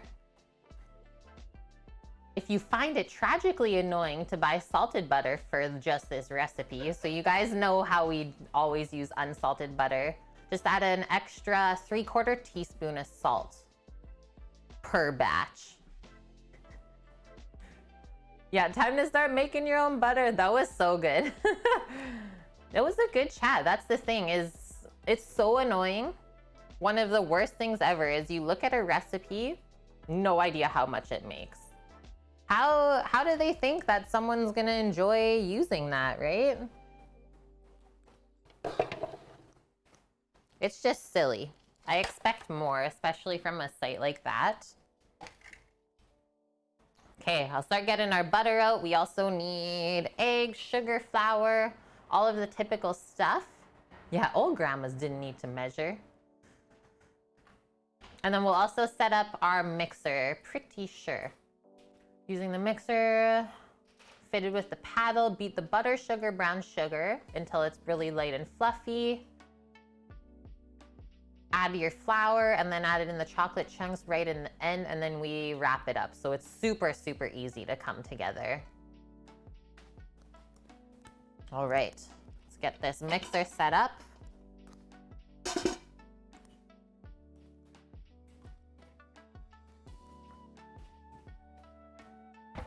There's a lot of cows in Alberta, both for beef and dairy, I would say.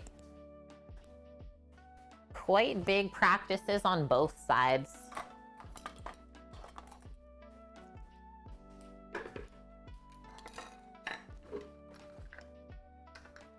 Just got to switch the whisks for the smaller ones or bigger ones, whatever way your mind works. Okay, so that goes there. So you would be using your KitchenAid mixer if you were using the stand mixer with the regular bowl and the paddle attachment. This is what I have in place of that today. When we move, what's gonna happen to the big green egg? Oh, they're coming with us. Those are like our babies, Green Fang. They're going into the truck. Yeah, it's gonna go into the truck, and then the plan is to have them kind of in the back area of the truck by the door, and they'll be on a sliding platform sort of dealio, so they can move in and out. Yeah, don't you fret. We would never get rid of those. Okay, I'm gonna start scaling this recipe. We need lots and lots of butter.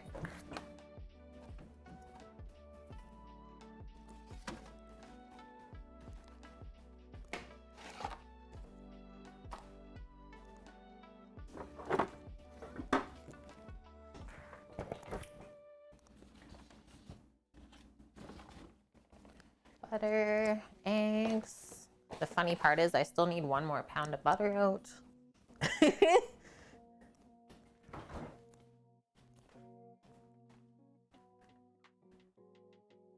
Okay, brown sugar, vanilla flour.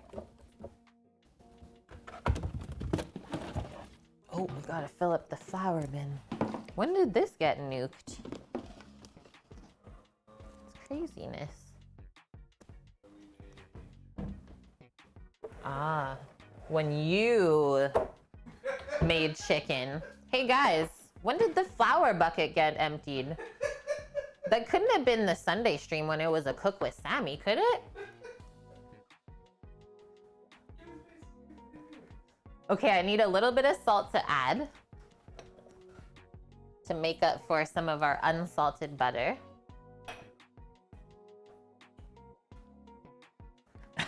Mish. Yeah, I got some salt.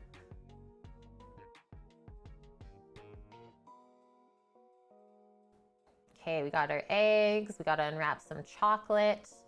And that's it. So there's no leavener in these cookies. So it's more of a shortbread, right? So really buttery, kind of crisp. And then it has the salt and chocolate in it. Yum.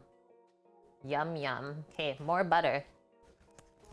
And then obviously we gotta like soften it a touch for our mixer since I don't have a paddle attachment. Otherwise we'll just destroy this thing. Okay, so let's measure this out. I'm gonna grab a really big container.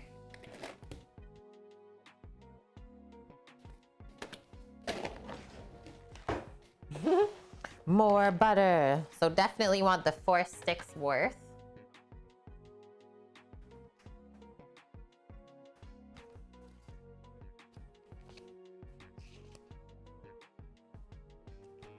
So we need 4.5 cups of butter because it says 2 1/4 sticks. And if we times that by 4, Well, then we get the 4/4.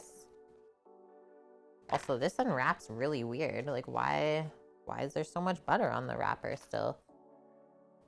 Oh, salted butter. Oh, you.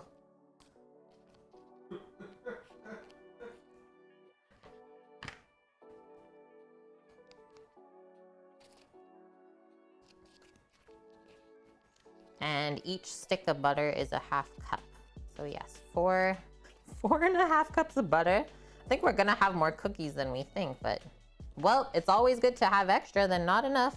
That is one thing that I learned real quick working in a restaurant. You don't want to run out of stuff. Yeah, 30 seconds in the microwave, that's all we need, Frank. We do know, though, we don't want like any melting happening on this, because then that's not how you make shortbread.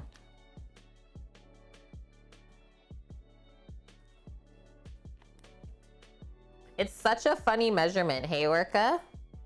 1 stick of butter. Like, if you think about it, I was thinking about that the other day when we were figuring out how much butter we needed. Just like, who measures butter like that?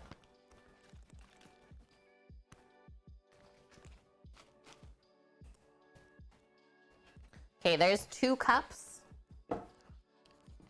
This is the next 2, and then we'll do a 1/2 cup out of the other pound. I think I gotta go get some more brown sugar anyways before we start. Going into the pantry. Sticks and cups.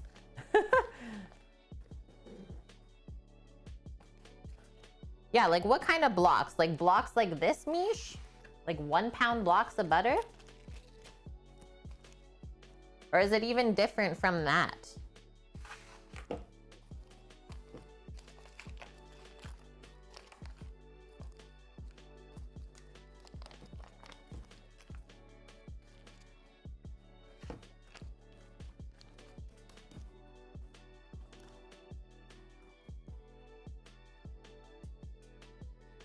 Half cup. I have a little sneaky sneeze building up here.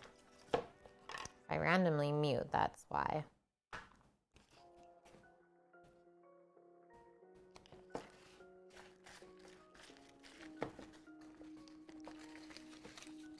Oh, really? Like 200 to 300 grams. Interesting.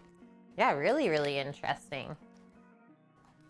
Would have assumed it would be just like a 500 gram portion.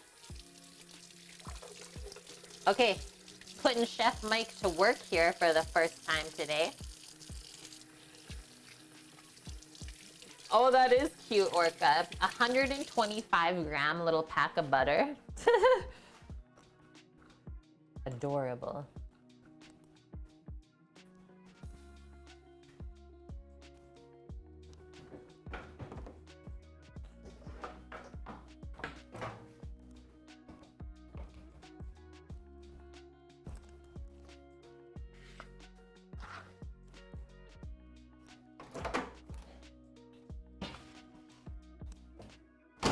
Okay, so 30 seconds.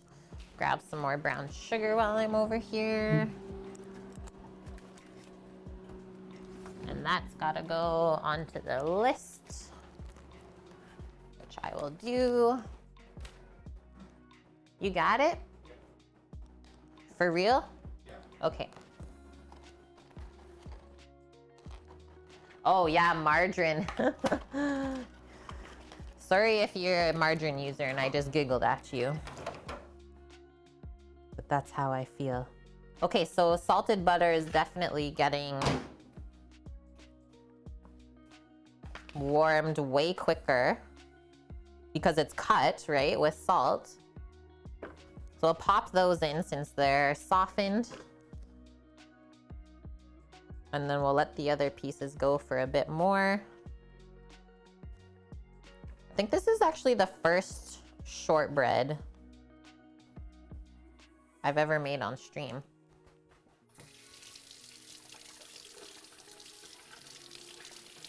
Yeah, the fact that they're still allowed to make margarine is like, what the heck? I remember when it was like such a big fad, right? Because that's what they told everyone. Stop using butter, use margarine instead. So like we used the Imperial brand. So fancy. Okay, let's do a smaller increment of time. 20 seconds.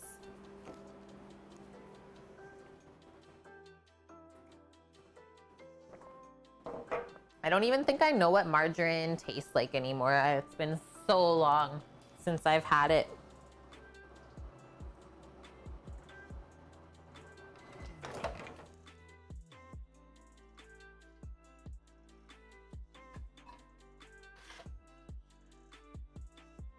Okay, another little piece is good, and then I'll do about 15 more seconds. The rest of that.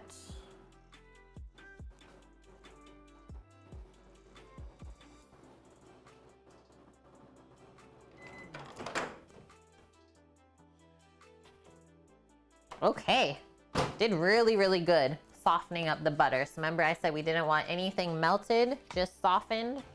Pro. Just gonna grab spatula, just cut this little guy up here. Help our mixer along a touch.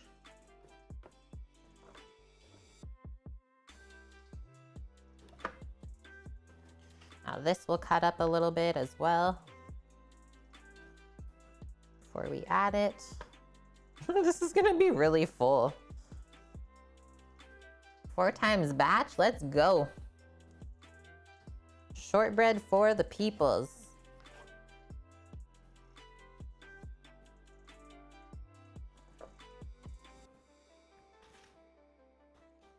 And so we'll get the butter kind of loosened, softened up a bit first before we add any sugar into here, as we'll get it kind of whipped up. And it'll mix in with the sugar a lot easier. Add some aeration. And then it won't make the mixer work as hard either.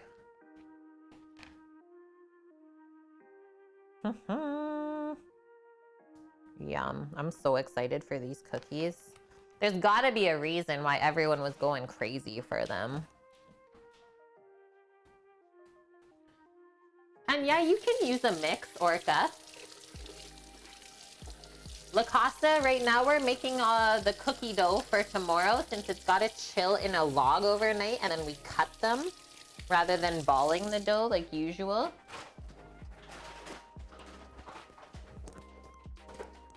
Salted shortbread chocolate chunk cookies. Plug in this mixer, start it on a nice low speed, and then away we go.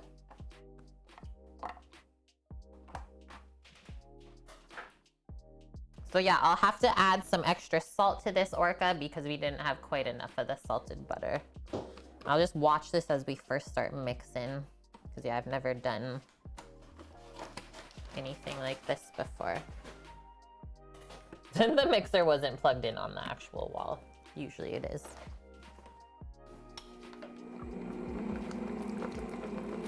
It's not struggling at all. That's why we softened it up a touch. I know it said to start with cold butter, but that would literally break this machine. That would be the one time the incarcerum would die. And it would just be the bowl, it wouldn't even be the machine. Just this would shatter on the bottom.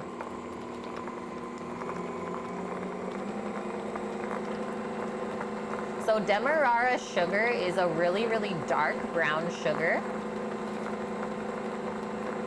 And it's got a bit of a larger grain, let's say. It's got good flavor. It's like much more molassesy flavor, but I'm just gonna use the regular sugar tomorrow to roll it in, Mish. I know what you're talking about. Thanks for the flowers, Sam.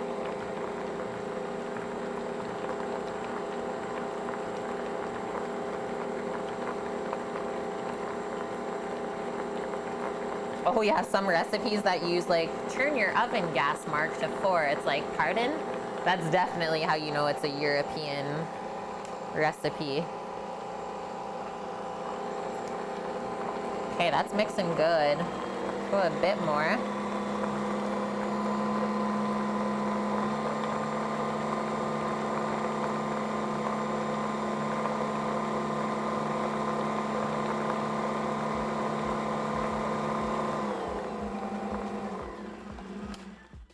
Sweet. Just gonna do one scrape around.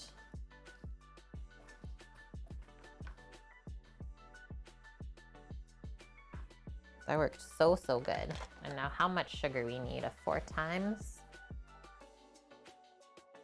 Oh, actually, sorry, Mish. This is what I was gonna use instead. Because I was like, I'm not just buying a bag of special sugar for this. I was just gonna use this, the coconut sugar, because it's like nice and dark and it's got good crunch to it. So that's what that looks like. So yeah, like your Musca or Muscovado sugar, I know what you're thinking of. That would work really good.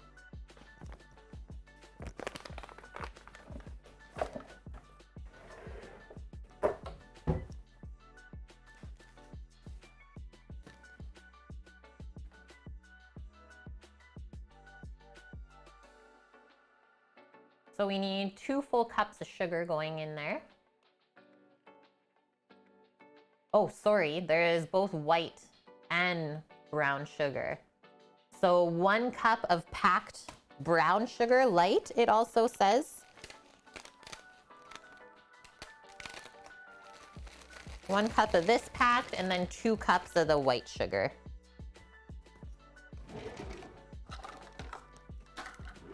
All of the sugar. And hello, FCB. We have missed ya. I hope you've been well. It's good to see you today. Thanks for popping by.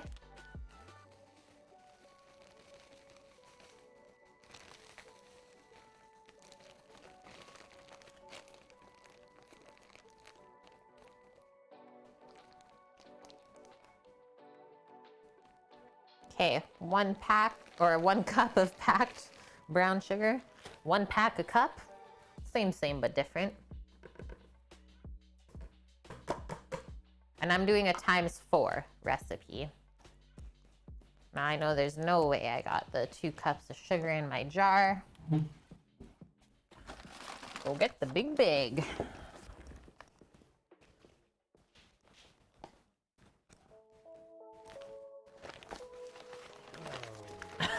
Mish. American recipes. Add the half a bag of sugar. You guys are so bad. And wow, yeah, it's true, FCB. How the heck has it already been 7 months having you part of the crew? Thank you very much for that resub. Like I said, I hope you've been well. Hopefully not working too hard. It's great to have you part of the crew. Yeah, this bag of sugar, half of the bag. Let's go.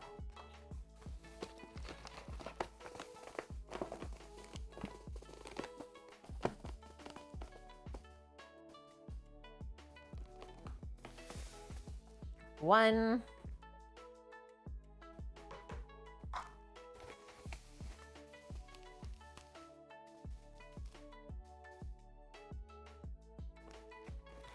And 2.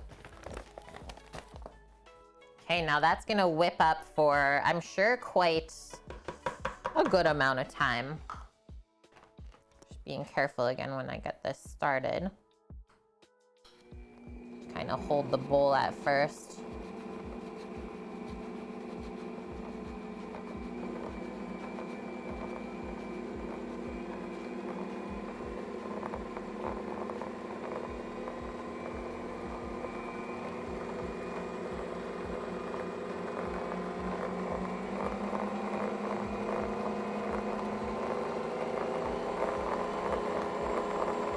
See how that goes for the first little bit? We already kind of whipped the butter initially, so this shouldn't take too long. You can already see how it's kind of light and fluffy, right?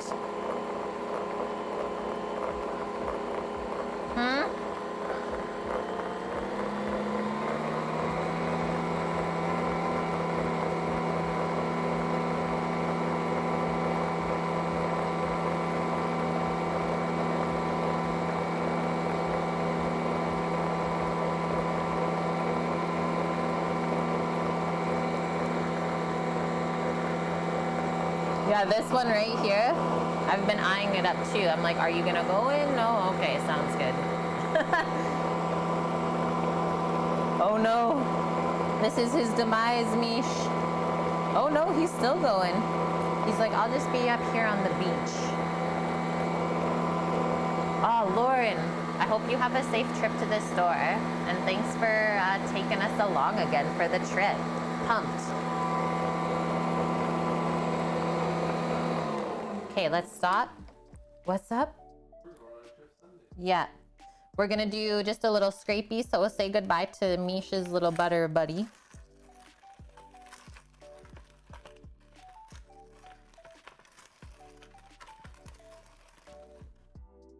Yeah, we're taking Chad on an IRL trip on Sunday. Everyone remember that? Our little Sunday special schedule. Okay, let's go again.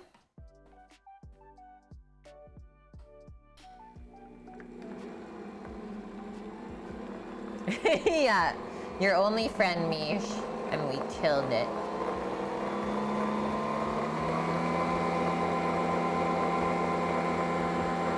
Whip it. Whip it good. Into shape. Shake it up.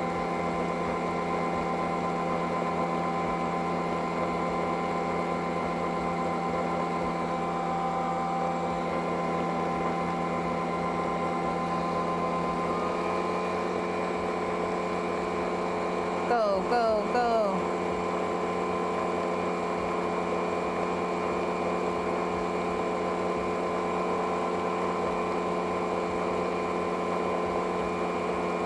We're pretty much good, I think. Just looking at that middle layer, I like how it's forming that little ring around the edge. What the heck?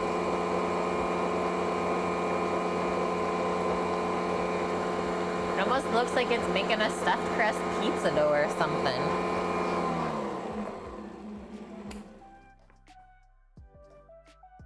Are we cat jamming?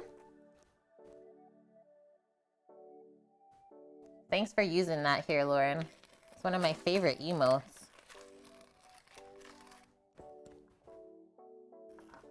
Okay, now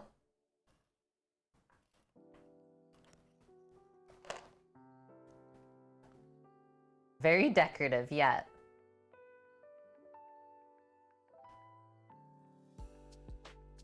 Oh, I need to add vanilla still. It says beat it on medium-high speed until it's super light and fluffy, about 3 to 5 minutes. I don't think we're gonna get it more light or fluffy than that. Using a spatula, scrape down the sides of the bowl. With the mixer on low speed, slowly add your flour, followed by chocolate chunks, and beat just to blend it in. And Lordy, thanks for the follow. Welcome, welcome. So first, we need some vanilla dropped into here. Let's do a couple teaspoons worth. Can I open it? Struggle. Struggle stream. FCB, thank you very much. Gifting 1,000 biddies towards the food truck fund. I know we're almost at the halfway point there, which is super, super exciting for us. Keep it going. Every bit counts. And our heavy hitters, whenever we visit you guys, we're gonna be feeding you until you tap out. Put the white flag up. Make them stop. No more. Yeah, it'll be one of those days. Oh.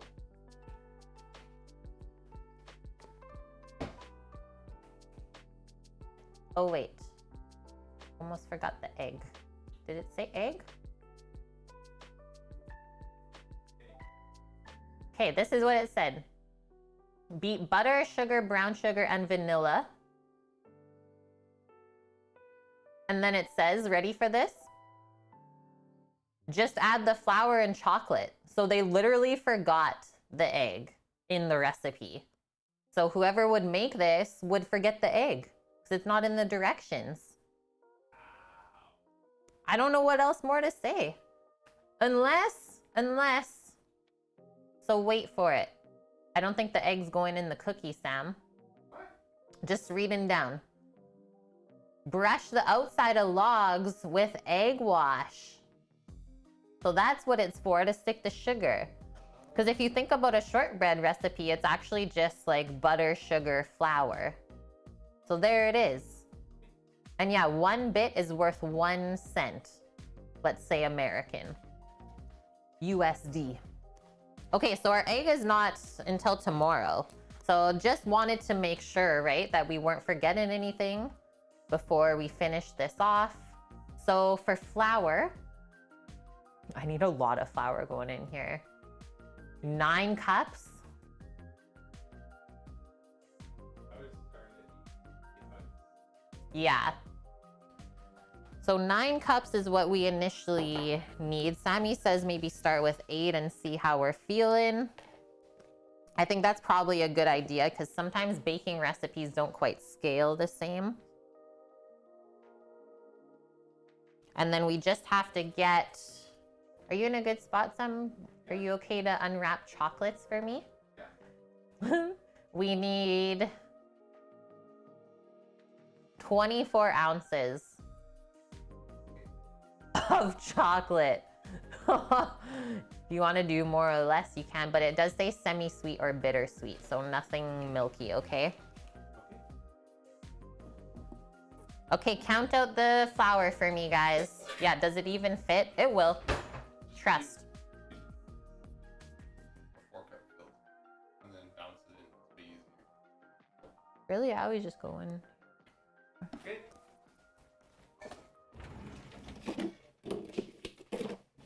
Say I'm gonna make cookies, but I'm suggesting how to make cookies. But then I'm like literally transferring because this thing is too full, Sam. That's all. It's fine.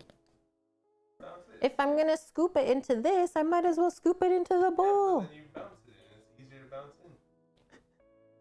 This shows that 2 humans definitely don't have the same brain, nor do they always think alike. Nope. But the thing Still is get along. you don't argue. You explain both sides of the process, and then you decide what you really feel. Always take other people's recommendations, but it doesn't mean that you have to stand behind them, right? You gotta work, FCB? No, stop it. And you will definitely see us tomorrow, so I hope you stop by for sure. And thank you very much for the 1,000 bits, even though you're not hanging out with us too much today. So here's the first 4 cups.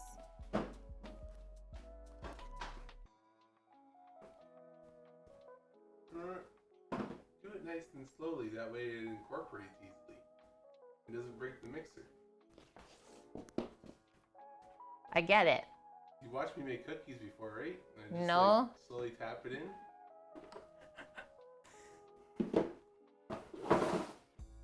It's also when the other person is not the best at explaining things that sometimes the process gets mixed.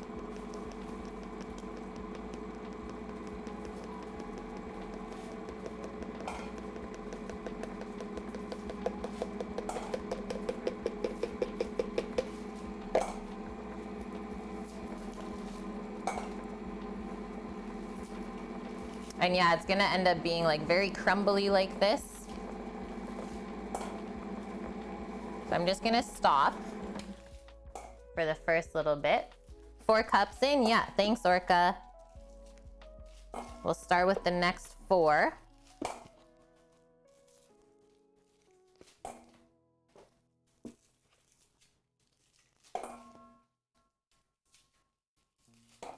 And then I'll also, at this point, do a little sprink of our salt that we are missing from the 1 bit of unsalted butter. Oh, it was right here. Hiding under my lid. So they said...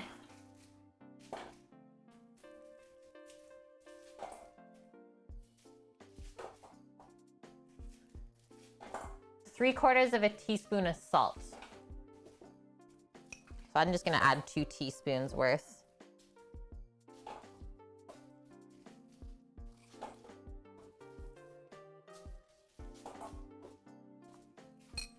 There's that. And yeah, Lauren, like I am someone who can't really walk outside if it's sunny without sunglasses. So I feel ya. It's just not enjoyable at all. Let's actually mix it, like mix it up. Side of that. What's up? Take a spatula and mix it up. Okay. Side. Bring it up.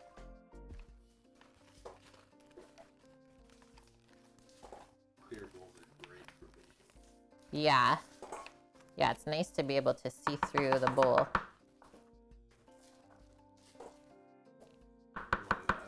When that flour is incorporated, you can start adding other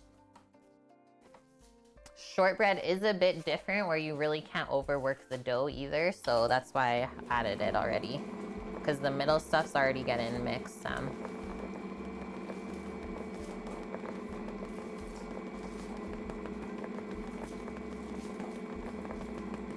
It's really happy how I'm doing it.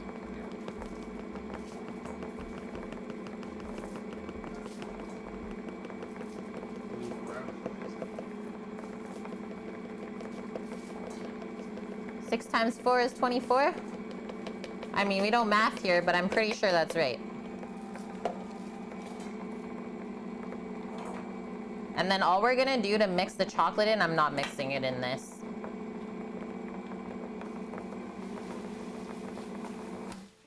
I'm gonna stop now, guys. Let's unplug. I'm gonna just transfer everything. I have a nice little shallow or big shallow mixing bowl where I don't have to be really high up for the high edges. I'm gonna transfer it into there, and then we just gotta chop the chocolate. Thank you. Give it a little wipey.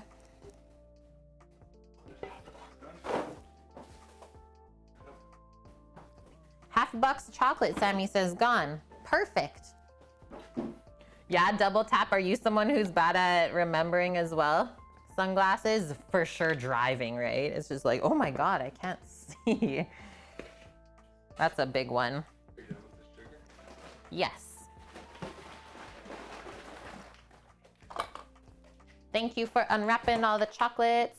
So we did a mix of dark and like semi-dark.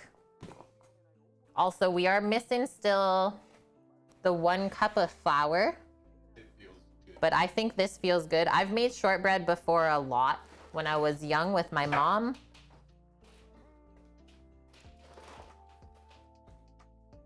And this is usually how it feels. And it is a dough that you really have to chill before baking because, yeah, there's no egg to bind. Just butter, flour, sugar. That's good. So if you go to bake this now, it would just go sploot. Yeah, mush on the pan. You literally probably couldn't save it even. Hot and fast. That feels really good. Great mouthfeel. Great mouthfeel, Sammy says. You want me to freeze the chocolates a bit for you? What do you think? Maybe after we cut them up? Well, 'cause Should we freeze the chocolate? Inside, bigger. Yeah. For it to freeze before you cut it up. Okay, you can pop them in there for a bit if you want. So yeah, even though there's a bit of dry bits from around the side, guys, once we mix the chocolate and everything in, the dough's not gonna get overworked, which is the most important because we don't want these being hard as a rock when we go to bake them. That's why you don't overwork the gluten too much. Sammy's just popping the chocolates in the freezer for a sec because they're the Lindor truffle balls. And the inside is the truffle, so it's a bit softer chocolate, so be quite melty when we go to cut them up. And it's quite warm out today too.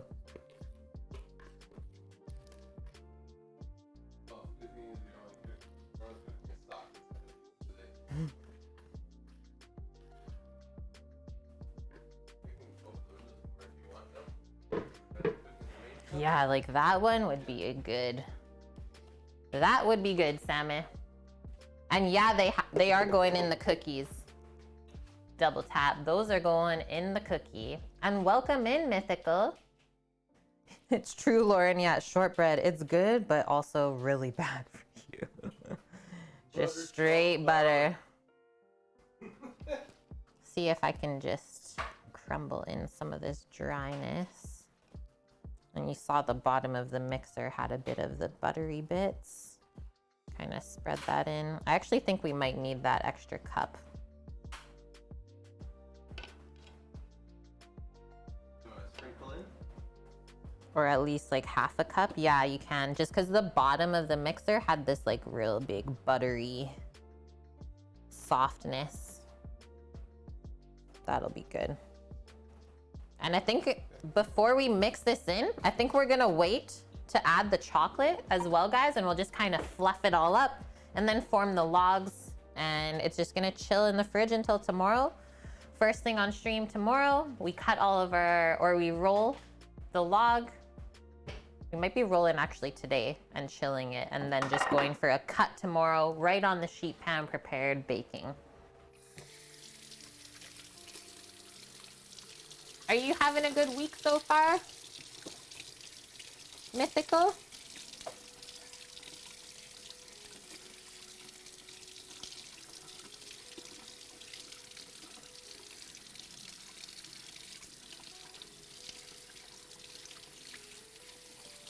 Yeah, Lauren, your uncle makes shortbread cookies every Christmas to deliver. That's like my mom.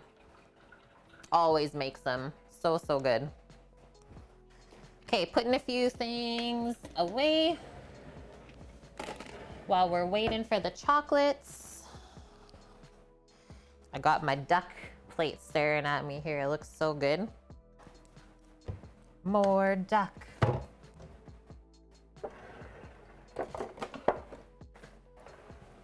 Okay, let me just read this recipe. If we're gonna coat the cookie logs today or not. Nope, we chill it first and then we brush them, roll it in the sugar, and then we cut the cookies. Easy, easy. Oh, I was just asking if you had a good week so far, Mythical. If all of the things have been well.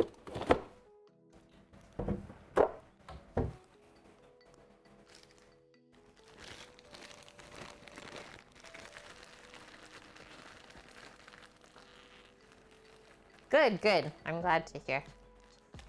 Yeah, more duck, more duck. Posh, what are you doing? She's coming in. Come on in. You doing all right? Pupper inspection incoming.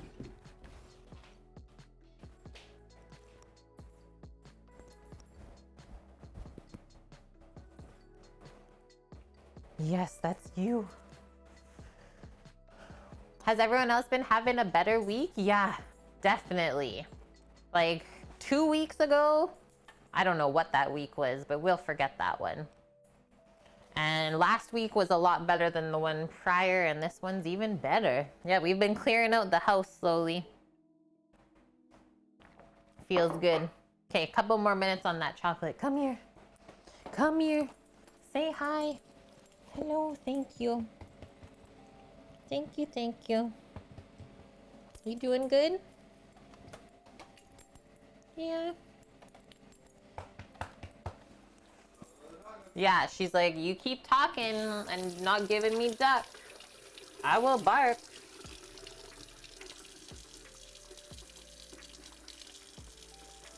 Oh, careful. Don't fall. She slipped. Yeah, she's not into it. That's what she slipped on. Are you into it? What you feeling? She's giving me the look. What? Ruff. She's like, I can't bark, Sam. Kate will get mad. So mad, guys. Okay, I guess we need a cutting board for the chocolates, hey? You don't make a mess. Hey, get out of there. Stop it. Sam.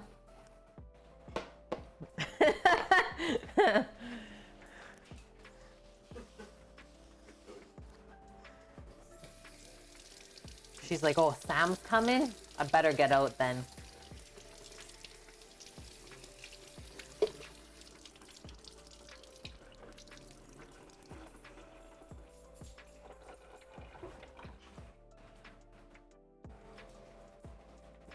Yeah, let's get her.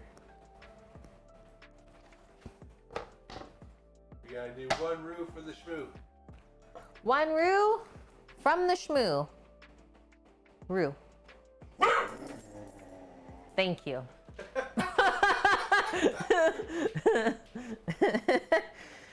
The end sound. What is that? I guess that's what happens when you get older. Ew. Okay, are the chocolates ready yet? Maybe take a bit at a time out. I can give you a couple. Give me a couple. She just needs a taste. Yeah, her little doggo tagged. Tinkling around. That's a good start. They're just gonna all roll off of this because it's kind of warped. Okay, we're starting. Yeah, that was doggo. You thought it was Sam? Nope, that's her. She like talks to us kind of. Okay. Oh, now that it's hard, see? Just the outside gets hard. Scary. But this is what we're looking for, guys. I'll pull it out. Yeah, it's not working. It's just pulling the truffle out. Sadly. It was a great idea, though. Okay.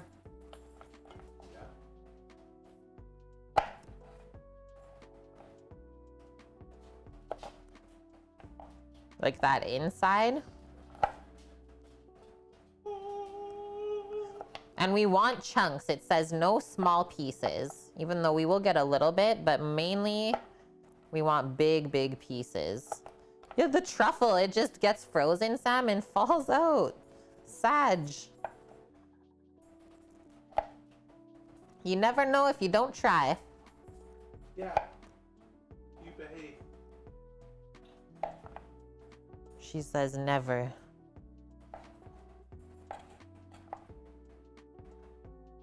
No, no, no, Mish. Don't even say that. Huh? She's saying, I'm gonna cut my finger off. Not. It's nobody safer to do this. She's not pressing, she's doing a roll with the truffle with her knife first. Yeah. So she's slicing into it. But what would work good for this? Slap chop. No. Sam says no. You have it. You just gotta freeze it a little longer. Oh, the robot. Throw it through the shredder. Oh man, you're right. What happened? Small amount of chocolate in the cookies. Considering for each batch of cookies, there's 6 ounces of chocolate. Insane. Yeah, Vune comes in. I smell chocolate. Of course you're here. Of course you are here. Okay, first bit.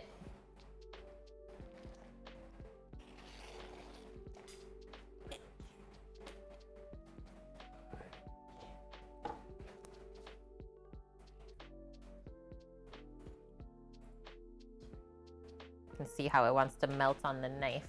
Okay, keep going. You've been good with your sweets lately, Vune?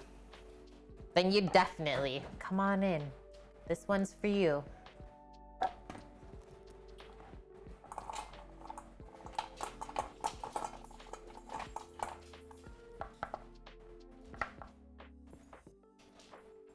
Oh no, Lauren, they didn't shout out? Like what, when they were crossing or something, they gave you a heart attack? Those dang cyclists.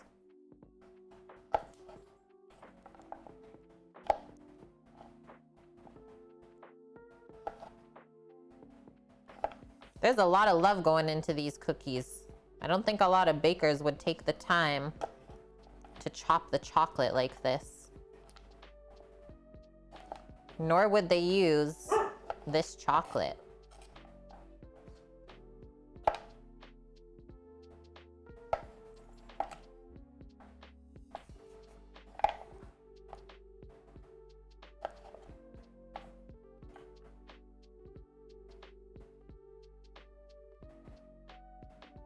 Sauteed veggies with salmon and shrimpies?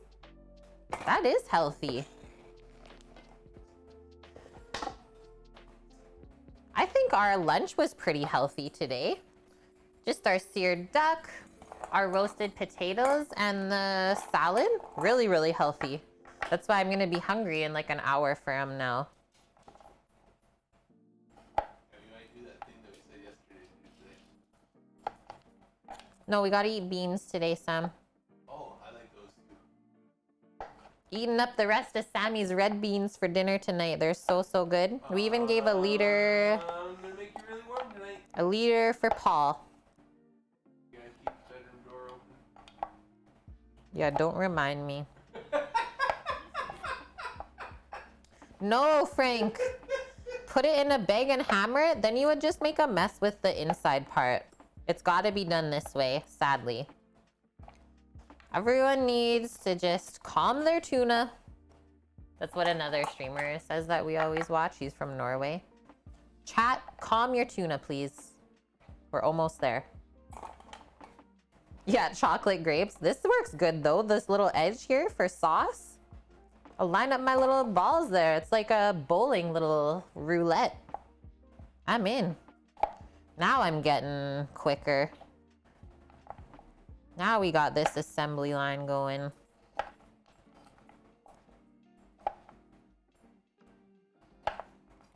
Get out of there.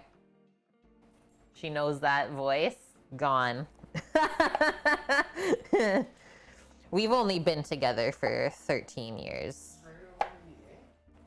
She says, Kate said stuff to me. Yeah, I said that. The look I'm getting right now, chat. Friends off.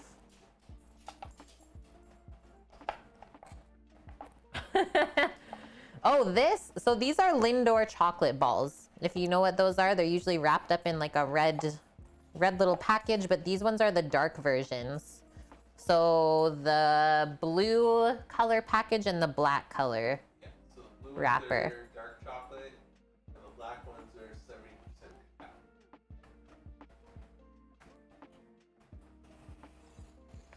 Yeah, like Vian says, Kate knows what she's doing. Trust.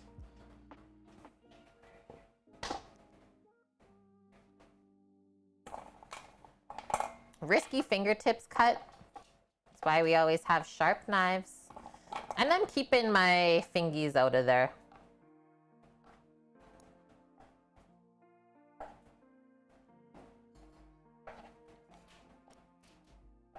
And it made it much worse actually putting it in the freezer.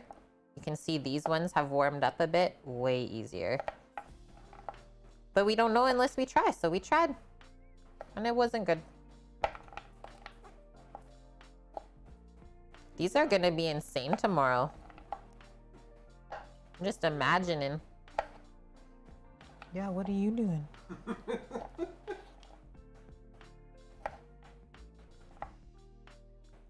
You're burned out, koalas. Worked 12 hours today. Can't even think about what to eat, even if it's fast food. Oh my gosh.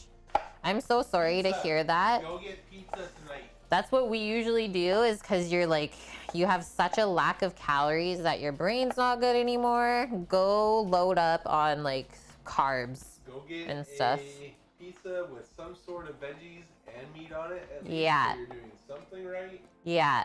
And yeah, get a pizza. Like go get a Mediterranean veggie pizza is what I would usually do, and like add chicken onto it or something like that. Then you know you're like at least got some of the food groups you need.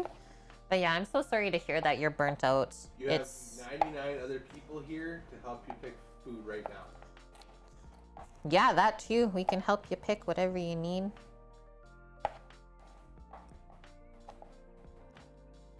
And you can only do that for a limited amount of time, burning yourself out like that until it gets really bad. So please, guys, just self-care is super important. Take care of yourself.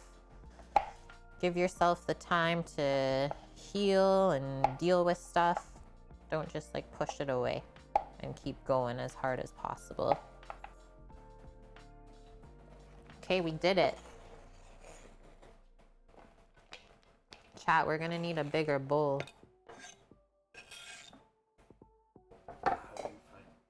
I know it'll be fine. Just gonna do this. Yeah. And I think I'll just put some gloves on. Yeah. Otherwise it's gonna melt to my hand. Yeah, that's true. Nothing wrong with like a classic burger. Nope. That would be my other go-to.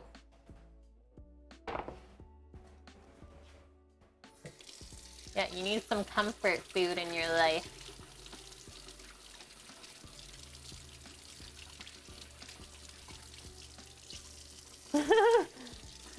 We got this, Lauren.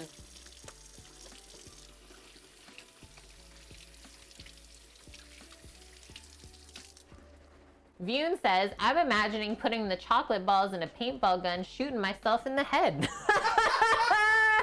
That was too good. I'm so happy I read up. Oh, God. Talking about mental health. Please not at a high velocity. It was slightly warm, so on impact they would just explode into ooey gooiness of chocolate. No. Preferably in his mouth, he did say. Oh, okay. But don't choke. Jeebus. We've got some serious people in chat tonight. I love it. Okay, so I'm just grabbing some glovies here. We're going blue. You need a full cortex lobotomy, Blue Feather. Scoop out your brain, replace it with tapioca pudding. I love it. Are we all being silly now? I'm in. We made it. The tough part of stream is done.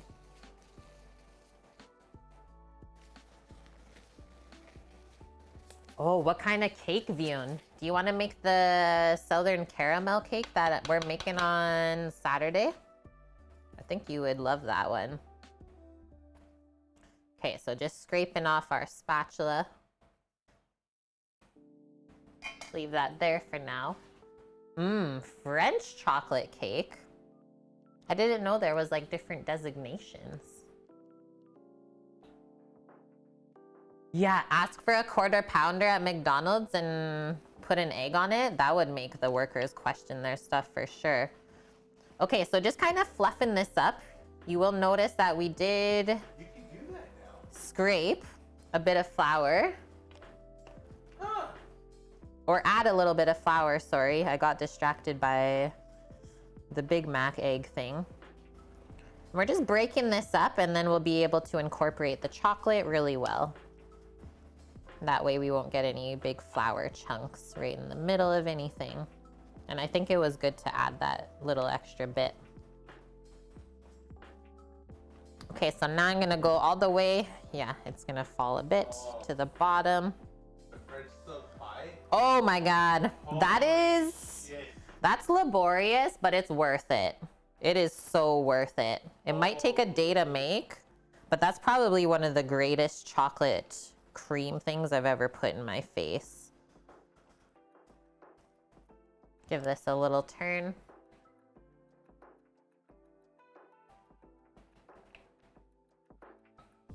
Double tap. My boss just told us this week we got to start writing down when you have things planned on the weekends because you change people's days off without asking them and they already had stuff planned.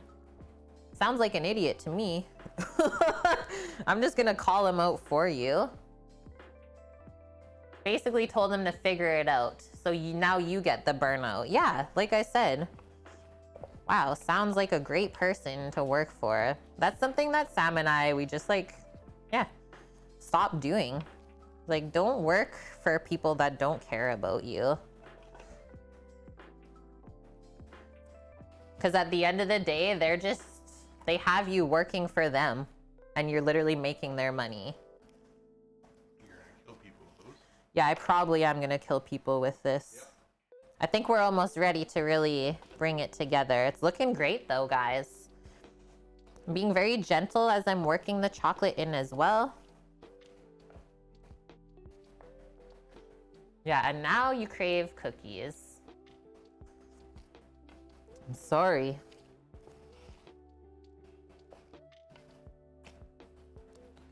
We have the epic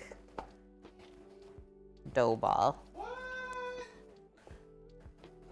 The boss of the Asian liquor store asked about you. Hopefully he stops by. Sweet. Did you show him us last time? Or he just asked about what you were playing on your phone? That's like one of the ladies that came by today to pick up our patio set that we're getting rid of. She's like, I totally recognize seeing you guys on the news segment that you did a while back. I was like, hey. Okay, now we're gonna need a bit of Sammy's help because we're gonna be making cookie dough logs. And the best way to do that is using plastic wrap, like cling film. So he's gonna start, basically, I think we'll do 2 layers just so it doesn't break through. I'll put this over back here. He's gonna run a layer of plastic across the board times 2. That way we don't have a blowout and get sad. Useful hand. Yeah.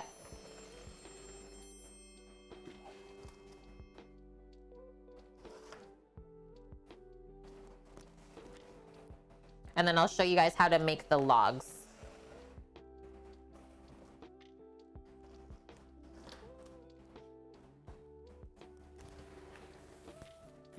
Yeah, it's a good start. You can just move it up into the center, that'd be good. And yeah, I think if we do 2 of those, oh, yes. Here we go. Bring our bowl back over. And Chaotic Fury, or Chaotica Fury, thank you for that follow. So we can literally just take the dough, pop it in handfuls onto here. Kind of sew it together though, so you don't have any air pockets that end up getting into there. Because we're cutting the cookies, right? So don't trap any air in there, that would be sad.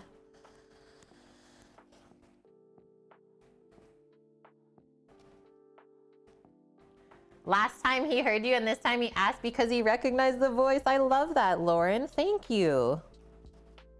I hope he pops by. That'd be so cool.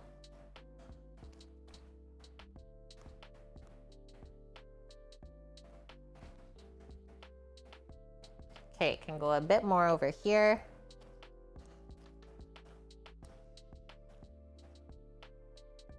And then I think that's good.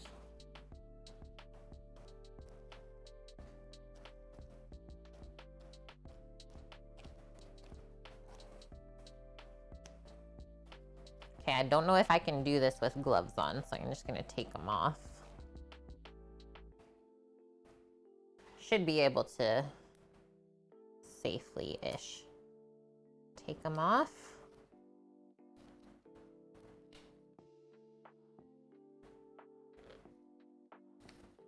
Yeah, for sure, Green Fang. I totally feel ya on that.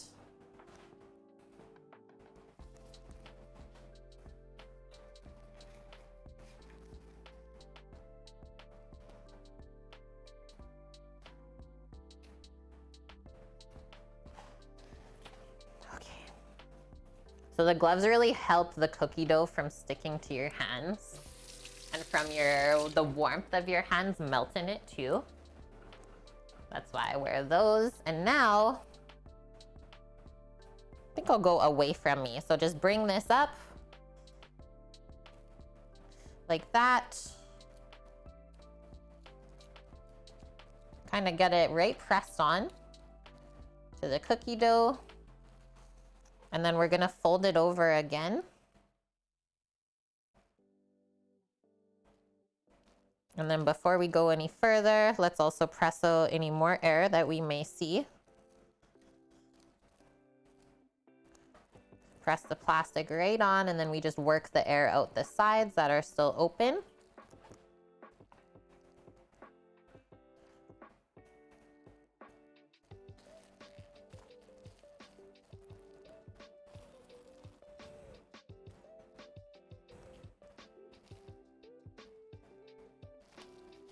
Sneaky bit underneath here on the back side. There we go. Got it gone. And then we just need one more roll up to seal it. before we do the edges.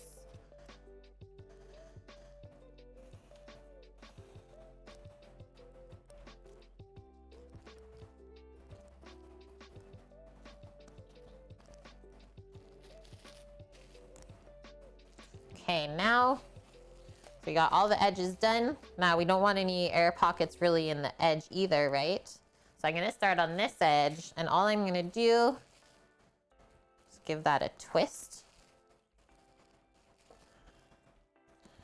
Oh yeah, it's like just enough plastic to really hold this together. I might do one more piece. We'll see how it comes together. And then same with the other side. And now we can start squeezing it kind of tighter, right?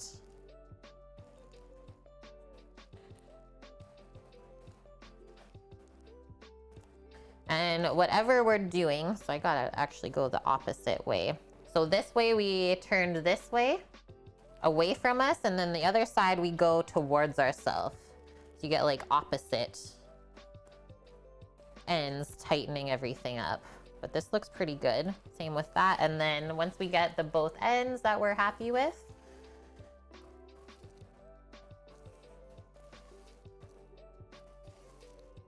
you just keep rolling.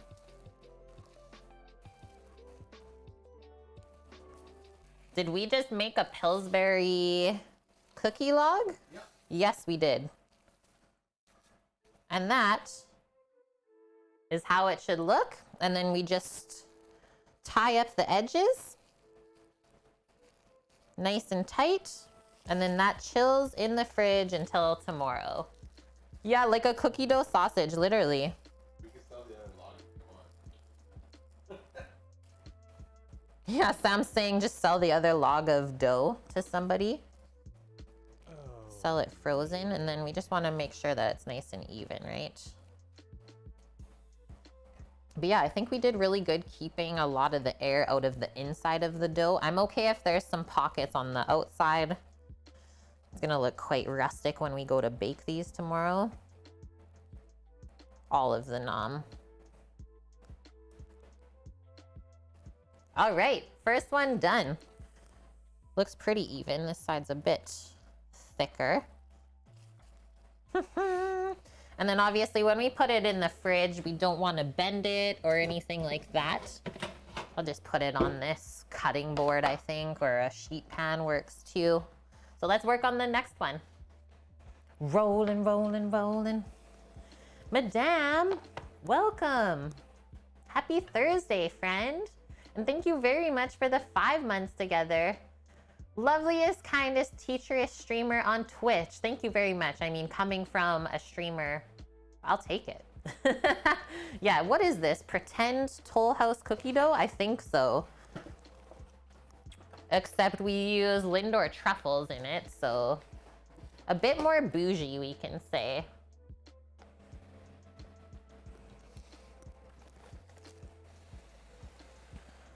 Do our wrap again. Happy that I did the 2 layers, because I think we probably would have blown through just 1 layer of the plastic. Get it nice and smooth. Yeah, imagine having to make that dough or tomorrow on stream, rolling it, and then being able to have it chilled in time to bake it. That would be a bit of a tough go. So now we're ahead of the game. So take the air pockets out as well. Just squishing them to the side, right? And now I'll put our glovies back on, and then this is the rest. Mashed potatoes with duck. Yeah, we're just doing a bit of prep to end the stream for tomorrow.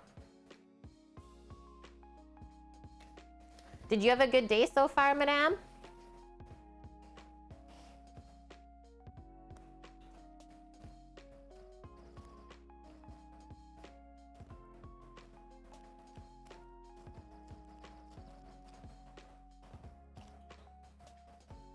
Tell that the cookie dough is getting warmed up because my hands are melting the chocolate.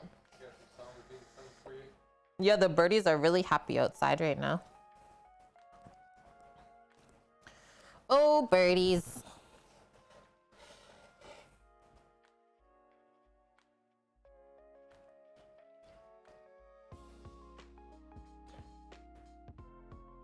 Yeah, for sure, Green Fang. If you feel like you got somewhere else to be, and that goes for any day that you're here. Like I always say, I just appreciate you guys when you are here and stop by. So thank you.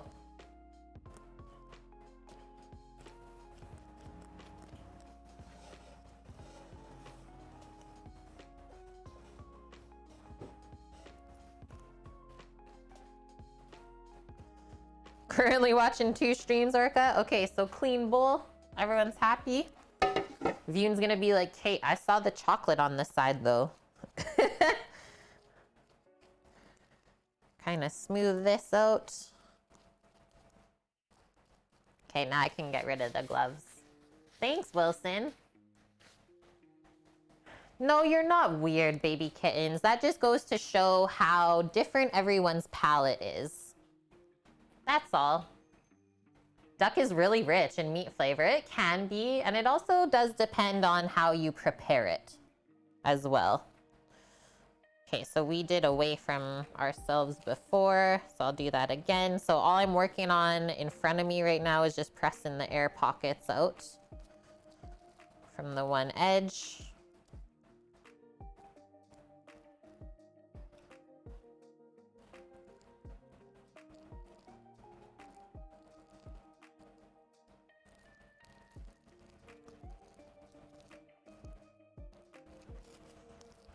This is all pressed pretty good.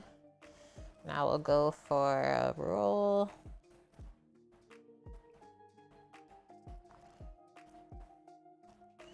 Don't know if that was tight enough at first.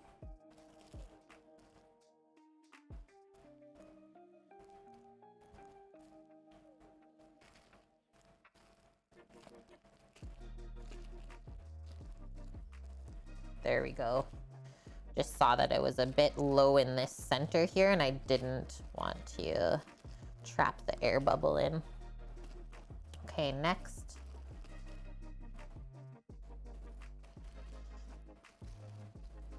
Really getting it nice and tight. Roll this side.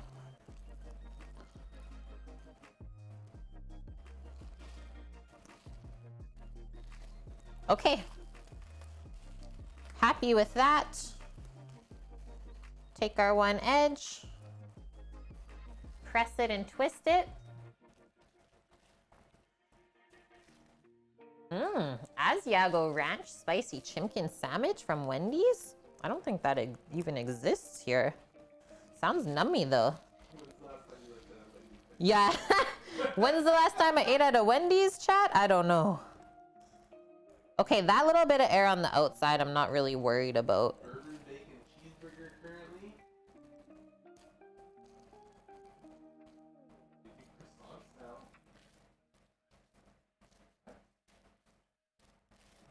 Yeah, the Twitch police won't let you throw away chocolate chips. Oh, should have done it this way. I have no idea Wendy's did breakfast. What else did I see? I saw Subway now does rice bowls. What? I'm like, can these chain restaurants just like do one thing good? Because we don't all need to have all of the options at every single one. That would be great. Okay, so I think that's the same thickness as the other one if we bring it up here. Yeah, perfect. Perfect, perfect. So we'll tie the edges again and we're good, guys. We're prepped up, ready for tomorrow even. Feels amazing.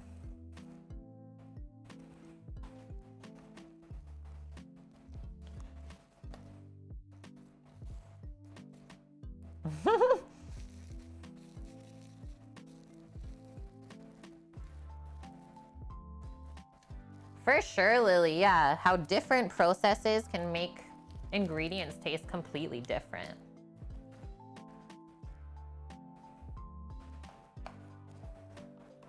All right. Cookie logs. It's really cool. So then some other things that I've done in restaurants, Usually with like compound butter though, a lot smaller than this, is if we're out of space, we just make the top string really, really long and you like tie it onto a rack in the fridge, and then you just have this like curtain of butter or cookie dough, anything like that. And it cools really well that way too. So yeah, all good today, friends. We crushed it. Yeah, it's like walk through the curtain of butter.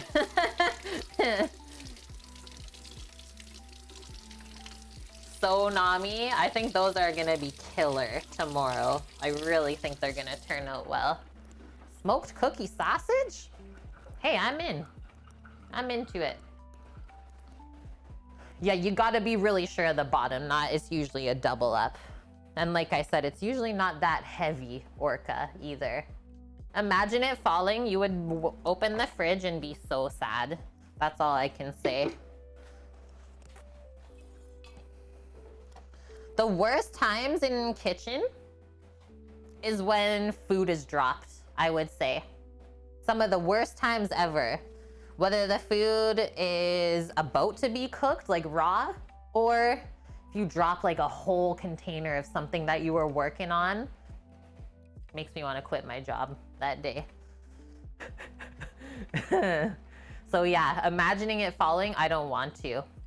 Scary times, that's all.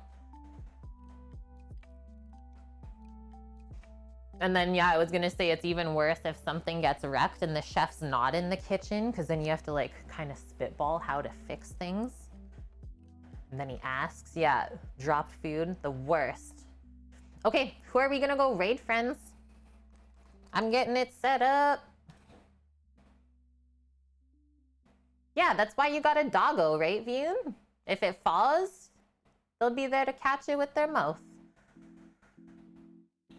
Yeah, so there's no 5-second rule? Okay, what we got going on here? Ribs and pizza, chicken schnitzel. We want music stream. I don't know what we're feeling, but I think I got one more sneaky bathroom break before we go. You guys look that over. I'm gonna be right back, I'm sorry.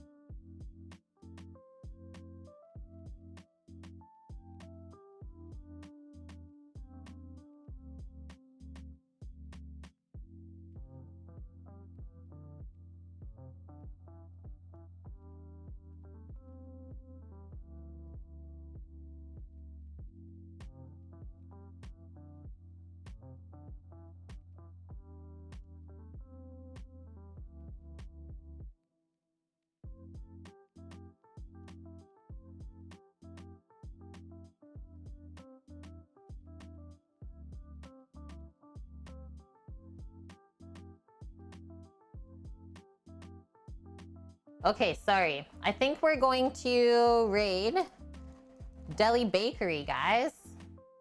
We've been there before.